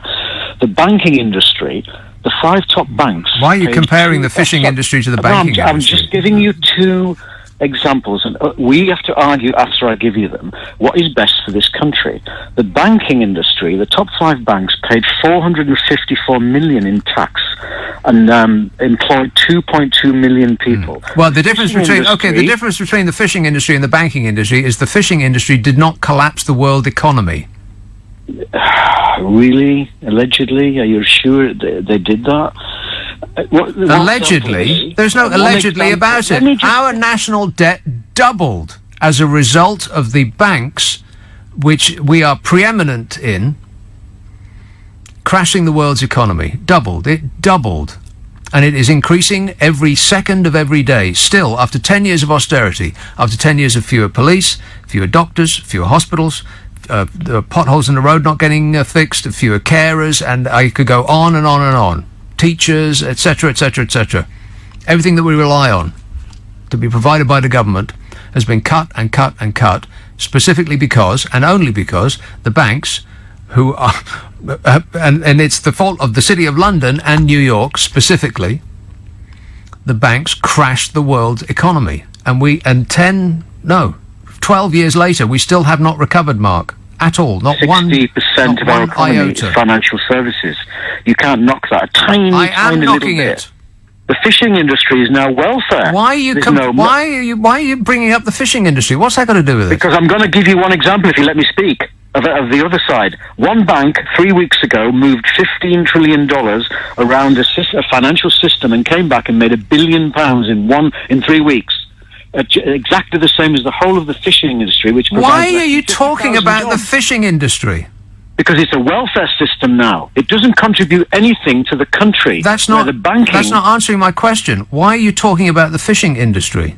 Because it costs us money. It doesn't provide any income, and a lot of industries in our country does not provide any money to the coffers of these treasury. The top 1% what's the fishing industry got to do with banking? Let me speak. You're not going to win by talking over me. Well, I am. I've won already. You're comparing. You're saying, do you want the fishing industry or do you want the banking industry? Which is just a ridiculous question. You might as well say, do you want prostitution or do you want banking? Pick one. I'll write my answer on a banana, Mark, and I'll stick it in the post. Watch for it at your door. Harrods is more important to the economy of this country than the fishing industry. The shop, Harrods. What are you on about? Harrods employs more people and makes more money than the entire fishing industry put together. I've never heard of such a silly argument in my life. The banking industry should continue its evil ways because the alternative is to rely on the fishing industry. Well, now I've heard it all. 0345 6060 973. You can text 84850. Email nicka@lbc.co.uk. And if you're on Twitter, it's @LBC. I could do with a bag of fish and chips right about now. See, the power of advertising. It works. Cass says, if you want to hear an awful national anthem, check out O Canada. School children there have to sing that at the beginning of every day. Child abuse. Makes our national anthem sound positively chirpy. Oh, well. No, I disagree. I think ours is the worst. Unless you know otherwise, in which case you must correct me. This is what happened to us after the banks sank our economy, ours and everybody else's on the planet. In 2007, UK national debt, as a percentage of GDP, as in the amount of money we make, was 37%. That was in 2007. 37%. You know what it is now? 86.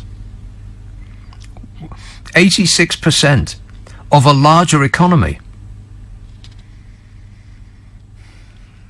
Meanwhile, the richest 1,000 people in the UK last year alone increased their wealth by £66 billion. Now, tell me again that there's no problem, nothing to see here, and we should all move along. Painful that people can actually go out of their way to defend this. And of course, not one single banker of any shape or form went to jail. Not one. We'll never recover. Probably in our lifetimes. I mean, it's been 12 years now, and the situation has only got worse. After all that austerity, we have not recovered. It's getting worse every second of every day. Every second, we owe more than the previous second. 86% of our GDP we're up to now. It used to be 37% before the banks did their worst. And they continue to get ever more stratospherically rich, and the rest of us, we're floundering. Talking about the fishing industry. Chiswick, hello Milan. Hello Nick, how are you? Great, mate. I'm going to talk about the B word. Oh no, here we go. It's perplexing. We're weeks away from leaving, and it's really odd how Brexiteers do not want, or leaders do not want to discuss facts, details, legal text. And you know what it reminds me of? It actually reminds me of the film The Exorcist, if you've seen it. Well, it's a long time ago. It's like, it just came to me like when I was getting up on the train. I was like, the possessed girl is like levers, and the holy water is like facts and details and legal text. And if you put the holy water to the possessed girl, they'll combust and they'll start screaming at you. And then you got walls. Yeah, you got walls covered with a lot of green vomit. But it's true. It's like, and then they'll say stuff like, well, 17.4 million. We decided to leave. I was like, yeah, but that's irrelevant. That's 2016. We're now in 2019 on implementing the most appropriate orderly exit. Why on earth are you talking about 2016? These are the facts.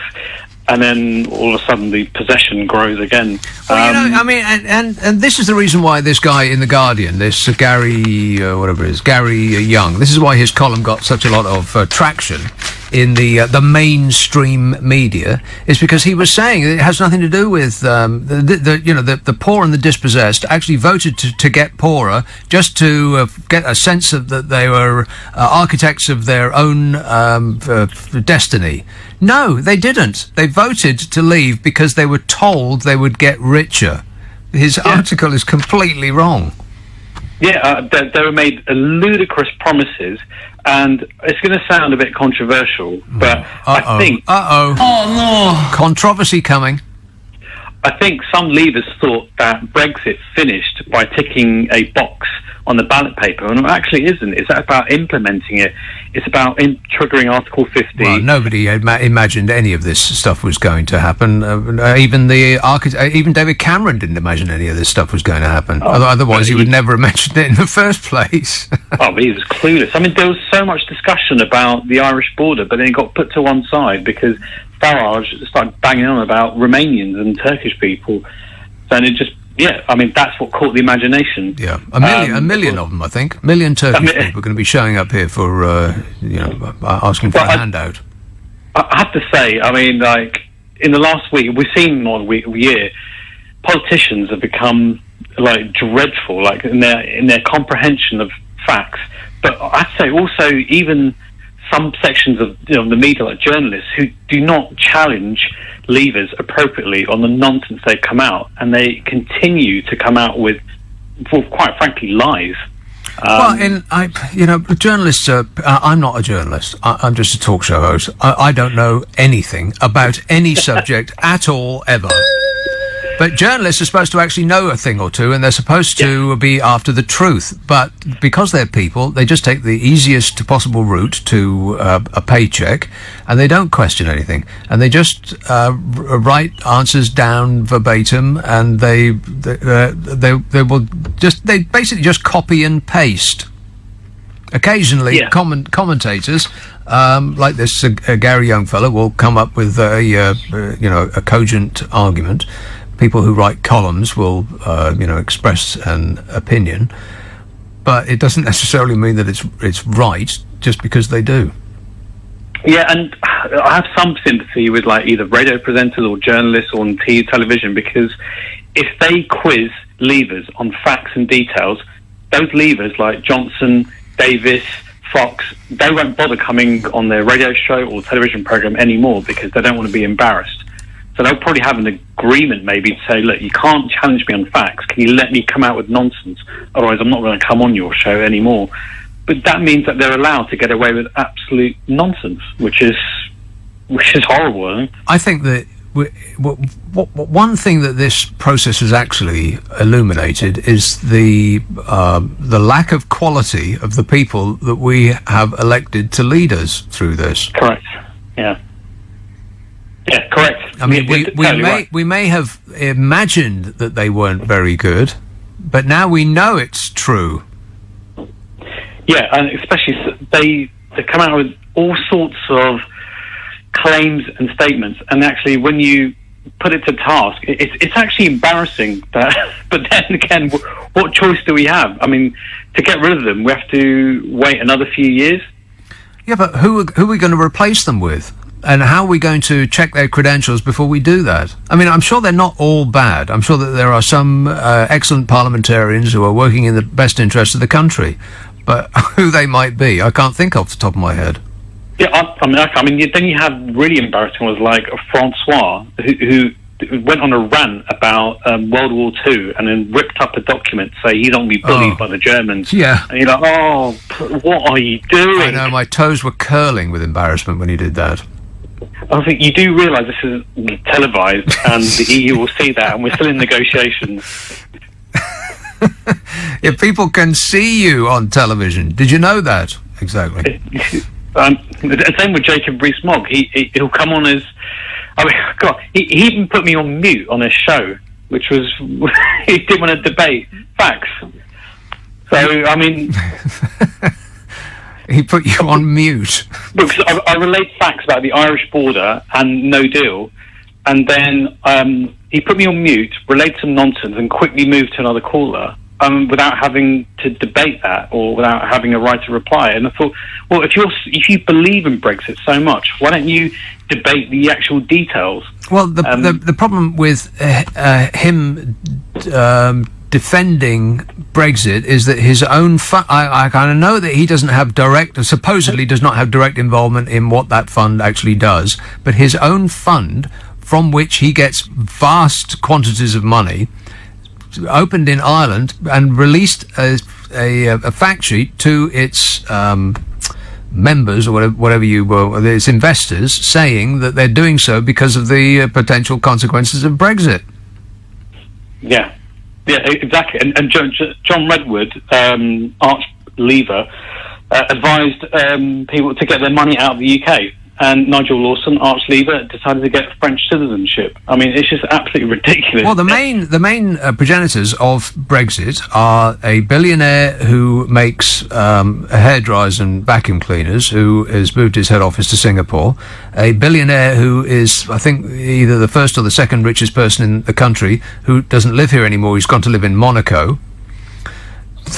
There's a billionaire who never did live here, who's American and has never done any business or paid tax here, and a fella who runs cheap pubs. Other than that, I can't think of anybody. Oh, do you know, on 29th of March, Friday, that is where everyone should be glued in, or listen to the Nick Abbott show, because that's going to be legendary. I can't. 1 minute past 11. Well, I can't wait for 1 minute past 11 because things are going to get so much better, Milan. Can you? I'm on the edge of my seat. I want you to describe your blue passport. 1 minute past 11. Right. Okay. Leave it with me. I'll tweet a picture of it. Thanks a lot, mate. 0345 6060 973. Of course, I mentioned this before, that and it comes around like every other week, that our parliamentarians actually get a holiday. And in this most dangerous and precarious time, are they going to take their holiday? Of course they are. Which I think tells us everything we need to know about the lot of them. Hello. Adam. Yeah, I just wanted to talk about percentages on tax and that, but your previous caller, he mentioned the B word, and I just wanted to continue on that topic. It's I was very curious about Article 50 and how quickly it was activated, because I think it's a bit suspicious, like how quickly it was activated. Why was it so quickly activated when Parliament didn't really have any cohesive plan? Yeah, I think it's because certain individuals were shouting loudly. I'm a nutcase. Yeah, I'm not mentioning any names. Yeah, but the thing is, I think even the Remain part of Parliament, like they threw her headlong into enacting Article 50 without any, because they knew that from then onwards it would be a countdown. What is it? 2.5 years from when it's enacted? With the implementation period. I think it's because nobody really understood how difficult this was going to be. I mean, we had people like David Davis blithely saying that all this was going to be the easiest negotiations that have ever been done, and it will be done and dusted by the end of lunch. And but see, if it's something that's going to affect like the country like decades to come, let it take 3-4 years. Like we should have a cavalier sort of armchair approach to because we enacted it so quickly. It showed the Europeans that we was desperate to get sort of any deal. Like we wanted a deal. We want to get out as quickly as possible. So I don't know, man. But it didn't do us any. It didn't do us any favours. Let's put it like that. Yeah, and now we've got people like Jacob Rees-Mogg who's saying that a short period of extension before we actually leave it will be acceptable. Really, acceptable to who? I mean, who voted for Jacob Rees-Mogg to be the leader of the country?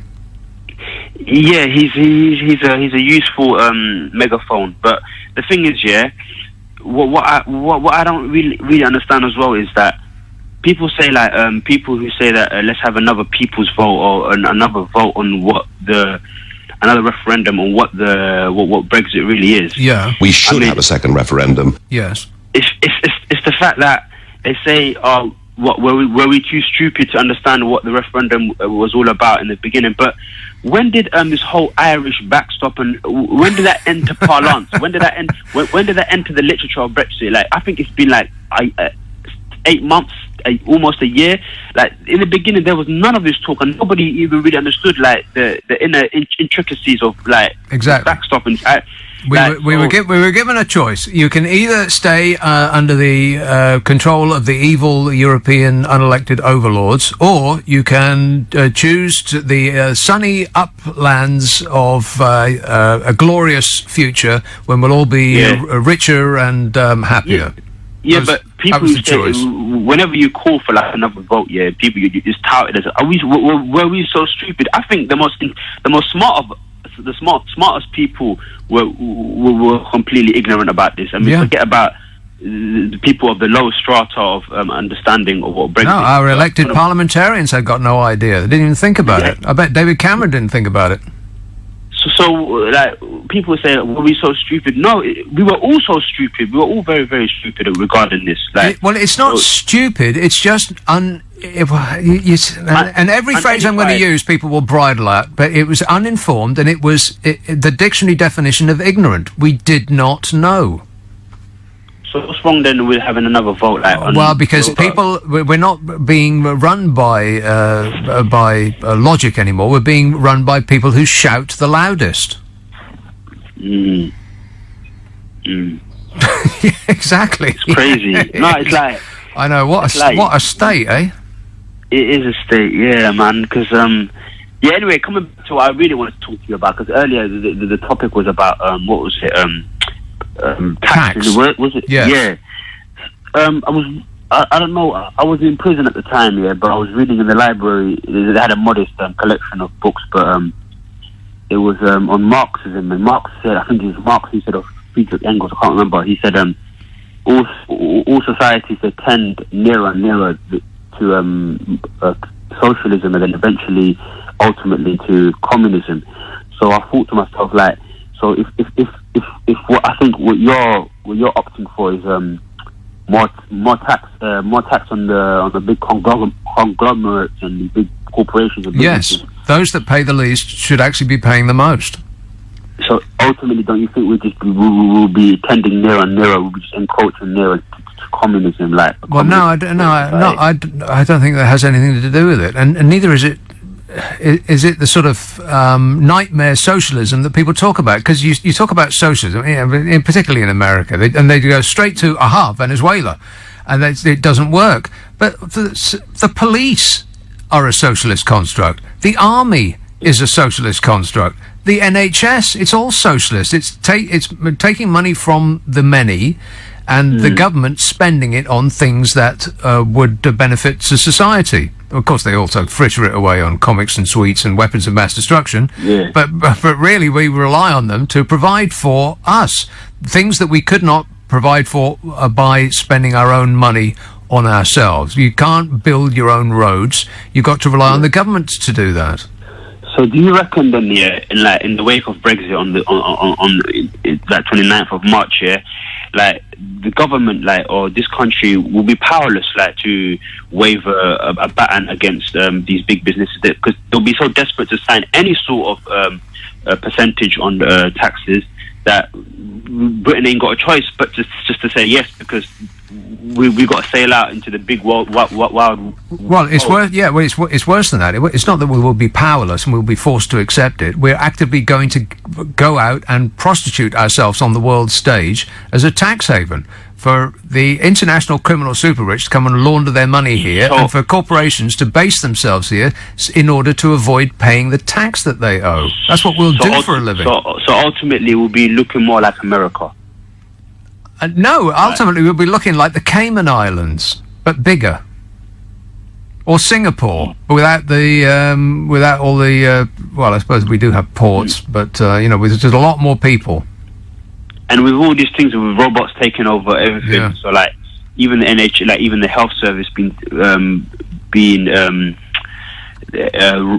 robotified and appified. Do you think that health would be commoditized then? Health.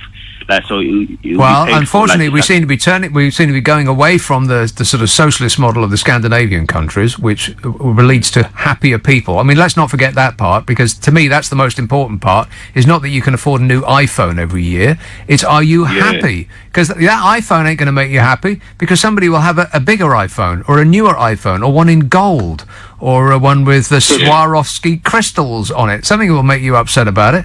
The acquisition of material things does not make you happy. In fact, it's the opposite of that. It makes you jealous of the people that have got a better car or whatever it might be than you. That's got nothing to do with happiness. And what's the point of life if it's not to pursue happiness? Some people think he's keeping up with the Joneses. Yeah, but that doesn't bring happiness. That brings misery. There's no doubt about it. You're on the wrong road. If that's what you, if that's where you're going in order to make yourself happier, then you've taken a wrong turn. Consult your sat nav. Thanks a lot, Adam. 0345 6060 973. Unfortunately, we seem to be turning our backs on that sort of socialist model of which creates happier people, and going towards the unrestrained capitalism that exists in America at the moment. Didn't always do that, but it does now. That's where our future lies. And it ain't just me saying this. I mean, our own government has said that. Theresa May threatened the EU, saying that we were going to hawk ourselves as a low-tax economy. Just go to a low-tax country and see how the locals are. Go to Monaco. See if you can find a local. The locals in Monaco have to live in France. They have to commute from another country. It's so expensive to live there.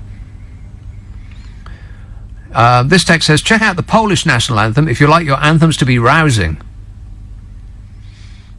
I have no idea what it sounds like, but I'm sure it's excellent in every regard. Guido says, Brexit has defined the past 3 years of British life and will probably define at least the next 20. With this in mind, the national anthem should be the Hokey Cokey. That's a good idea. I bet the Queen would like that. You know, a bit of a change from this. Can't stand it. Painful. It is going to be defining the next 20 years, probably for the rest of our lives.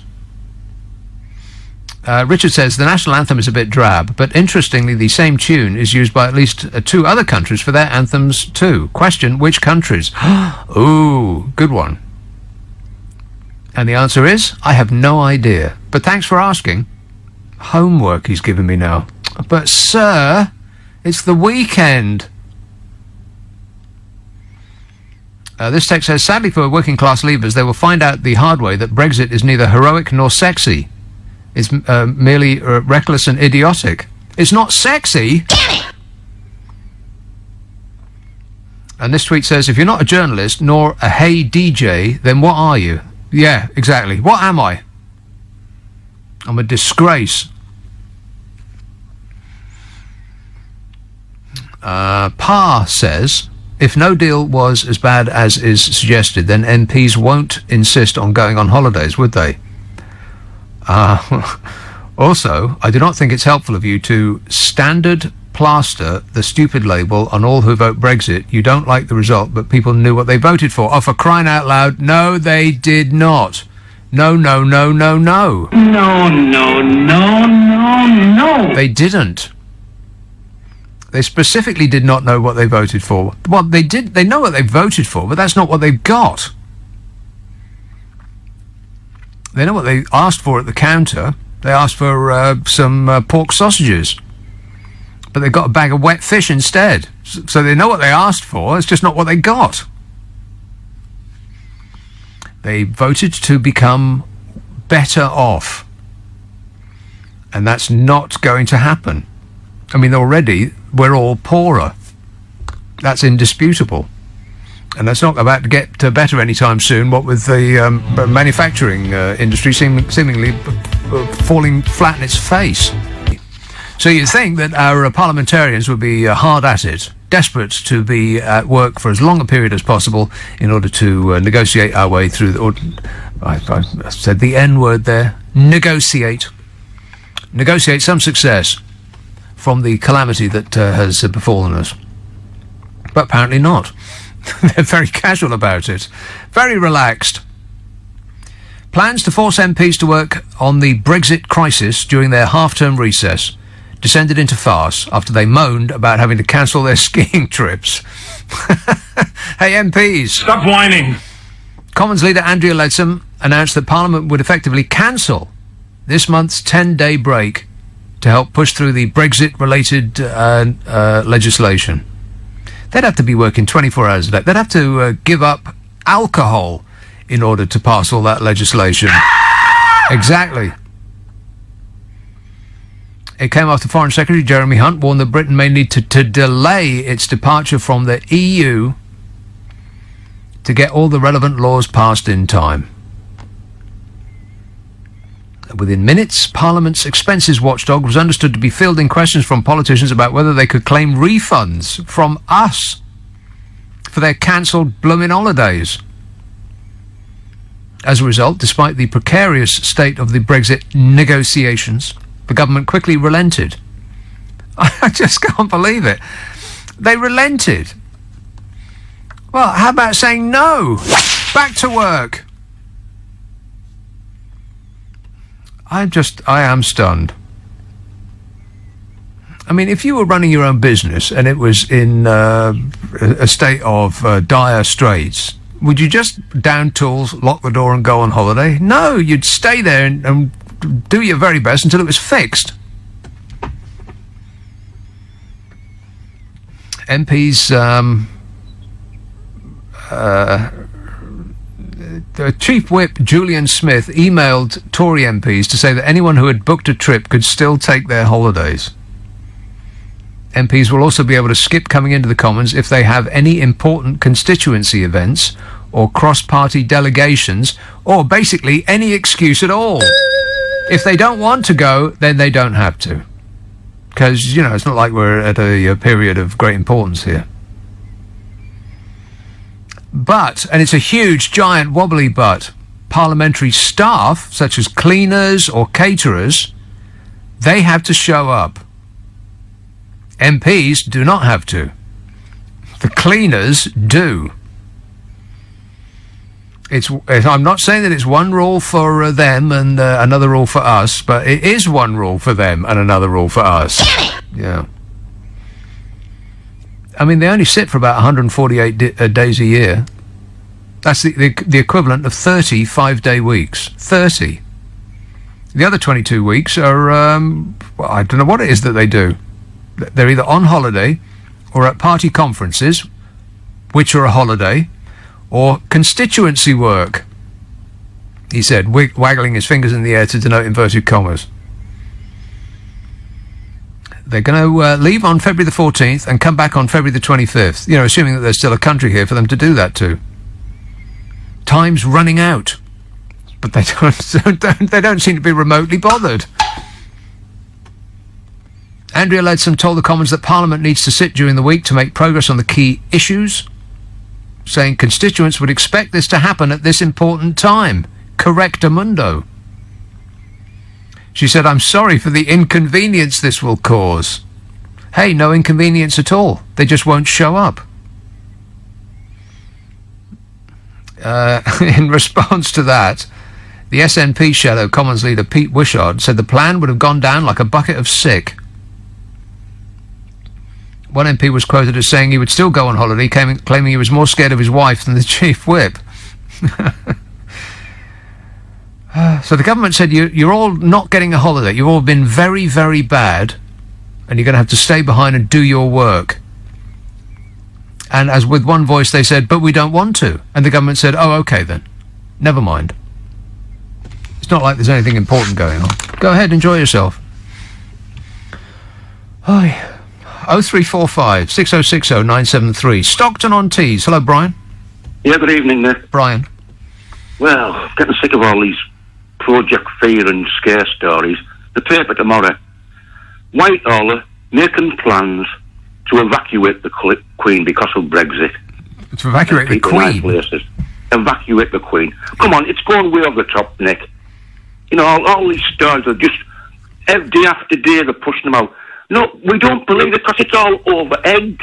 They did it before the referendum. None of it happened. Why should we believe wait a minute. now? Well, what did they say before the referendum? They said that we were going to get poorer. We are poorer. They said we were going to lose some manufacturing. No, we have lost. The day after, they said we'd lose 500,000 jobs.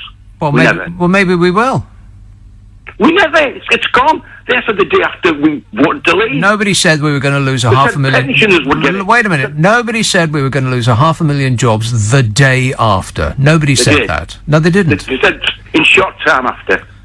Well, what does a short time mean? We haven't even left yet. It was actually the opposite, Nick. We made more jobs, right? They said pensioners would lose a lot of the pension, that would lose pensions, the pensions and that. Yeah. It never happened. It was scare stories. Brian, It was all you the- fail to understand we haven't left yet. Were you talking about what they said when we voted to leave even? Who's And they? Okay, let's just stop right there. You're just making stuff up. Who's the they, and when did they say what you said they say, and what precisely did they say? Who's the they first? George Osborne, Cameron, a lot of them.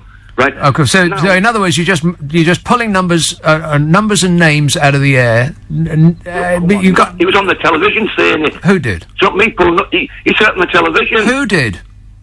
George Osborne. George Osborne said what? He had pensioners looking at the pay. You're going to lose 4,000 a year. 4,000 a year pensioners looking at the purses. He pulled them up. Andrew Neil pulled them up about. He said this is disgraceful. This. None of it happened.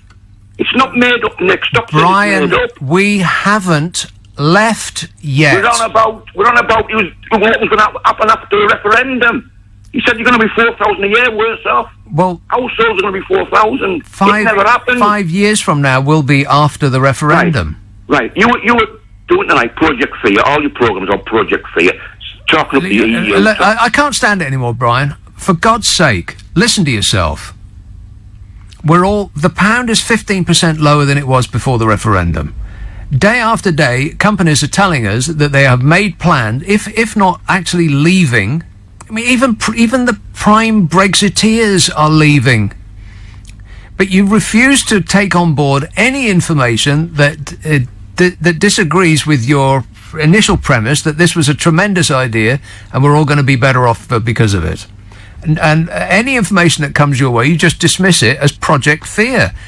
Nissan may reportedly cancelling their plans to make a car here. It's not Project Fear, Brian. It's Project Fact. But could it be a catastrophe to stay in the EU? I think it could. But Brian, that's Project... Wait a minute. You saying that it could is Project Fear. Right. But we'll look at it on the other foot, shall we? Turn it round. No, answer that challenge. You saying that it would be bad is Project... This is exactly what you say. Because nothing has hardly been mentioned about staying in the EU. I'm saying if we remain in the EU, yes, France has big problems. Well, I mean, we have big problems. No, but you had a phone call on a couple of nights ago, and you fobbed it off saying France has no problems. They've had 11 weeks. No, I did not say France has no problems. I said that we have bigger problems. You said it was very little. He's actually given them the tax thing. He's given what he was going to do. He's rescinded it to keep them happy, and they're still riding on the streets. There were 65,000 last weekend. Come on, Nick. They're having big problems. Trade is not going to go up with the EU. It's going down. They have high unemployment. They're having big problems. They have elections coming soon, don't they? How is that? How is leaving going to help? All I'm saying is it could be a disaster staying in. Couldn't it? It could. We haven't got a crystal ball. You haven't. I haven't. We've voted to leave. We've got to get on with it. We are. We've got to accept it, Nick. We are getting on with it. It's got nothing to do with me. No, but people like you, all you've done is Project Fear all night. Yeah, but I can't stand it anymore, Brian. It's just painful. It's not Project Fear, it's Project Fact. But you just refuse to believe anything that comes your way that you don't already agree with. 2.5 years of this. It's just, and people say, "Oh, well, you're being condescending by not according him the greatest respect." For God's sake, it's just painful. Project Fear. Anything that you say, "Oh, well, the pound has gone down by 15% since we." Oh, that's not a fact. That's just Project Fear. No, it actually is a fact. It happened. There's still something called verifiable truth. Corporations have made plans to open offices elsewhere that they would have opened here. That's not Project Fear. That's a fact too. They've made decisions that they will not undo to invest in other countries because of the decision that we made. That's not Project Fear. It's true. But you just can't get through to them. It's impossible. Because they feel, people like him feel like they've won a lottery ticket, a winning lottery ticket. And people like me who suggest that it might not necessarily be true. They feel that I'm snatching that winning lottery ticket out of their hands. It's just excruciating. It really is. I just can't stand it anymore. And if you were sat here where I am, getting call after call after call like that, cultists who believe that just because we're leaving the European Union, suddenly our future is going to be always under sun and on the fields of wheat. Wheat? Grass.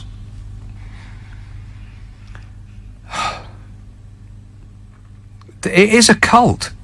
I mean, the fervour in his voice, he's a cultist. It's like a religion. One of those religions that the government wouldn't recognise because there's not enough people that believe in it. Plus, it doesn't make any sense. William says the EU are full of gangsters and we need to be as far away from them as possible, which makes just as much sense as that last guy. Zero. I don't know what the hell's happened to this country, really. I really don't. It's like we've all been hypnotised. Peter says, we're so lucky Hillary didn't become president. She would have made Trump look like a pacifist. She would have been a nightmare. For God's sake. Where are all these people coming from? Hillary is the one that we would have been concerned about. Hillary.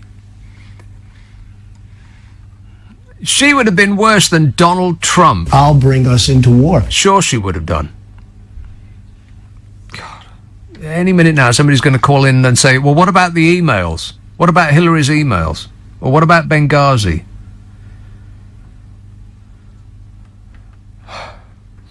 Honestly, it's like being pummeled. It's like being subjected to incoming artillery fire. I just sit here for 3 hours on Friday and Saturday night just being pummeled by this. I just can't take it anymore. Enjoy working with people. You bet I do. Helen says, maybe those cleaners should stand in for MPs whilst they're skiing. Well, they couldn't do a worse job, let's face it. I mean, maybe that's a good idea. Maybe we'll let the cleaners run Parliament for a little while. Lewis says, the Leave side have the biggest fact on their side. That is, we voted to leave. We didn't vote for communism. What? The Leave side have the biggest fact on side, and that is, we voted to leave. We didn't vote for communism. What does that mean? Do you know what that means? So the Leave side have the fact that people voted to leave. That's on their side. The communism part, I have no idea. No, we got no. But it makes no sense. But it fits right in. Thanks a lot, Lewis. Pete says, Remainers spent the whole campaign telling voters there would be a financial meltdown the day after the vote if we voted to leave. So I think you can forget saying they voted to be richer. Certainly not in the short term. But they didn't believe it, though, Pete. They didn't believe that part that there would be a financial meltdown. They believed the part about the extra £350 million a week for the NHS. They believed the part about there was going to be fewer foreigners competing for the jobs that you don't want to do. They believe the part about it's foreigners that are keeping your wages down. They believe the part about, as is usually the case, that those in charge persuade us to believe that it's those below us on the ladder that are stymieing our future, our prospects, not those above us on the ladder who are the actual problem.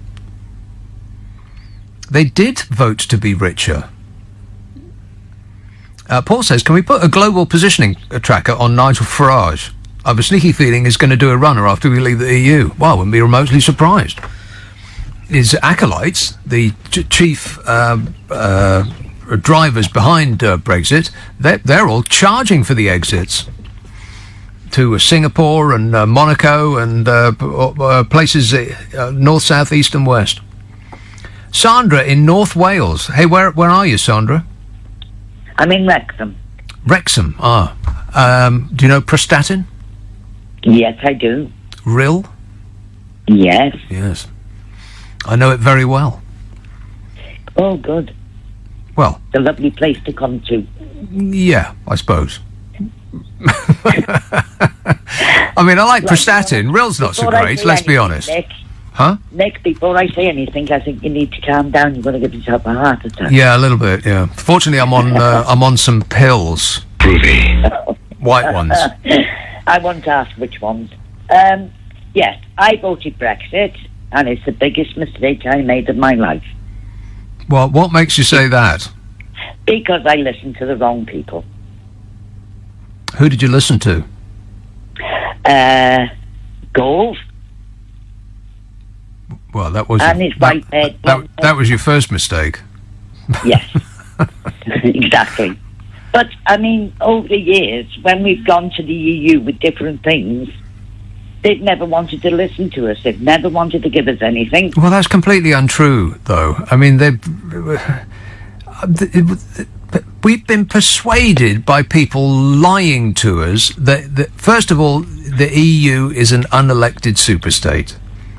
That's a lie. We've been lied to by the people that have told us that we have never been able to get anything from the EU and they just keep bullying us around, and that's why we should leave. That's a lie too. We've been lied about we not having any say in what happens within the EU. That's a lie as well.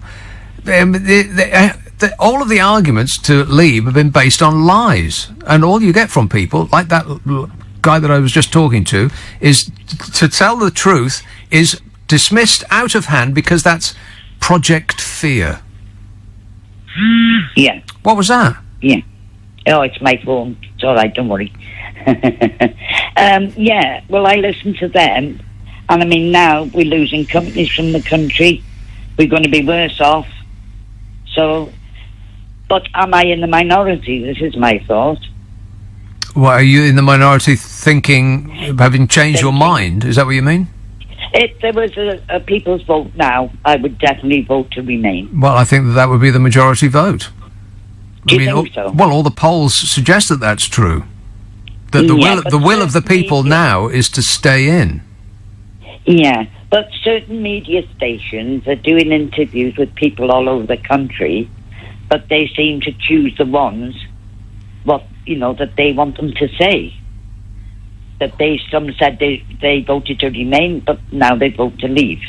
But what are wrong with people? Your phone is going mad there, Sandra. It's very late to be getting all these phone calls or messages. Yeah. So I think that the media has got a lot to do with it, to be honest with you. Right, oh, I see. It's my fault. No, certain media, Right. certain newspapers that are all, shall I say, conservative. Yes. Well, that's the vast majority of the media in this country is conservative, small c. Well, and big C in a lot of cases. Yeah, I think they control that. Are they? Am I right in saying that? Who? Some of the media, are they controlled by the government? By the government? No. Yeah. No, not this government. Maybe controlled by the Russian government, but that we'll have to investigate that. Right. Okay. Right. Well, this is the first time I've listened to your show, believe it or not. Well, welcome along, Sandra. Thank you very much. It's very suspicious that your phone is going so very frequently, this late at night on your Saturday. You're not a drug dealer, are you, Sandra? I'm not, sorry. Okay. Just checking. No. Just checking. No. All right.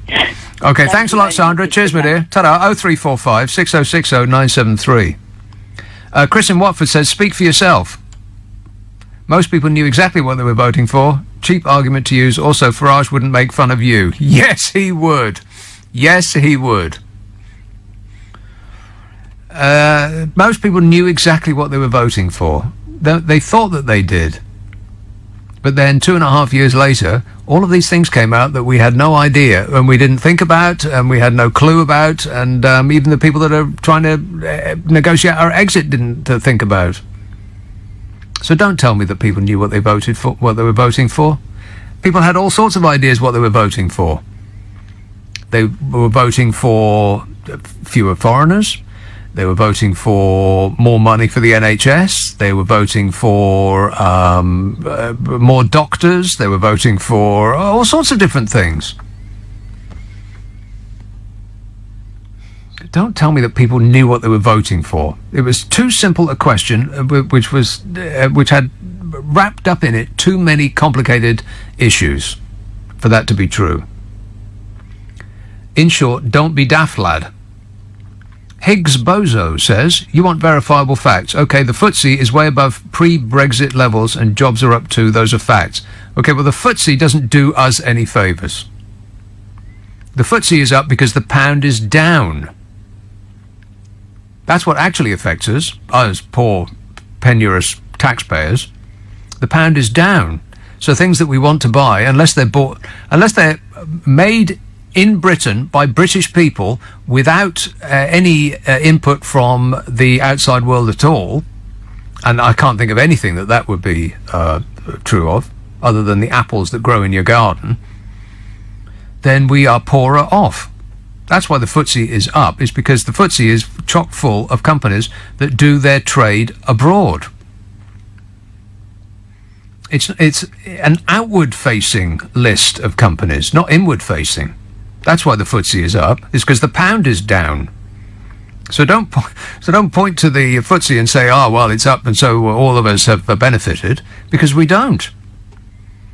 Stocks and shares are owned by a vanishingly small number of people. And jobs are up, yes, but what kind of jobs? Jobs are up, but also so is a personal indebtedness. Now, if these jobs were so great, if they were jobs that people really, really wanted to do, and they were comfortable and happily well remunerated and all of that, then debt would not be through the roof.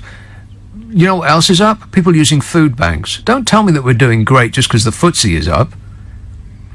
Just pick one economic indicator and point to that and say, aha, nothing bad has happened. When the FTSE goes up, that's because the pound has gone down. So we're poorer. The 0.01% have got richer, but that's not going to do the rest of us any good. Higgs Bozo. Good name, by the way. Well chosen. You know, here's a letter that I mentioned I was going to talk about earlier. It's not a letter, it was a piece written for the Independent. It was a couple of years ago now. It still retains relevance. Nina Gill was, perhaps still is, I'm going to sneeze. Woo! Oh, that was fantastic. Oh, I feel like I need a lie down and a cigarette now. Oh, that was great. Groovy.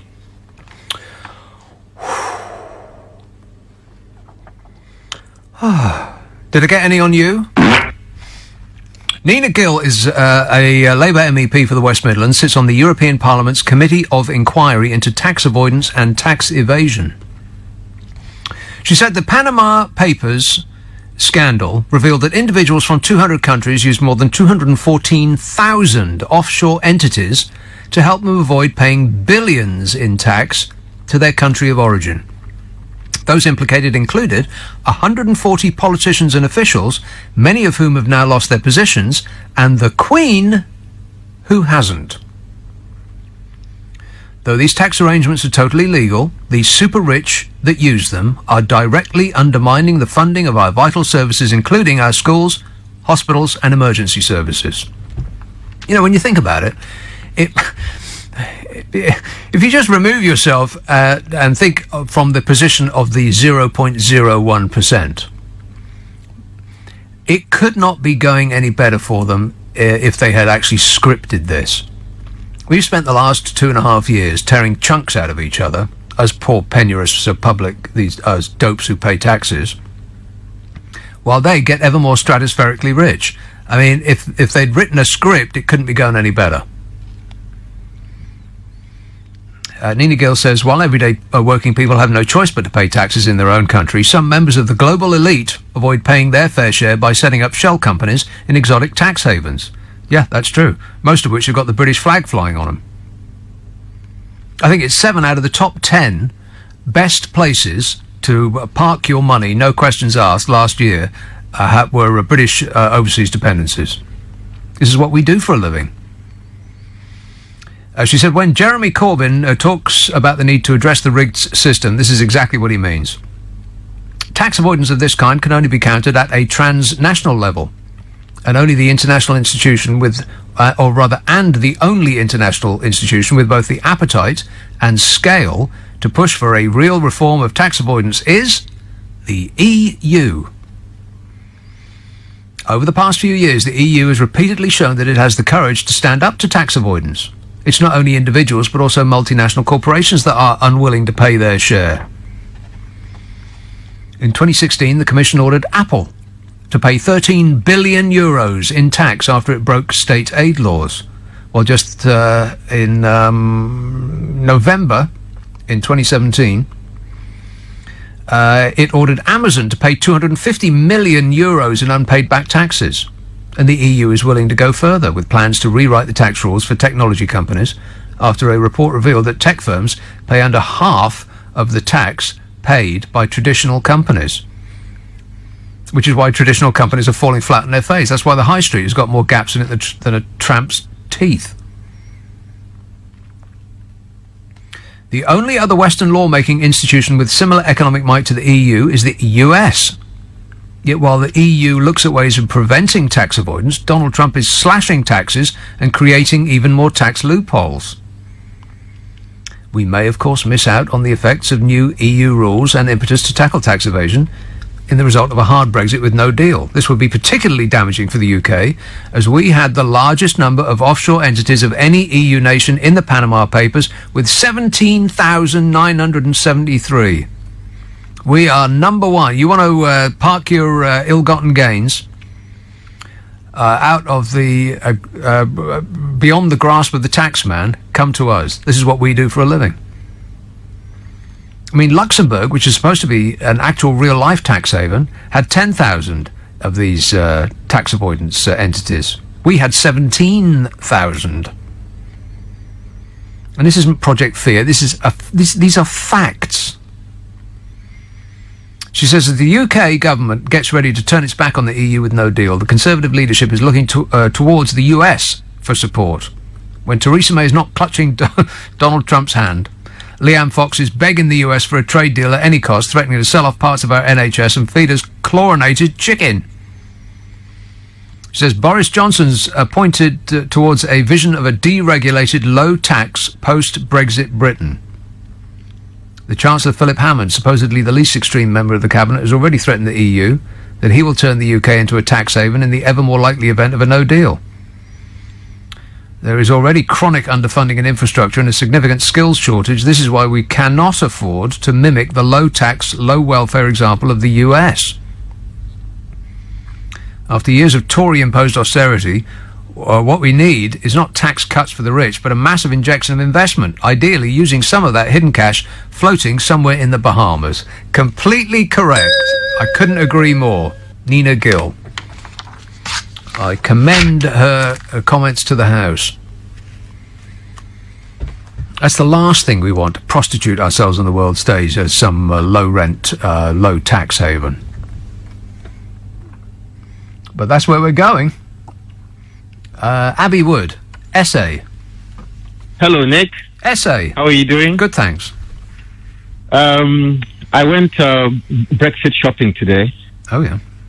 Stockpiling as well in preparation for Armageddon. The end of March. Yeah, absolutely. What did you buy? A couple of bags of 10-kilogram rice. Really? Absolutely, yeah. And where are you going to store it? I've got some storage. Yeah, I've got some storage. I got some tins of tomatoes. Now, you're not going to store it in the basement, are you? Or somewhere where... No, I'm serious. Somewhere where you don't ordinarily go. You don't put it in a cupboard and expect it to be there when you get back. Why not? Well, because mice will come in and eat it. Oh, right. Okay. No, I haven't got any mice. Don't worry about Because that. I didn't think I had any mice, but I bought some bird feed, some seeds for the birds. Yeah. And I stored huge sacks of it, like 25 kilogram sacks of bird seeds in my basement. And and I went away and I didn't look at it for a good long while. And I came back like months later and it was gone. Wow. Yeah, something unbeknownst to me, I've got no idea what it was. There was no other evidence of any animal of any kind. Something had gnawed a hole in the sack and eaten the lot. Good Lord. Sometimes I question my sanity because I think to myself, maybe I'm the one that doesn't get it.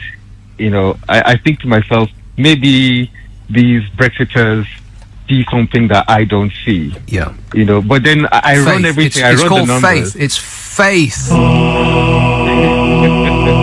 It's like a religion, a cult. No, but it is.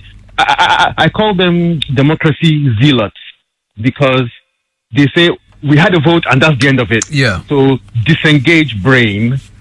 We had a vote and it doesn't matter how awful our decision is going to be because we had a vote. Democracy. That's it. Then we can't engage our brains any longer. I put it like this, and I know I've said this before, but we were at a crossroads. We could have taken the left-hand road or the right-hand road. And the people in the car decided, based on no information of any kind, it was just either going to left or right, we thought, well, we'll take the left-hand road. And that was the majority decision of the people in the car. So we're driving along the left-hand road and we come to a bridge, but the bridge isn't finished yet. The bridge is only halfway completed. But because we made the decision at the crossroads to turn left, we will continue to drive regardless. We will not reevaluate our decision based on new information. So we will all go over that unfinished bridge, hoping for the best. Yeah, exactly. I've got an analogy as well, like Milan. I think of the episode of Friends where Chandler lied to his girlfriend and said he was going to Yemen. And she accompanied him all the way to the airport. And he was hoping that she'd go away, but she was looking at him, waiting for him to get on the plane. And instead of him to own up and say, you know what, I lied, or, I'm not really planning on going to Yemen, he now said, I'm going to Yemen. He now had to get on the plane and start flying to Yemen. Well, I thought I'd seen all of... I don't want to go to Yemen. Well, no, I don't want to go to Yemen. Yeah. No, you, me, nor anybody else. Yeah. We're going to Yemen? Yemen we're going to. Oh, it's worse than I thought. Yemen? Oh, no. Because the politicians don't want to own up to the truth. They are just going head on with the lie. And it really hurts me because I don't want to be part of this lie. And people are expecting me to carry on and, live my life as if, we voted out and let's just carry on. But no, it's a lie. It's all based on a lie. And if I do that, I'm living a lie. Right. So well, I find it so frustrating. And don't worry about it, SA. Let's fly away. I'll meet you at the airport. All right. Thanks a lot, mate. 0345 6060 973. I thought I'd seen all of those Friends, but I don't remember that one. Maybe that was Janice. Was it Janice? Oh my God, that one. Yeah, no wonder he wanted to go to Yemen. Couldn't wait to get away. Mark says, according to some Brexiteers, the EU is a communist fascist state. That's what they claim. I don't doubt that that's what they claim. And it's just as factual as anything else that I've heard on this show this evening. 0345 6060 973. I better go for... shall I take a call? Maybe one of these will be brief. Let's hope so. Hackney. Hello, James. You all right? How you doing? Yes, good, thanks. Basically, I feel like you've been almost saying that us Brexiteers, are almost like... Please speak directly into the phone. Yeah, I'm talking, mate. It's basically, you think as though we don't know what we're doing. As if we don't know what we voted for. It's not the case, mate. I feel like we the overall consensus in the media is like, oh, we're done with Scooby. We ain't got Scooby Doo, and it isn't really the case. The sooner we leave, the better. I'm telling you, Britain she'll be better off without it. Right, but what leads you to that conclusion? Because we have more control of our borders. How much are we paying those cronies down in the EU? How much are we paying them? So yeah. Well, I thought that you based your decision on information that you had. You're asking me? No, but what I'm saying is, right? They're on our payroll, right? Those people down in Brussels, they make decisions that affect our lives, right? Is it your opinion that we have an input into those? What are you doing? What I'm doing, I work right now. Yeah. I'm working, mate. I mean, you know, I'm the working class. I've got to work, you know. Work never stops. I don't know about you, but we got to work, you know. Well, what do you think I'm doing? What do you think I just give I'm sitting at home giving him my number out? He's working. He doesn't know about me. God. Well, at least you thought about it, James. You know, it's a bit hard to take these people, and I must have taken 1,000 calls like that say, I'm sick and tired of being told that I didn't know what I voted for, and that people like me have got no idea what we're talking about. And then they will demonstrate beyond all shadow of a doubt that they have no idea what they're talking about.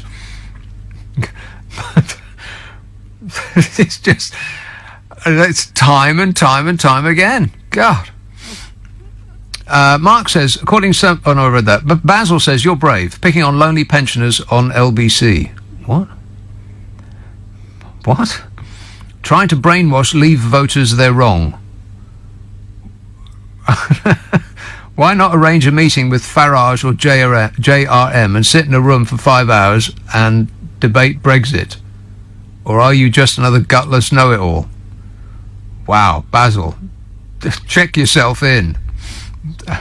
Have you stopped taking your meds? 0345 6060 973. You see what I'm saying? Do you see what I'm saying? Yorkshire, hello, Mike. Hi. Mike. An ecstasy of fumbling. Yes, Mike. Hi. I hope you're feeling well, and this call might make you feel a little bit better. My sort of belief in the whole thing is that Leave is entirely about belief. When you listen to people coming on saying we need to leave, WTO terms are great. Well, I believe they're great. And they talk about, no, people won't leave the country, firms won't leave the country. I believe that everything will be okay. It's entirely about belief. It's like you said to a caller a few minutes ago. It's a cult. It's like belief. It's like a religion. It's simply that there is no evidence, but they go on and on and on believing. All the facts prove the opposite. Well, so far it's stacked up that is the case. All of the facts so far are stacking up to suggest that it is, at least in the short term, and in economic terms, the short term is the rest of our lives. So at least for the rest of our lives, it probably won't be that great a decision. In maybe 50 years' time, who knows? We might be doing tremendously well, but who cares? Because we'll all be dead by then. I agree with you. 20 years, possibly. There is a scenario that breaks out that we could be better off. But in the short term, within 5 years, we could be paying 30, 40, 50% more for goods imported to this country. And a guy came on the other day and said, okay, we can reduce tariffs to zero and we can let all these cheap goods in and food will be cheaper. And if farmers go bust, so what? They don't seem to realise that there's an economic cost to farmers going bust. Britain will be poorer because you make things, you grow things, and you dig things out the ground. That's where your wealth comes from. And without that, we become poorer. But you're wasting your breath because people just, they're hearing it and they just aren't taking this on board. It's just, Aaron Banks said it himself. this is a perfect encapsulation of what's happening. He said, don't try to tell people facts. It's just white noise to them. Deal with feelings. And that is exactly what we've got. Feelings. You can feel that things will get better by imagining a glorious past will return. That's the feeling that has been given to people. It is as though they have been given a golden lottery ticket, a guaranteed winning lottery ticket. And people like me, who point out inconvenient facts, are trying to take that lottery ticket, to snatch it out of their hands. That's why you get such a negative reaction, is because they're not basing anything on facts. It's all about feelings. The chief architect of the position that we find ourselves in now said it. Don't bother with facts. It's white noise. And that's why we're here. I can understand what you're saying. One other point I would make, which I've not thought of when I actually made the call, is that 9 out of 10 people who didn't vote in the referendum are now saying that they felt so comfortable that there would be a Remain vote that they didn't actually bother voting. Well, I said it at the time. It would be quite amazing to me if we actually had another referendum, that the turnout would be even higher, and that virtually everyone who didn't vote before would vote Remain, because there were so many extreme feelings about Leave that they all turned out. Well, the reason I called the Brexit vote and I called the Trump vote, and they both won for the same reason, is because there was a what I believe is a minority of the people who were absolutely adamant, like cultists. They were 100% of the supporters of Brexit and Trump were going to go and vote. If there had been up to their eyeballs in snow, if there had been hurricane outside, if there had been great floods, they would have hired a boat to get to the polling booth and vote. The people who didn't want Trump and didn't want Brexit, they had other things going on in their lives. They weren't single issue obsessives. They weren't absolutely 100% going to bother to go out and vote, because they wanted to go to the supermarket, or they couldn't be bothered, or they were tired from work, and so all you need really is about 33% of the population to be utterly gripped and adamant that they will go out and vote, and you can swing any election like that. That's why Trump's in office, and why we got to Brexit.